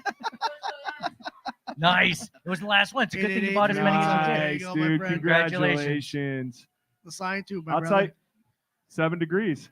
7 Wherever you degrees put of that, you separation. gotta take a picture Every of it and single tag year. these guys in it. I'll tell you. Yeah, absolutely. These guys have been here every single year. The first year we had 15 people show up, and they have been here. Congratulations. Thank you so much for supporting us. Dude, he's got to be so upset that there's like 200 here. He's just like, man, my He- chances were so much better when it was only he- 15 of us. They are going on a run right now. They're going to win Yeah, everything. there's no doubt. Wait That's for just it. the start of You it. better shake it right up.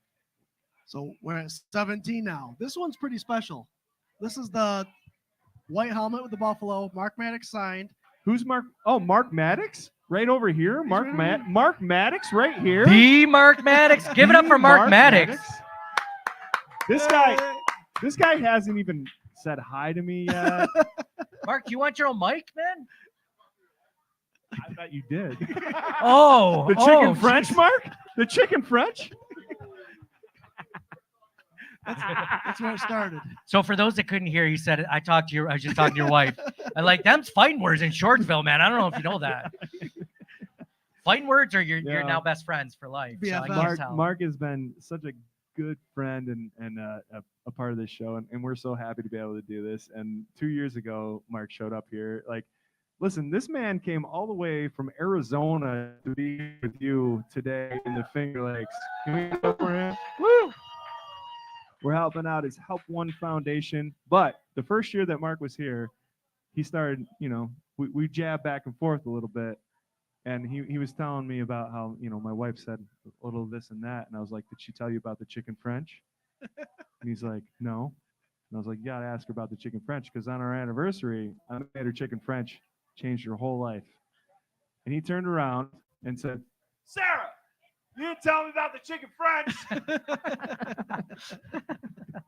And it was great. To have one of your heroes have an inside joke with you. Love you to death, That's Mark. awesome. Help One Foundation, helping kids everywhere. Yep. Arizona, Buffalo area. I mean, lots to like. Who doesn't get behind helping kids with lunches, books, everything? Everything. Very Yeah. cool. Very cool. Recognize Buffalo Bills legend of 2021. Buffalo Bills legend of 2021. Hey. Boom. They don't just give that away to anyone. No, hell no. They don't. They don't. It's legendary. Congratulations. So you got this legendary signature on this mini helmet. Can I pick this one? Yeah. So this one's pretty cool because not only does it have Mark's autograph on it, but it's got the Finger Lakes Mafia, Rager, Bill's Mafia mount up with a 24/7 Buff Fandemonium logo as a visor. Oh, the pearl finish. This is actually a custom from my brother Jared. By custom, I mean he changes the paint and he moves stuff around to make it look special. He did a good job. And the visor comes from Buffalo Jason. He's like, bro, I spent all weekend on that. You gave me 2 sentences. Wow. Well, he's only allowed 150 words on the show. Yeah. So 2 sentences in recognition. You're going to hear a lot from Jerry in a couple minutes. Right here, the winning ticket for that beautiful piece of Jared Reed manufactured helmet with Mark Maddox's signature. 888-577. 888-577. Hurt in a car? 888-577. Swank got me $5 million when the other Jerry, one did you turns win? out. Did you really win? Did you really win? Hey! 888-577. Are you really an LA Bills backer, or did you just get that cool shirt? Yeah, that's awesome. Oh, very cool. Yeah. So Awesome. one of our OGs, Frank Mullins here. Is he like your husband? No, you don't know. Okay, I thought he was like he was walking you up. I was like, that's cool. Your son, he lives in LA.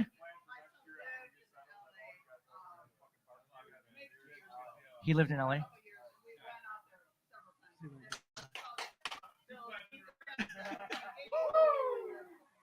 That's awesome. That's awesome. Nice shirt. I like that. That's cool. Congratulations. Thank you. Your son was an LA Bills backer. That's a good mom. That's a good son. That's a good mom. Hey, do you guys remember last year there was a gentleman that came here that brought a quilt of all the shirts that he had when he was a kid? I don't know if he's here tonight. He was the one wearing the Zumba outfit. Yeah. I believe. I missed it. The I don't think I Zumba saw it. suit, man. That was awesome. If somebody else has something like that I haven't seen yet, amazing. I'd love to see it. Love to show it on camera. I took pictures of it, posted on social media. It definitely went viral, so that's cool. Sweet. Super little viral. Yeah. Look at this one. This one's also special. Just recently we had Don Beebe, ex-Buffalo Bill, former Buffalo Bill, and Super Bowl champion. Oh, one Don of my Beebe. favorite wide receivers ever. Yeah. Not only did he come on the show, but he obviously said he'd come back. But Jared sent out an eclipse, a lunar eclipse helmet, and he signed it. Not only did he sign it in an original spot, I've never seen anybody sign it on the back bottom, but he also put the 4 Super Bowls that he went with the Buffalo Bills to on the back. Yeah. This is very special. He also has the Never Give Up book, the Competitive Athlete's Devotional. This guy dedicates his life now to be a motivational speaker. Never give up. Keep fighting for what you think is right, for what you're trying to do. And he's done a great job. He coaches now. He's a beautiful person, and we can't wait to have him back on the show. He's also been a guest on Circling the Wagons. No, you guys did a much better job than I did. No. You guys get did. out of here. Yeah, no. Yeah, stop. You can see that. You know what he told me, though, when he came on? One of the things that stood out to me is everyone remembers Don Beebe as a player, but they also mostly remember him for the famous Super Bowl, was it 28 or whatever, where he was Leon Lett was stripped the ball. He was running down the field, was about to score a touchdown. At the last second, Don Beebe knocks the ball out of Leon Lett's hand, which is a famous thing. He told me when I interviewed him, he's like, not a day goes by where I don't get a letter from somebody somewhere saying how that inspired them. He's like, Nate, that has been over 30 years ago. Yeah. And I still get letters, like handwritten letters about how that inspired them. He's like, I wasn't trying to do that. I was just trying to do my job. But that's how it goes. Lead by example. So, Hell yeah. Well, that's when he was on our show, same deal. And that's the book had come out, and that is really the whole basis for the book. Never give up. Go do what you can do to help your team, help yourself. You want to know more about it? Easy. www.donbeebe.com. It'll take you to or everything. just win this thing, Or which just is win. totally in your control, I guess. How many tickets are in that thing? That's what I want to There's know. a bunch. Dude. Yeah, dude. Oh, yeah. Feel it around. Like, I know you know About what 2 feels 150. like, but 150. We got a ticket of 083-7680. say it again, baby. 083 7680.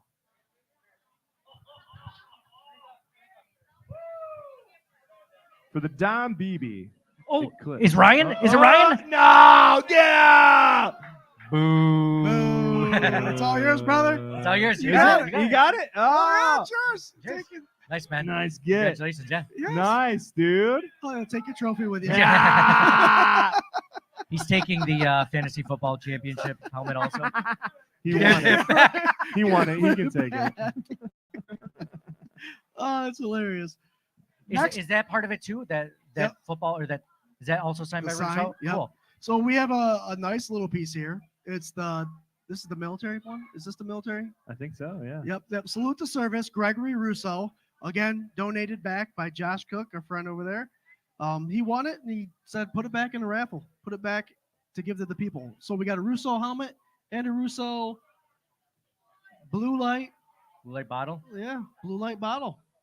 There we go. Gregory Rousseau. This one's a fun one too. This one's been, oh geez, a lot of people wanted this one. Yeah. Everyone's being quiet Everyone's for once. quiet Wow. all of a sudden. They're like, shut up, guys, and just do the. Rousseau's being announced. Just like, oh, they're gonna be happy. Yeah. They're gonna be very happy about that one.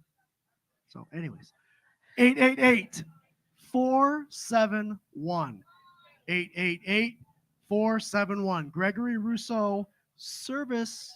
Salute to service and the Blue Light Canadian Pilsner metal sign.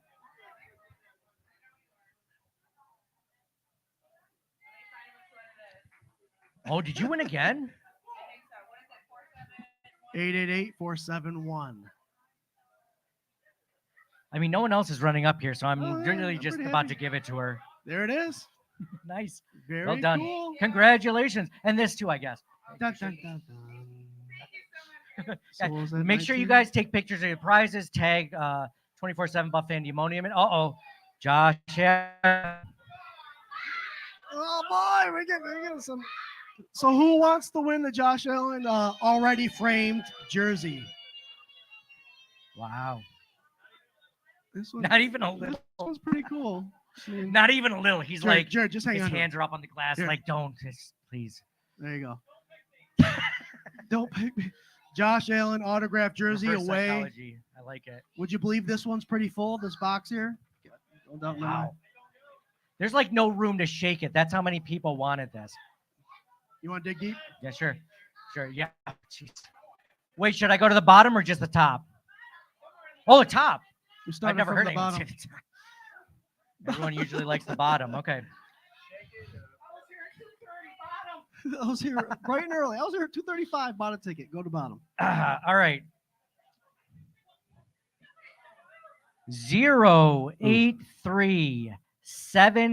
0837640. There's a lot of disappointment. a lot out of there. growth. Yeah. You got it. Did you get it? Let's go. Let's confirm. This is super confirm right now. That's it. That's it. Congratulations. What's your It's name, man? one What's your degree. name? What's your name? Dakota, man. Dakota won. Yeah. Congratulations, man. Dakota has been here since the very first Rager that we had up in Rochester. We had 14 people, I think. Look at that, dude. Congratulations. Thank you for supporting us. Thank you for Congratulations, supporting the Dakota. Help One Foundation, bro. Swank, you know what? Yeah. That was a door prize ticket. So he's still eligible for the. Want to bet he wins the helmet too? Just the way that the Probably. Eichlers work. That might be the way to go, man. That might be the way to go. Congratulations, guys! Thank you to all that put in towards the raffle. That's pretty awesome. Yeah. Great. Appreciate helmet all or of no? you. Thank you Yeah. so much. Listen, we're gonna do. The helmet's That's gonna be a it, the door last prize. one. We're gonna get the K gun going on. I think we're gonna have a super panel. We're gonna get Jerry up here. We're gonna get RT up here. We're gonna hit all the important issues. Scheduling, records, Josh Allen, anything that you want to get. So Swank, the thing we pride ourselves on is we're a fan first perspective. That's true. That So is we're going to absolutely talk true. about all the things that all of you talk about when you're sitting at your fire, you're sitting at the dinner table Yeah. talking about the Buffalo Bills. We're going to talk about it, and opinions matter. We don't care if you have an opposing or one that agrees with us. We just want to talk Buffalo Bills football, and that's what we do here. We're going to get the K-Gun report. We're excited about it. We're going to have a super panel. We've got plenty of headphones. So bear with us for a minute. The K-Gun report starts shortly. And we do plan on, well, we are definitely going to hit that door prize pretty soon. So get that door prize ticket out. Josh Allen helmet will be announced after the K-Gun report.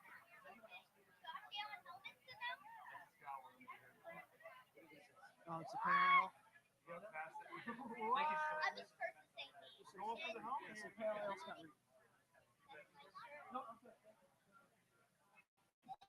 Jared, welcome. Yep, go ahead and take it slowly, Cole.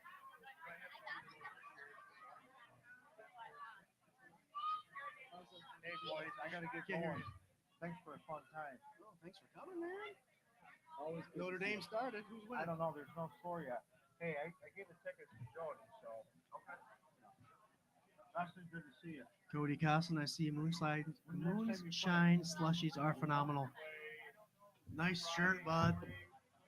Yeah, I won 1 year, right? If I get to wear this one, see ya. So I'm looking at Retro Taco. They're still serving. If you're hungry, amazing food. Hit them up before they head out. Dude, it's heavy. Heavy. But Retro Taco, like I said, they came out 2 years ago, did a phenomenal job. We loved them so much. I'm glad they're with us this year. Great food. Great food. All right, your turn. Tony Popcorn still over there. Tony, how's it going? Let's go, Ryan. How's it going? Yeah. We got a nice little outfit. The lights Yo, are can on. we take a underneath picture? there. You got it. All right. They're with us for the long run. Thank you, Tony Popcorn. You won. Oh boy, he's got the helmet on. It's a little tight, but my ears hurt, bro. I've been informed that the taps have not run out, so we are not doing our Bills Mafia duty in cleaning out all these beer taps. So yeah, so we got the Fanatics Cream Ale still going. If you like it so much that you can't stand it, they have 4-packs for sale along with many others. Bills Mafia Boozy Slushy Strawberry Daiquiri is a hit later in the night. I might actually get one of those guys. Oh boy, I'm about to do. Oh, yeah. Well, we got a little tribute to. I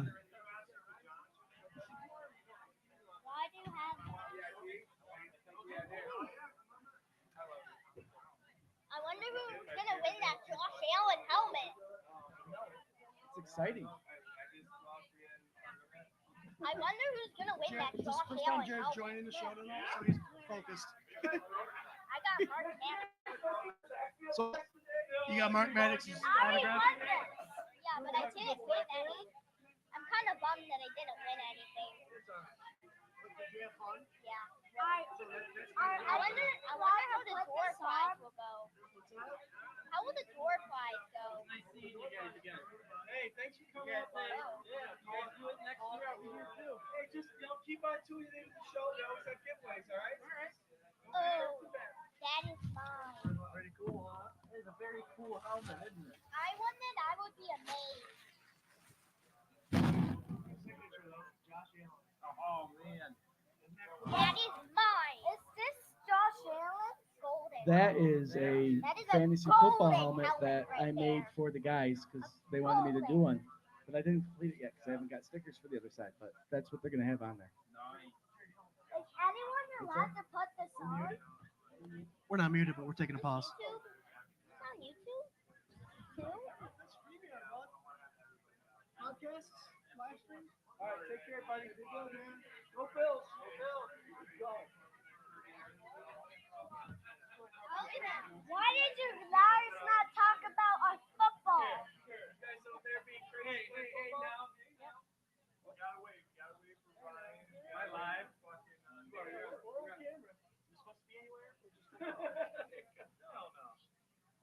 So what's gonna be now? We gotta do a little show. You took a little thing next to the stadium, right? I did. I worked at the new stadium. We did infrastructure work at the communications center, where CBS, NBC, ABC, Fox News, ESPN, all those guys put their So next show is on. the K-Gun. Oh, I do. We did all that. Okay. Underground. We're digging. My sister is right there in that laser table. All that. You can't drink this. But can you run it over to her? I'll run it over to her. We're good. I got my Bills Stadium project sticker on my helmet. I got my Bills project sticker or my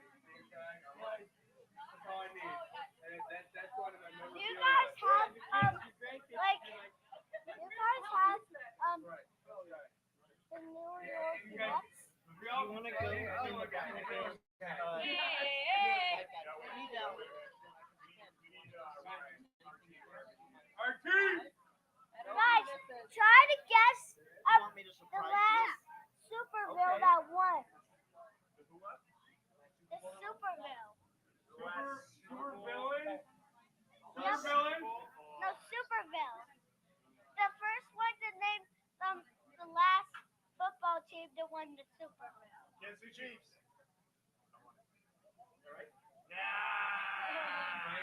Swank always gets it. Hey, I got a question for you. You know football? How it looks? I was thinking you know what a nickname for football is? Yo, can you go run into that? You know why? Just scream Archie. You know why? Ryan Thomas, where you at? Where are you? Name some of the teams on Kansas City. I'm gonna take you. RT! RT! RT! RT! RT! Ryan. No. Oh yeah, you gotta. I'm just setting stuff on fire. I can't get them, Joe, because I'm not tall enough. So Our kids still even allowed to yes, go back so there. before the K-Gun report goes live, there's a tradition for the regular season Rager that we've done for years, the 4 years that we've been doing this. John Johns, Lisa Johns have always come out. They're usually sitting in a recliner chair, a lawn chair right in front of us, and they always bring moonshine. We love you guys. We miss you guys. Guys, Swank. I dare you Hold on, to Bob. name Hold the on. first Kansas City player. Here's to the Johns. To the Johns. Love you guys. Thank you for your support. Wish you were here. Cheers. Guess the first football team of Kansas City. I mean, guys, Hey, we need 2 claps for Ric I Flair now. dare you all. What's up, Bob? What's up? I dare you all to name the first football team of Kansas City. What did you say? You got it correct. Booyah. Love the white shirts. Jared, tell us about these little white shirts. And we're going to have a super panel right here, brother. The Circle in the Wagons meets the K-Gun Report meets the Thomas Take Sports Podcast. Yes. Do we need another chair? What happened? How did you guys not see us over there playing football? Yeah. Tons of fun, weren't you? Yep. And how did you guys not look out the window to see us playing football? We heard you. We heard you the whole time, tackling each other. A message was received. John Johns, do a shot for us 2 guys. We did, brother. Thank you. Thank you. Lisa Johns, thanks, guys. We wish we were there. You are here. Trust me. The OGs, the following that we've had on the K-Gun Report and 24/7 Buff Fandemonium has been amazing. Facebook puts a lot of restrictions on stuff, and there's the group keeps getting bigger and bigger. But the big thing we do now is the K-Gun Report, the live stream. And now that we're part of the Buff Fan Base Network, which is amazing things, we're also sponsored by 26 Shirts. And anybody that's a Bills fan understands what that's all about.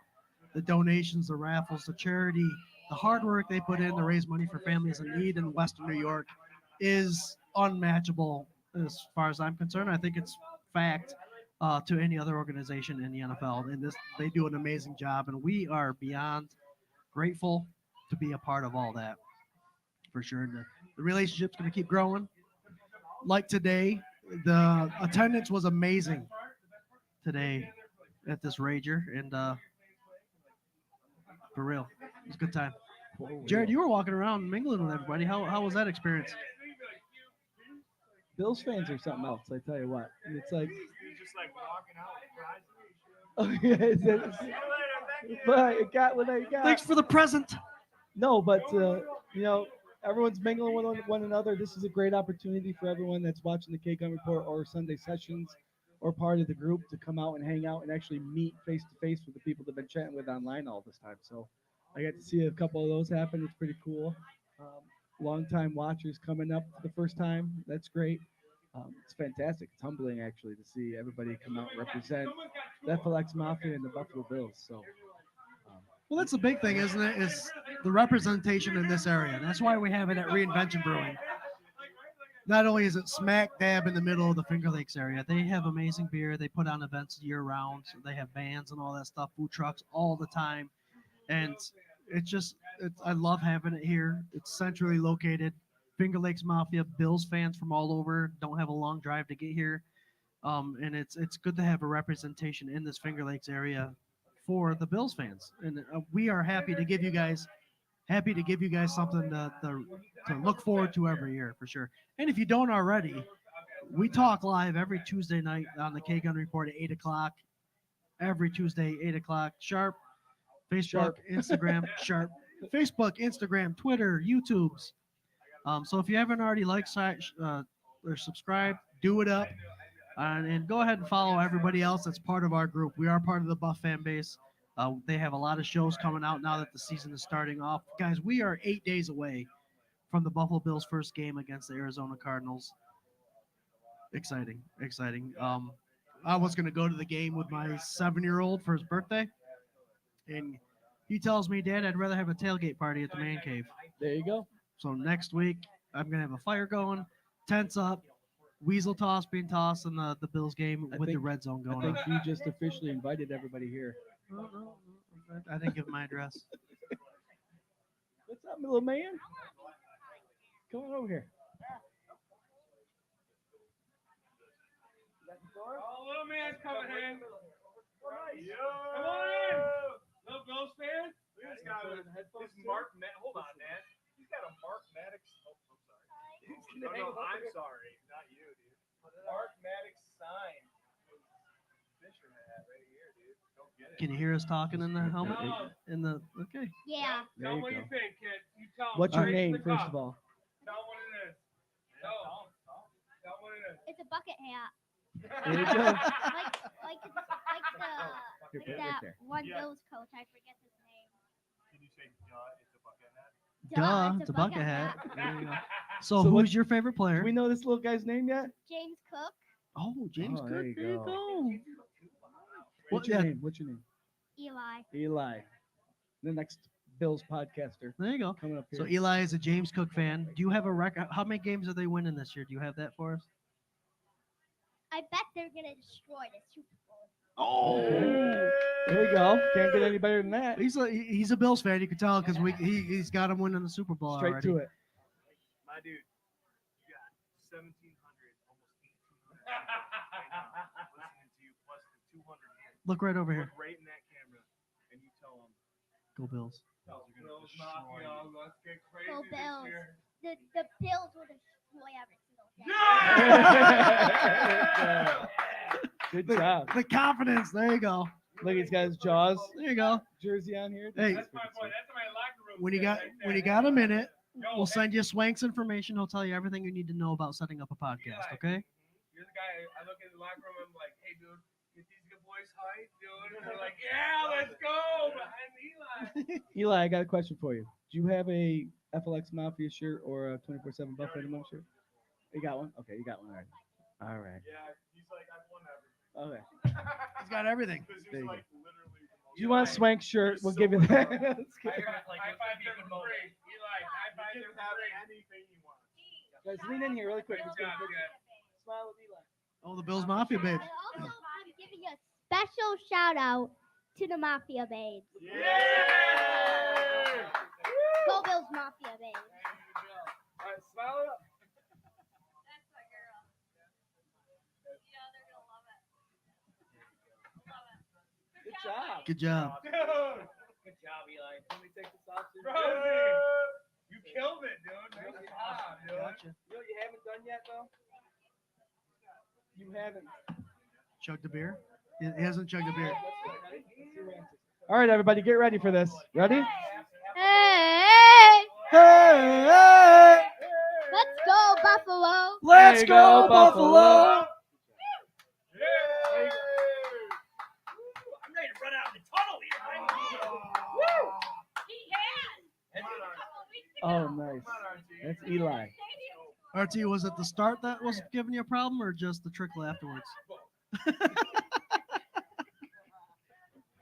Oh. You know, things don't work the way they used to.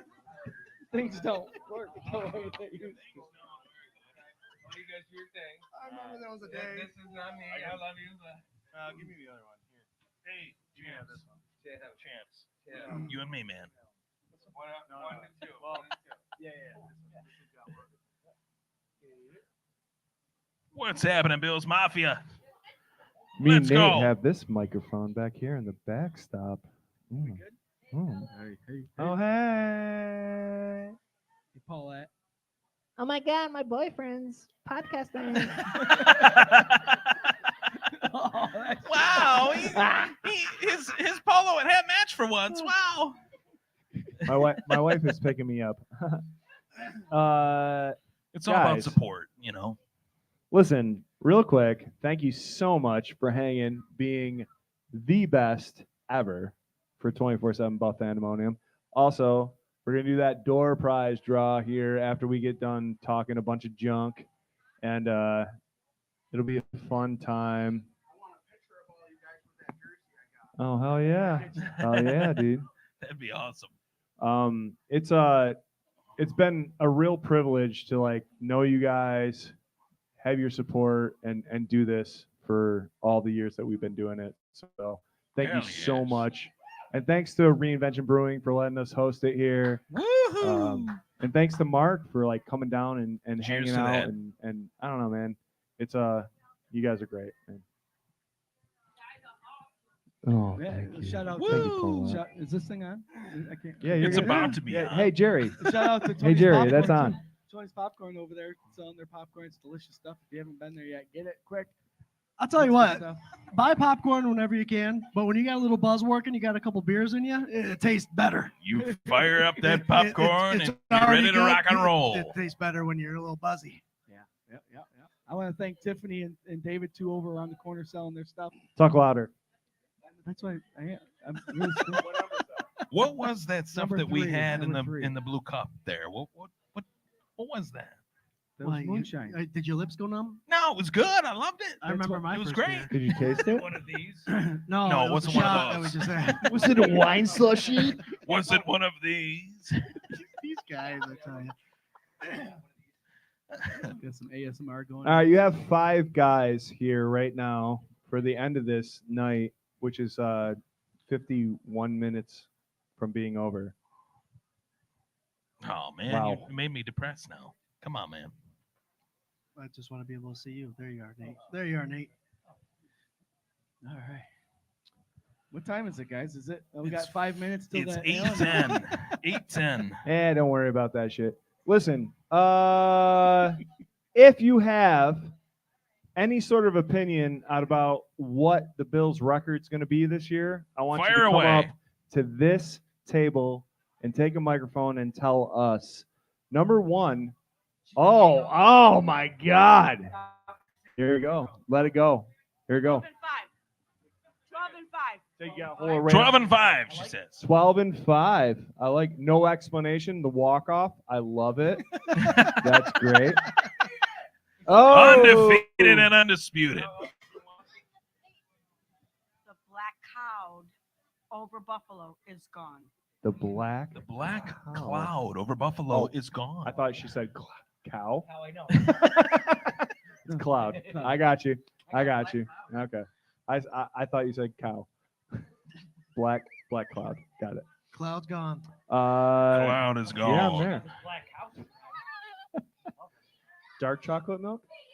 Feed the pit. We're getting to feed the pit. Feed the pit. Absolutely. I didn't Before even it's know what not a that meant pit, for really. like 2 weeks. No, dude, no. I'm not gonna lie. I was like, what are they talking about? Feed the pit. All right, What let's is go this? around the panel here, and we're going to figure out Stay what these focused, fellas. guys We got 5 of really us. think the record's going to be by the end of the year. We're going to start with my guy, Scooter Magooter. Scott, what do you got? What do you think this Scott, final what do you record's going to got? be by the end of the season before postseason? I'm going 11 and 6. And Weak. I think 11 games. Obviously, I think that wins the AFC. I think if you get 10 wins, you're tied. I think 11 puts us over the edge, and you start there. That's where the playoffs start. AFC Sure. East Division. Let's take it. All right, I guess RT, let's show him up. Go ahead. I'm going 11 and 6. Josh Allen, Ugh. NFL MVP. Woo! Let's go. Yeah. Pandering. That's a pandering pick right there. Jared, what do you got, buddy? I feel you got 17-0. 17 Jared says 17 17-0. 17 games. 17 games, right? Yeah, 17. Do you guys feel that they can win every single one of those games? Of course. Any given Sunday? Any given Any given Sunday. No, boy. Oh, he did it. They can win. He one did week it. 1 week at a Come time. on up. Let's I go. tell We ya. want to hear it. We want to hear it. What do you got? I'm here for it. What do you guys think? Tell Go us ahead. your name and the record. No, say it in the microphone. Aiden, Yeah. What do you got? He already said what it is earlier. the first football player to play the Super Bowl? Bart The Starr. first? Oh, There's a bunch. I of mean, the them. first one I care about, Josh Allen. That hasn't happened yet. It will happen. You got it. It will happen. Hey. First Bills touchdown, Jim Kelly. Let's go. Hey, here you go. Come on up. Don't be shy, man. Don't be shy. It's only like almost Give us 2,000 your people. record predictions. This guy's Cooper's got got one. Come it, on, dude. come on, Cooper's Cooper. got it. Come on, He come on in already the clutch. said earlier, but I like it. I like it. He's Go got ahead, the dude. mic. Come on. You I'm take gonna say 9 and 8. 9 and 8. 9 and 8. What? Dang. That's all right. That's all right. That's all right. I want to hear the explanation. Why you Yeah, think let's that. let's Go go. ahead. Let's- Go ahead. Go ahead. Tell Go ahead, us Cooper. why.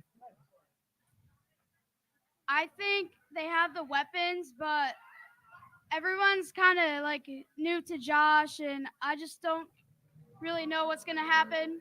The defense seems all right, but we don't have those star players that we had last year, so Listen, this they kid might is, not perform he's that way well. smarter than all of us. Give this kid a This chair. kid, He's this kid, absolutely way smarter than all of us. this kid is like a young me. We'll get a hold of Justice. Cooper. We'll get a hold of Justice. Yeah, listen. How about we Let him cook. He's Let's get like, a hold hey, of Justice of the Let him listen. cook. Buff fan base and have him start Cooper. up a Little Tykes podcast. Cooper. I think I might have him Cooper. on my show Come on, next Cooper. week. Little Tykes podcast. We might I'm gonna have tell you right now, that was a very thought out response. You had reasoning. You had all sorts of like answers to any sort of question. I don't think that that's a bad. Do you have a prediction. manager that I can I reach out don't to? want that to be the prediction, but I think you're more reasonable than anybody that's behind this table right now. Yeah, and to be truthful, And- that's and the answer Good that job. we probably all Good job. Definitely- Give it up to definitely more Cooper. sober. The next generation of Bills Mafia, Cooper, right here. I'm ready That's to pass right. the torch right now. Not quite. yet. RT's like, yeah, we're going 1-16, baby. I'm just gonna flow on this ride right First now. overall pick. Let's get. Let's next get Hunter. week. RT's gonna put out his first round #1 pick projection. RT's like, listen. Travis Hunter. Let's go. Let's Cooper do it. says, listen, Nah, we're gonna be. we're all going right. door pro. Listen, if you Oh, look at she's on it. we're 8:15. we're gonna go a little bit further. A little bit further. RT, go ahead. What do you got? Do Man, it, dude. I don't see anybody beating them in the AFC East. That's for sure. No Dolphins, no Patriots, no Jets. It's the Bills division to win.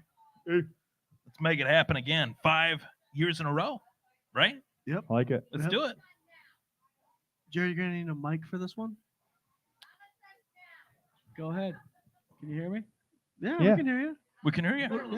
Record. RT, what is Yeah, I your said score? 17-0. What is okay, your okay. what is what is My- your record? My Go ahead. record. My record. I'm going 11-6. I think that's a safe. Ooh. But they're going to win the AFC East. There's nobody in the division that's going to take them. Oh well, we have an observation from a young Bills Mafia member. Here we He's go. got an awesome shirt. Do it. Remember, Do it, Josh. Name first, then talk. My name is. Eli. Put it right up on your mouth and say, Eli. "My I like name that is name. Eli." My name's Eli. Yeah. And I know how much games the Bills are gonna win and lose. This dude has. He has. I Conviction. think it's gonna be a solid. This is why Trump is going to 12-5. win. 12-5. This. I like that. 12-5. We're gonna win. It's a solid. Solid 12-5. I believe him. You should run for president. I would vote for you 100%. Dude, in 20 years, I'll tell you these guys what. are gonna be standing here, and we'll be out there just in our like He was like a bunch of fat old 40-year-olds told me one Wait, time. I'm already there. So, hey, They Eli. gave me the confidence. Eli, someone that follows the page all the time. He's been part God, of us I for a hope long time. Eli John wins that. Johns. He I says hope 12 and Eli 5 as wins. well. If So it's that's not a good- Eli, I hope it's Cooper. Cooper and Eli, they need to win this helmet. Oh my God.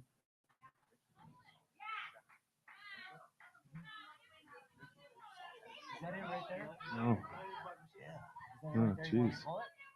Not yet. Not yet. Wanna wait? Not yet. We're going. Hold on. You gotta tease it. You gotta tease it. Bro, we gotta tease it. Bro, we gotta tease it, bro. Bro, God, go tickle. fishing. Come on, Go talk to Josh. Mark Maddox. What's your A slogan? Eli again with a slogan. That's perfect placement, by the way, by that Mark Maddox autograph. Yeah, it really is. With a name like Lynn, how could you lose? Hey! Look at this kid, dude. Boom, boom, boom. Oh, God. Hold on, lean forward. Lean forward. We love Thank you, you. Joshua. We love you, Joshua. All right, RT, did you call a record here? Yeah, 11 and 6. Oh, okay. All Yeah, right, Jerry, yeah, what do you yeah. got? Undefeated, third time in a row, 17-0, baby. Nate's back here going. I didn't- I I'm need a gonna- mic. Somebody give me a mic. I'm gonna go 9-8 for everything that Cooper said because his reasoning was much better than mine. I can't. No. He was everything that he said. I agree with. I'm gonna go with 11 and 6 only because the Bills have proven they can win this division. I'm not in love with. I think Miami's just gonna play a lot of good teams. This is the best schedule. They're the hardest schedule they've ever had. So there's gonna be a lot of loss there. I think that this is they win at 11 and 6. Either the Jets or the Dolphins go 11 and 6 also, but the Bills get the tiebreaker, and then the Bills go deep. Matt Milano comes back, and then they win the Super Bowl. Woo! Damn. I'm going to that parade, that's for sure. Listen, that's Nate from Circling the Wagons not the Super Bowl, but the podcast. parade. Follow him on Yeah. Twitter. Also, remind him of his prediction from today. Just remind him of it. We got you know? 1,787 people right now hanging out, aside from you guys hanging live. And listen, I know that my prediction is in the way of your door prize call, so I'm going to be very long Can we about what I say. So And you give him the same first look of that all, we do. When he my talks. sister's got her Popeye muscles out right now. Oh, kids are sleeping. Oh. We just lost 5 followers. My mom just texted me and she said she's tuning in. Can we just say hello to my mom real quick? Let's just say RT's hello. mom, dude. Hello. Hey, Mom. Love you, Mom. Mine is such a sweet guy, man. Been here since the beginning. I know I've said it a I million try, times. yeah. All right, I'm not going to drag this out. I'm just going to tell you right now where I'm at. It's going to be 14 and 3. I think it's going to be a dominant AFC East. Right. You can say whatever you want. My sister's got an FLX Mafia shirt on. Listen, she's a traitor. She's a Browns fan. Go, just run her. Just run on her. The Browns. What? But also, she's been great all tonight. Better Thank you check so the much for all funds, your help. Make sure they're accurate. Uh, We're trying to pay their quarterback. Oh, my God. Why? 14 and 3. We take the AFC East. We also get the bye. We also run up into the goddamn Super Bowl. You thought I was going to drop an F-bomb. I know you were. You knew that. We appreciate all of you guys. Thank you so much. We're going to draw the door prize winner right now. Let's draw it. Scott's circling Tosh, this get right your ticket now. ready. I think there's a couple hundred of you that have been here tonight. So we If can't you see don't around the have, corner. listen, if you don't have your ticket here and you're here for not the ticket, then you don't win it. So this guy's got the ticket right here. Yeah, we got 3 So This go guy ahead. knows what I'm talking about. Let's So go how- nut. We can't Let's see go around the nut. corner. How Let's many go people nut. are here? Hey. Hey. All right, you Let's have ready? somebody non-biased pull that. I think RT should. RT as memorial for winning the fantasy league. A lot of has to pressure pull here, it. guys. A lot of pressure. Lot of Cooper's pressure. there. Pull out your tickets. Door prize is being pulled as we speak. The door prize coupons. 083-7679. Jeez, that sounds like a commercial. 083-7679. Sounds like a commercial, doesn't it? Yeah, this should do. What is it? Who do we got? Who won? 083-7679. Oh, we got a winner over here. She's coming around the corner. We got a winner? Yeah! 083 7679. There you go. Woohoo! Get it. Woohoo! Renee. Renee with a big win. Thank you. All right. Hey. Go Bills! Hey. Hey, Paulette Brown, thank you. hey, Lonnie Cook. Lonnie Cook is walking. Hey. let's go Buffalo! Lonnie, did you win anything today? Serves her right? She always Serves wins. her right, man. Serves her right. Listen, we're hanging out until 9 o'clock. Appreciate all of you guys supporting the Help One Foundation and 24/7. Yeah, great to see you too. I love that shirt. And thank you so much.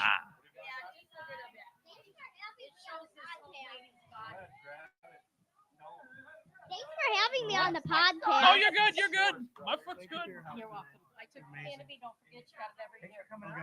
Okay. I'll get you off.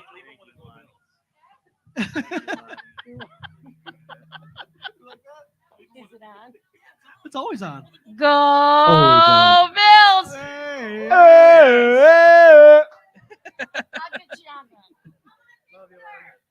Oh, hell yeah. Yeah, take a picture, Tam. Wait till I send the message. Yeah. So I beat him and you beat him in cornhole. And now you won there. How are you come down? I literally just saw the door from there. You guys come back here. There's no password to get in here. You just come back. Just Hey, come come on take your in. picture. Let's go. Come on. Come on Let's go. down. Come on. Here, hold it right there. How's that? Thank you. That's awesome. Congrats on the winning. Thank you very much. Yep. Thank you very much. Thank you. I love that hat. Oh, yeah. Let's go. He's all about the hat. Let's go. Woo! Oh, here comes another pair. Let's go. Hold that up. Wear it proud. Josh Allen, QB1. MVP. That's the MVP right there. Yeah. You better believe it. So here's a question. And I know we're kind of free ball. I haven't done that You know what in I mean? years. And Nate brought it up during our time live. But what does Josh? He's already proven stat-wise that he could be an MVP. He's the Buffalo. What does he have to do to be an MVP? For real? Is it? He has to The voting happens before the Super Bowl, obviously. So what does he have to do? He's got to prove these naysayers wrong that he does not need Stephon Diggs to win and to be successful, right? He don't need that. He just needs to play his game, do what he does best, and he'll be fine. A lot of people bring up the whole turnover issue, though, every time. Any non-Bills player. But the fan. touchdowns. I know. That's what they don't. The touchdowns. They don't mention that. Or just winning. We're just winning. Or playoffs. It's playoff numbers. Cooper, I'm going to be contacting you within the next week. Keep your email open. All right? Podcast named Tykes Telling the Truth. Wait, stop encouraging Cooper. He's going to take our jobs. Hey, listen, don't listen to us. We'll hook you Stop up. encouraging him. You don't have to lay under the skin of us. You can just do your own. You can do your own thing and be your own man. Encouraging Beethoven to keep playing piano. He is a man. I've that's all there is. Thanks for coming out.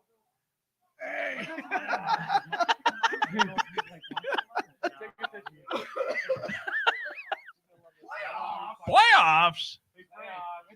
Don't talk about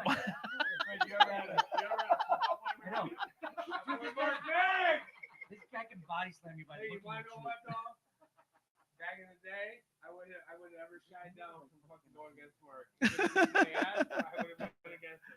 That's my boy. I would have went against him. I tell you what. Mark would have embraced the challenge for sure. Hey, Mark, let's see you show up in February. Yeah. That's awesome.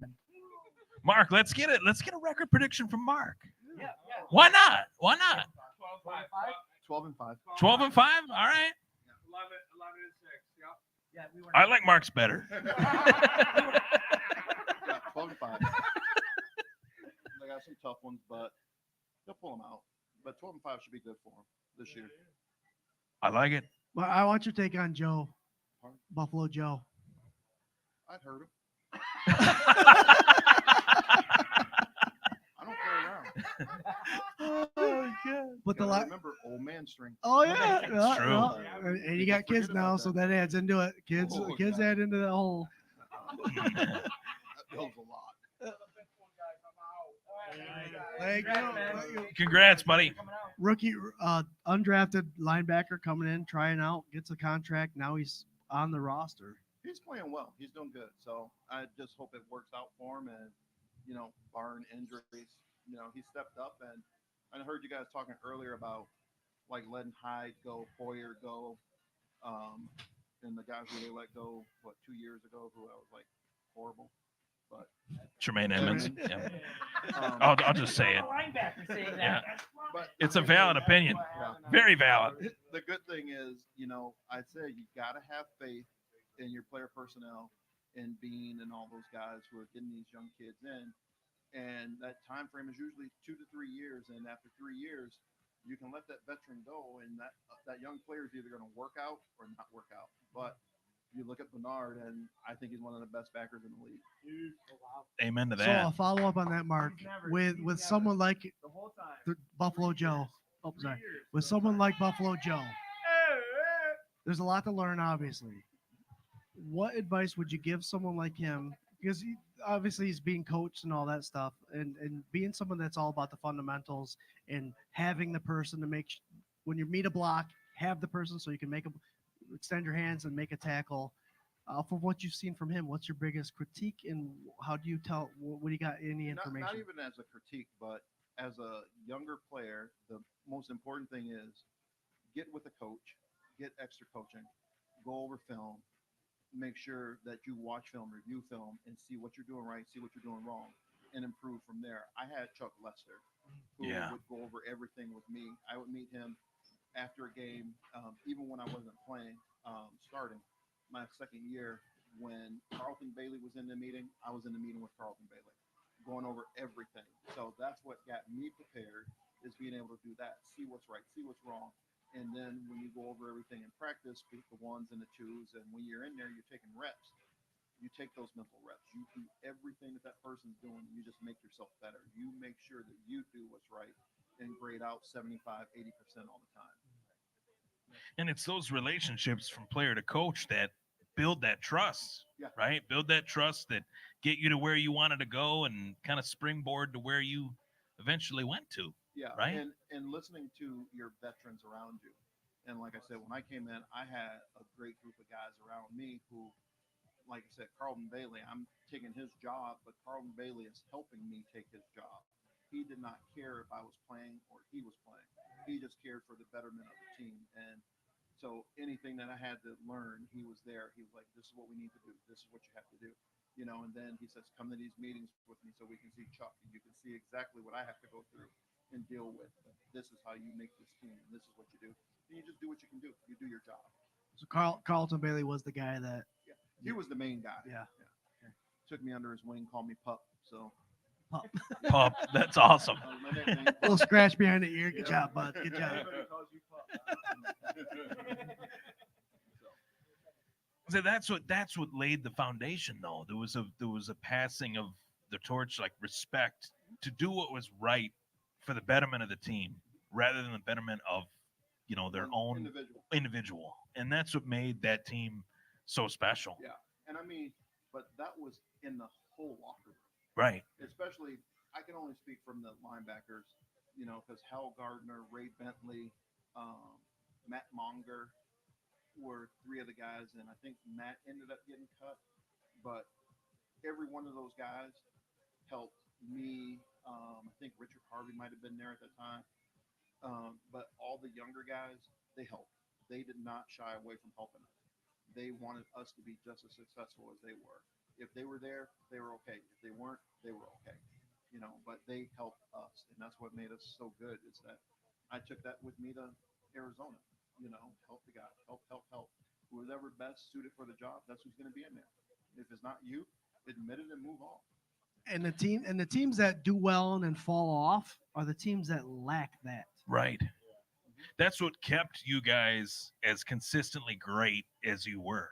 Yes, That's exactly. And did that come from the head coach down? Was that something that just came locker room wide, or was it both? It could have been something that Marv had instilled before I got there. Yeah. Because it was there when I was there, so I can't speak exactly where it came from. Right. But from the coaches to the players, everybody was on the same page, and it just kept going. And that's what wins games. So I have to ask you this because you've played, you Pee-wee all the way up to professional, several different teams, high school, college. You've been in so many different locker rooms. Some people say culture does not matter. Some people say it's only talent that you have around you, the coaching. How important is culture when it comes to all of this?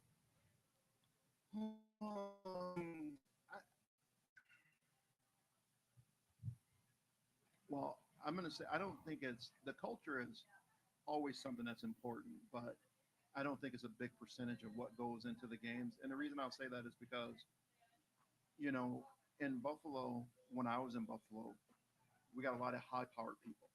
Okay, you got Jim, you got Bruce, you got Andre, you got Thurman, and you got Cornelius, you got Nate Odoms, you got all these groups. And in every locker room, you have your groups, you have your cliques, and our culture was, the groups, it wasn't a collective as a team. The collectiveness came on Sunday or on game day when everybody was together. And, any differences or anything like that was always nothing on game day. Nothing mattered other than this guy next to you and this guy in front of you, this guy behind you, this guy beside you. That's what was important. And so the culture wasn't, we had so many mixes of groups of people. But when I went to Arizona, it was one group, but we weren't winning ball games. Sure. We had the culture, but we weren't winning ball games. So, it just depends on where you're at and what's going on around you. We went to the playoffs that first year when I was in Arizona, but after that, we had talent. It's just it wasn't being put together. Yep, right. It wasn't being put together. Right. What do you think is the difference between what put it together in Buffalo and what might not have put it together in Arizona? Well, I think the fact of having 3 or 4 Hall of Famers that helped, on right? your team really helps. Talent. I just think like if you're in high school Right. and you got a kid that you look at and says, this kid's definitely going to the pros, you're most likely going to win the state championship. Yeah, Because of right. That one kid. When you have an NFL prospect on a high school team, that team's going to win a game. Yeah. Sure. Because they're going to do better and they're going to perform better just based off of that one kid. Sure. And so that's the reason. Like I said, we had some great players in Arizona, but we had players that were unflippin' believable here in Buffalo. Sure. And not just at 1 or 2 positions. You look at almost every position. When you got a running back who's top of the league, when you got a receiver who's top of the league, a quarterback who's top of the league, you just need an average offensive lineman. Right. Or offensive line. We had more than an average offensive line. Right. They were better than We average. had a great offensive line. Okay. So you look at that offense, and that's like something that's unstoppable. You look at our defense when you got Cornelius Bennett, you got Bruce Smith, and then you bring in other factors. You got Shane Conlon, you got Daryl Talley, and then you got Nate Odoms, one of the best cover corners back there, and Mark Kelso, who's not letting anyone behind him, You Sure. look at that, and it's like you got all these spots. You know, when I went to Arizona, you know, you got Aeneas Williams, great defensive back. You know, but then our safeties, they weren't all pro. You know, they were good. I mean, last year was good. You know, and you look at the linebackers, we had Jameer Miller, but he was a little bit longer and leaner, but it wasn't like one of those things where the impact of the game was we really got to block him. We got to know where he is at all times. It wasn't that way. And defensive line, we had Eric Swan. So, you know, you got three guys on the defense who people would look at, but not really have to game plan for. You know, but in Buffalo, when you looked at the defense, you're like, first we got to stop Bruce. Then if we stop Bruce, is Biscuit or Daryl coming? We got to stop them. You know, and it was just unbelievable the talent that was on that team, and that's what it was. So with the culture, you know, we had those different groups, but other than that, like I said, the culture on Sunday is what really matters. Right. During the week, nah, we don't even need to be buddies. Right. You know, but game day, you're my blood. Sure. Well, yeah, I mean, you're practicing during the week, you're going at each other, so you're gonna hate each other. But Right. you're right. On Sunday, it's like let's bring it all together. And even with all the talent, you know, even with all the talent that those teams had, there was still, I mean, talent definitely wins games, right? But it still has to be earned, right? Oh, definitely. And you guys were still able to Talent earn it. and coaching. And Talent and that's coaching. what I was going to say, to the level of the coaching. Like, what was it? I mean, in terms of you're in those rooms, you know how talented those players are, but that talent had to be met when the opportunity presented itself. What would you say was done to kind of meet that middle ground to where you guys realized the talent was there, but you still had to go out on the field and earn it? It was the coaching. Yeah. And like I said, you know, I will say this, in my opinion, our defense played on pure talent because I had 3 defensive coordinators. I love Walt Corey to death. Walt Corey had a basic defense, wasn't anything complicated, wasn't anything crazy. He just called plays, we went out there, we executed, okay? But when Wade Phillips came, it's the only good thing I can say is that he had a great defensive game plan. If he was our defensive coordinator, we would win Super Bowls, okay, based on just him and the defense that he would put in. Same thing with Vince Tobin when I went to Arizona.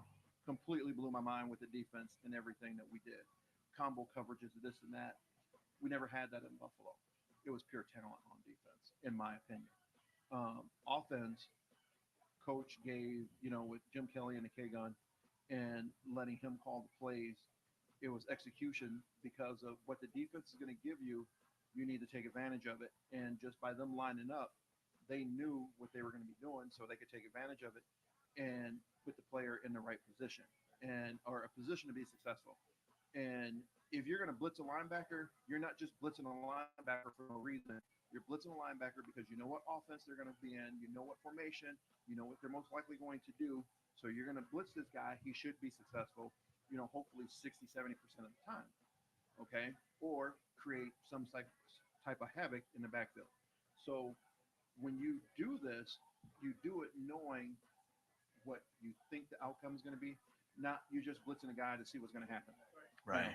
And that's the difference. When you have coaches who put you in a position to be successful, receivers are going to be as successful as the coaches put them in to their routes. Plain and simple.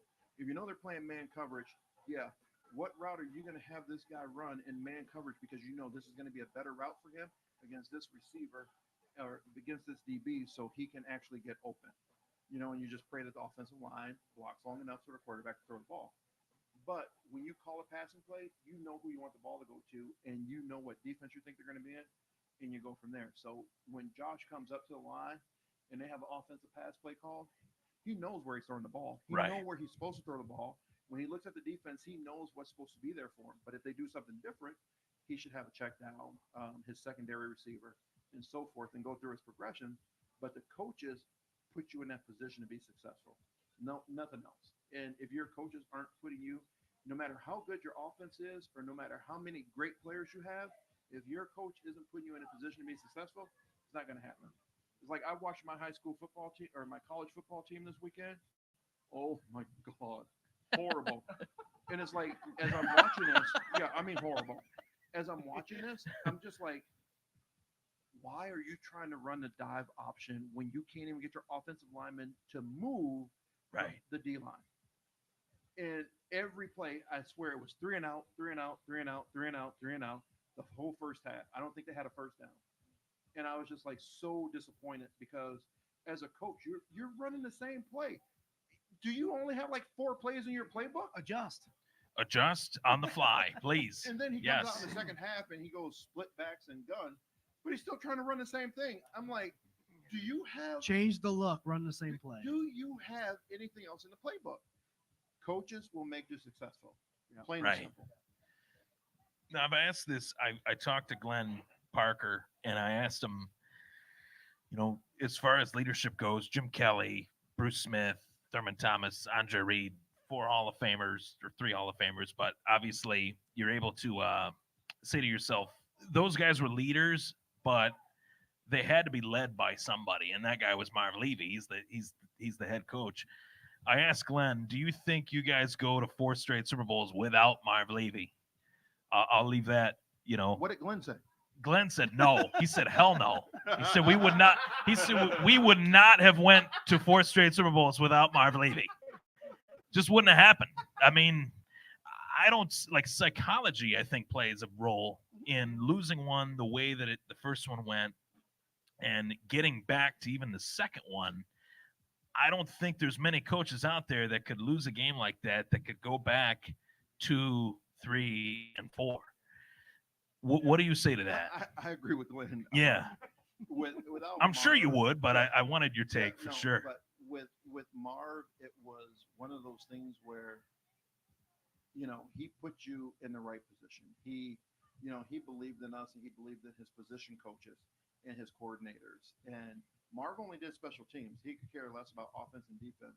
He'd make some talks here and there, but he had faith in those guys and what they put in and stuff like that. And, all head coaches go over the game plans and they see what they like, what they don't like, and they tell you what looks good, what doesn't look good, because he watches film, he watches the offense, he watches the defense, and he will tell them what's good, what's bad, what he thinks will work, what he thinks won't work, and look over their game plan and what they want to call and be like, I can go with that. So I think that Marv was that key, of course. And if he wasn't there, I agree with Glenn. I might only went to 1 Super Bowl. And that was that second one. Just the motivation factor, Oh, just the pure love for the guys. Yeah, And not only him, but Ralph Wilson. Sure. When you have an owner, Yeah. and this is the difference between, I only played with 2 teams. When Ralph Wilson was at that facility on a game day or after a game day, he'd say hi to every player. He'd say good luck, or he'd say after the game, congratulations, or we'll get him next time. But he made it a point to go around and shake everybody's hand, talk to everybody. I would sit up at the crazy. At the front lobby. That's with, awesome. With Phil Hansen, and we'd sit up there and we'd talk to Colleen, who was the receptionist. And every time Mr. Wilson would come in, we'd be in there. And I'd be on the phone most likely, so my nickname was Mr. Telephone Man from him. But it was that team was more. It wasn't just the team, it was top to the bottom, from Will the security guard to, at that point in time, John Butler was doing the player first, or was the head guy. You could go talk to anyone at any point in time. It wasn't, you can go in their office, sit in their office, talk to them, just go upstairs. I don't know how it is now, but when I went to Arizona, I didn't even know Mr. Bidwell was the owner. Because no one ever told me who the owner was. No one ever mentioned who he was. And he was the guy that signed the check. It was like 6 months, and I said to Ronnie, I'm like, who's that dude? Oh, that's Mr. Bidwell. I'm like, owner? And he's like, yeah. I'm like, wow. I never knew. But I was there for 3 years, and Mr. Bidwell never talked to me. Wow. Wow. And I was in Buffalo in 3 days. Mr. Wilson at least told me, good luck, and if you don't make the team, hope you have a good luck somewhere else. Right. But even that is good. Yeah, right? But at least he talked to me. Yeah. Wow. That's awesome. Can I ask you a question on, you're talking about coaching with Marv Levy. I have to ask you about Sean McDermott, because last year, especially when the Bills were 5-5, he went under a lot of fire. Now you played for a Hall of Fame, head coach. So I'm not going to compare Marv Levy to him. But when people, Bills Mafia fans are calling for Sean McDermott's head, do you look at that and say, yeah, I can see why? Or do you look at that and say, it's just a rut? He's actually a pretty decent head coach. No, he's a great head coach, but everything's going to fall on him at the end. At the end of the day, so no matter how well or bad the team is doing, he's going to take all the ups. He's going to take all the downs. Okay, and when you're losing the teams that you should be winning to, it's going to come on you, and people are going to look at you.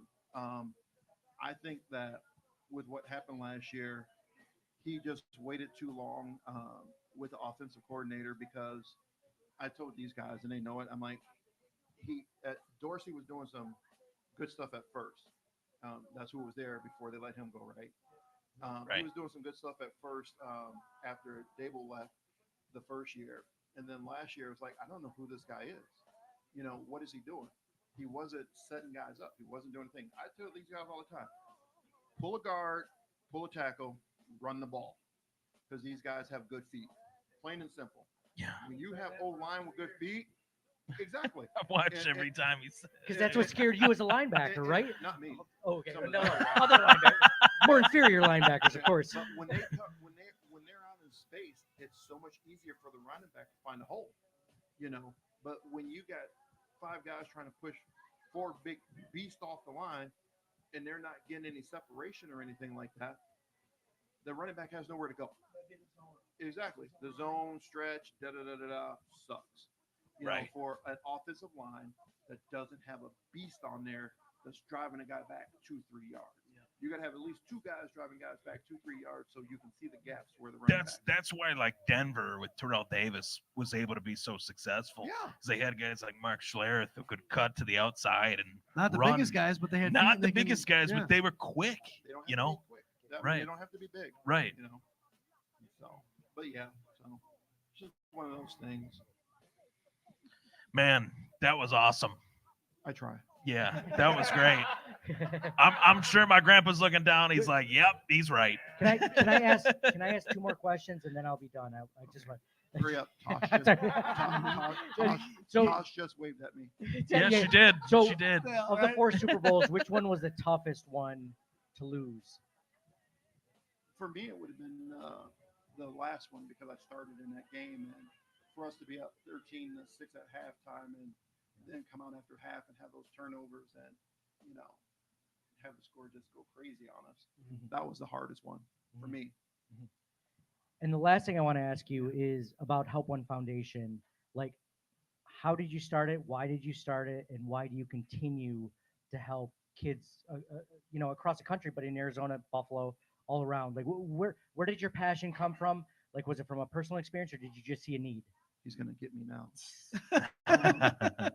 That's the point. It started for me in high school, my senior year, because I grew up poor, so I didn't have a ton of pants, ton of shirts, or anything like that. And I got selected to the All-Star game, and our All-Star game was put on by the Shriners, and so we ended up going to the Shriners Hospital, and I seen those kids, and they would smile at you. You would have thought that the Chicago Bears were there visiting those kids, and it was just a high school all-star team. That's it. And, I seen kids who couldn't run. I seen kids who couldn't walk. I seen kids who couldn't hold the ball. I seen kids who would never be able to do anything that I could do. And I'm like, I feel sorry for myself. And these kids got this huge smile on their face, and they will never be able to do anything that I can do. And that just turned me around right then and there. And so we had to talk about it. I talked about it and told them. But that impacted my life so much that when I ended up going to college, I got involved with the Special Olympics and did that.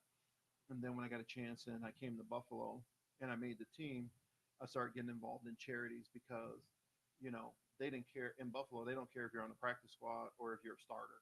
They treat you all the same. They love you. Right. They love you no matter what position it is. And so I started doing more nonprofit work to help bring awareness to other organizations. Still, one of my primary ones was the Monroe County Special Olympics.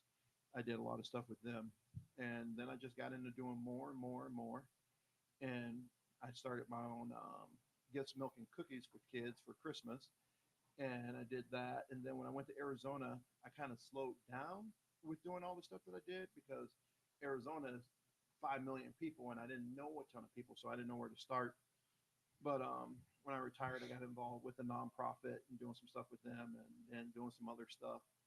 And when I started coaching, I noticed that these kids, I still did some of my Christmas stuff, but it wasn't as frequent because it's expensive and I was doing it all myself. I ended up doing coaching high school and looking at the cost of these camps. And I'm like, I was at a school where the kids were pretty affluent, so they could afford it and stuff like that. But we were going to other schools and I'm like, I wonder how these kids afford this and stuff like that for these camps. And so then I'm like, I put together, and it was 2008 before, like 10 years before I even incorporated Help One Foundation, that I got all my stuff together as far as like my plan, my logo, and all of that. And so I just still did my little thing with the Christmas here and there. And then in 2018, I was like, I really got to do this because I really want to get more involved in it. And I want to do more than what I'm actually doing. And so I started Help One. I got my 501c3 together. And after I got that done, it's like, we're going to do everything we can. And so just continuing doing what I did. But it all started in high school. Stop feeling sorry for myself and start doing for more. And it's so funny that you guys said that because the other day, it was like a week ago, I had my son in the room and we were laying on the bed. And I said, let's read something in the Bible. And he's like, okay.